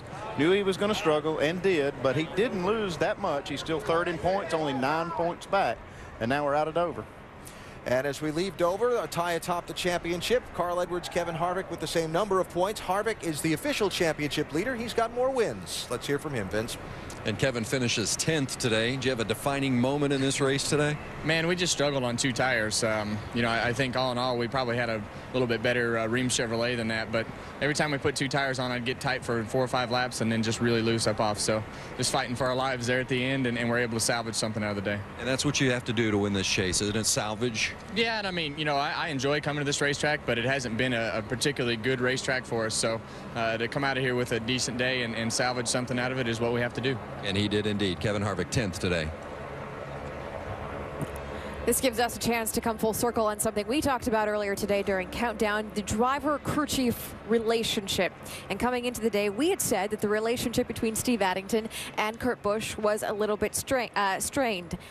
But we also said a win can heal all wounds. Is that the case? Oh, I absolutely agree that a win cures all ills when it comes to any type of competition. And the thing we saw today that I really love is we didn't have a fuel mileage debate or have to figure it out. These guys got to race for the end, and Kurt Busch was wheeling that thing, and that's really healthy for that race. You know, Brad, you hit the nail on the head right there. We saw these guys run hard as they could all day long because we had no fuel mileage races. And this 22 car had a lot of horsepower. Really happy how the 48 car run too. But the 22 car has been a great handling car all year long, and they really got it together today, and I was proud to see that. But the fuel mileage issue, out the window, we got to see the fastest cars run today. That's right. Hopefully that's a sign of things to come. Yep. Jimmie Johnson also had another solid day for the 6th straight race at Dover. He led the most laps. He finished 2nd, and we'll be honest, coming into the day, we had the conversation, this may be it for that team. Well, is maybe this day the turning point for them now? I think it really got him back in the game and made a lot of us look stupid that thought that he was out of it. I will tell you that. Yeah. I mean, the guy moved from 10th in the points all the way up to 5th right now, dominated, led 157 laps. Looked like the Jimmy of old, and so anybody that was doubting him, and I got to tell you, I was doubting him a little bit. Well, yeah, of course. He proved us all wrong. No, that's right. But once again, they got to race for it. If they get to race for it, this group, this 48 team, will be the team to beat. And that's what was fun today. The past few weeks of the fuel mileage issue creates the speculation because no one knows what's going to happen. Right. So we sit here and we're going to judge that. And that's fair on our part, but it's also unfair to the competitors. Especially for that 48 team in Chicago. They had been running well all day long, and like Jimmie Johnson pointed out, we ran out of fuel. That's right. The other driver to talk about is the guy who was leading the points coming into this day. That was the guy who won the first 2 chase races, Tony Stewart. Not the best day for him. He finished 25th in points, but right now he's tied for 3rd in points with the 22 car. Salvage effort? Yeah, it was a salvage effort. It was fine. I mean, he finished 25th. We all knew that he was going to struggle here. Right now, he's only 9 points out of the lead, and he's going into Kansas, a track that he really runs good at. So he's got his bad track out of the way right now, Cole and Brad. Yeah. And I think he should be really happy where he's at, only 9 points out. Well, the thing is, they struggled all day. They did not run very well, and I thought it was going to be much more of a catastrophic day for him once I saw where he finished and where he ran. But only those 9 points, that's nothing for a guy like Tony Stewart. He's already ripped off 2. I don't know why he can't rip off 2 more. Top 9 drivers separated by just 19 points. It will be certainly fun to watch next weekend when we head to Kansas. It's the NASCAR Nationwide Series at Kansas, Saturday, 3 o'clock Eastern on ESPN2. And then we'll see how this chase shakes out in race 4. It's the Sprint Cup Series at Kansas, presented by Dodge, next Sunday at 1 o'clock Eastern on ESPN. Coming up next, we've got SportsCenter. Final thoughts as we say congratulations one more time to Kurt Busch.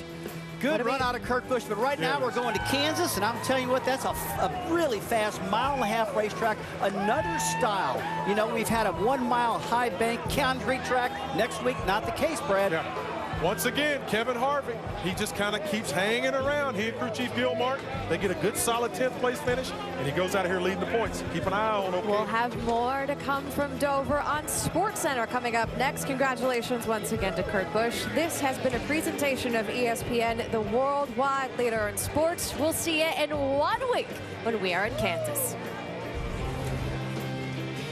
Number 3 in the chase for the NASCAR Sprint Cup is underway. There you go, bud. Good job.